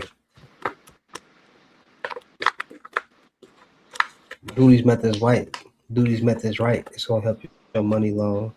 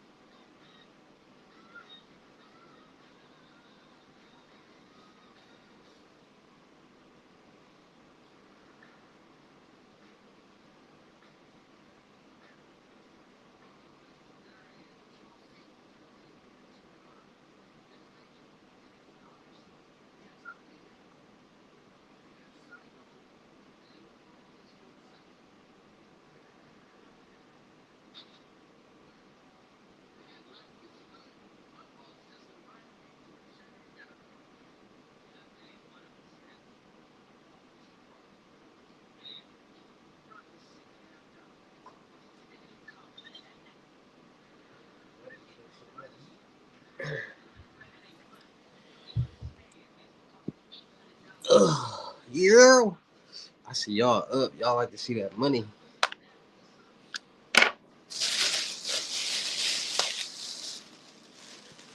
God is good. Right there, real quick.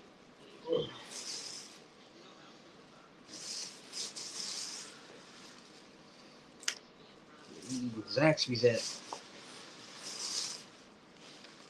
4-5 in the morning. They gave me plenty chicken for $13.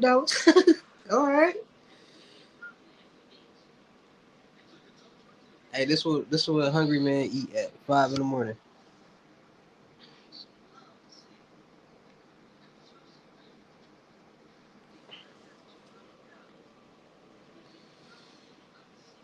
They gave me plenty chicken. They gave me damn near the rest of the chicken in the store and fries. All right.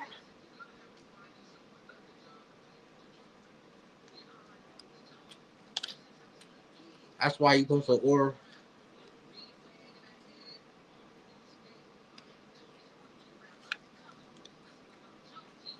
when the store about to close. They give you more food.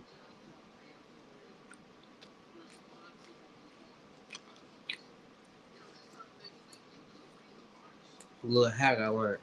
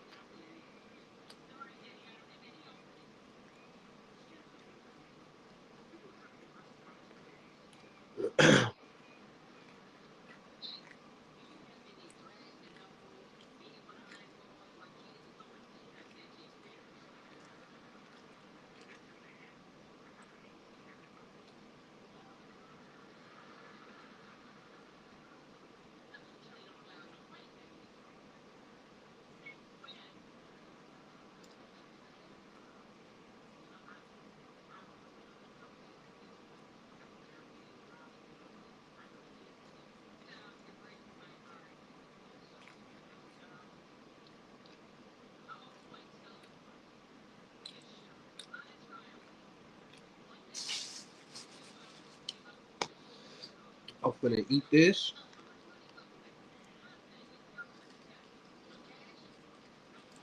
Go downstairs. Mm-hmm.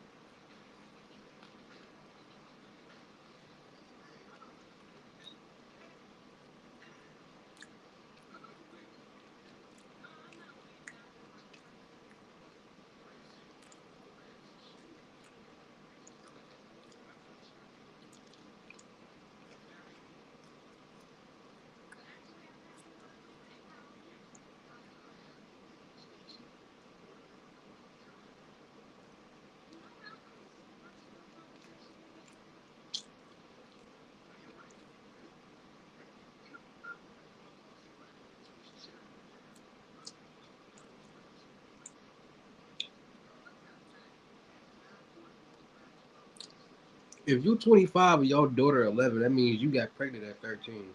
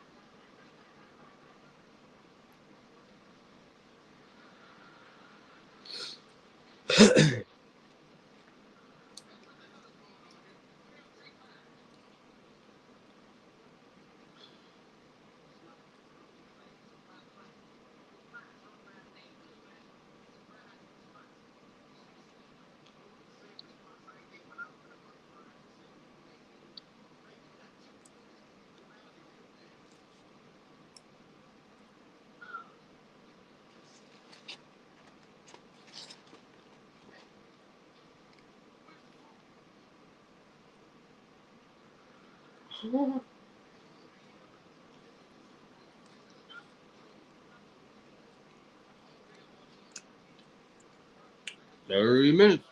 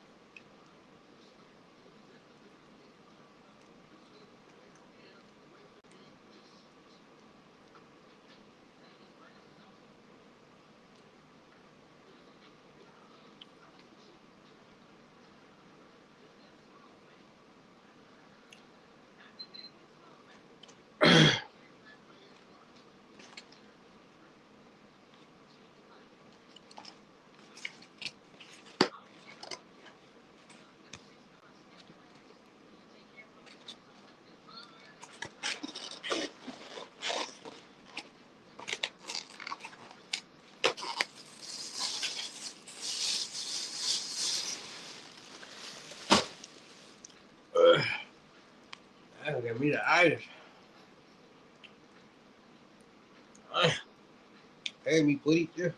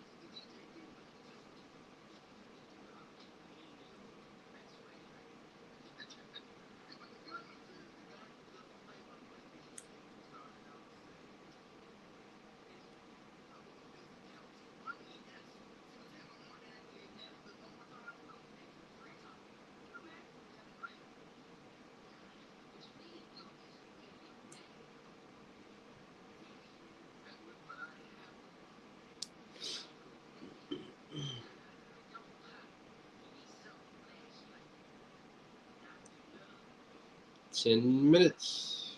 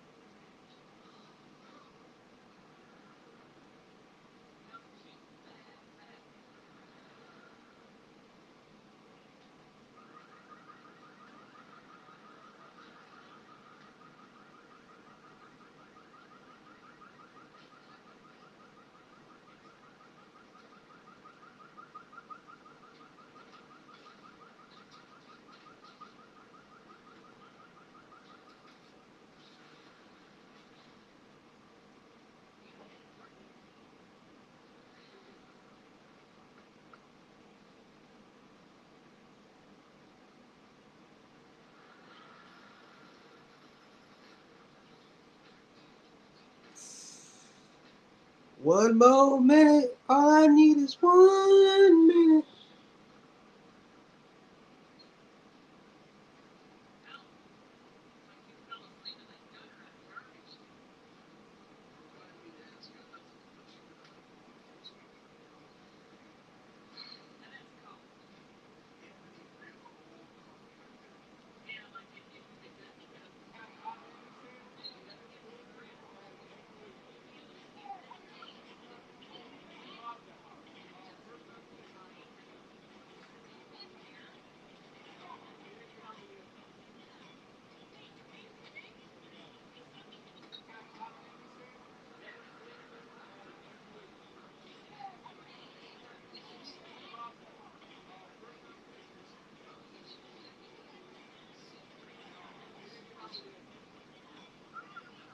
See y'all in a couple hours.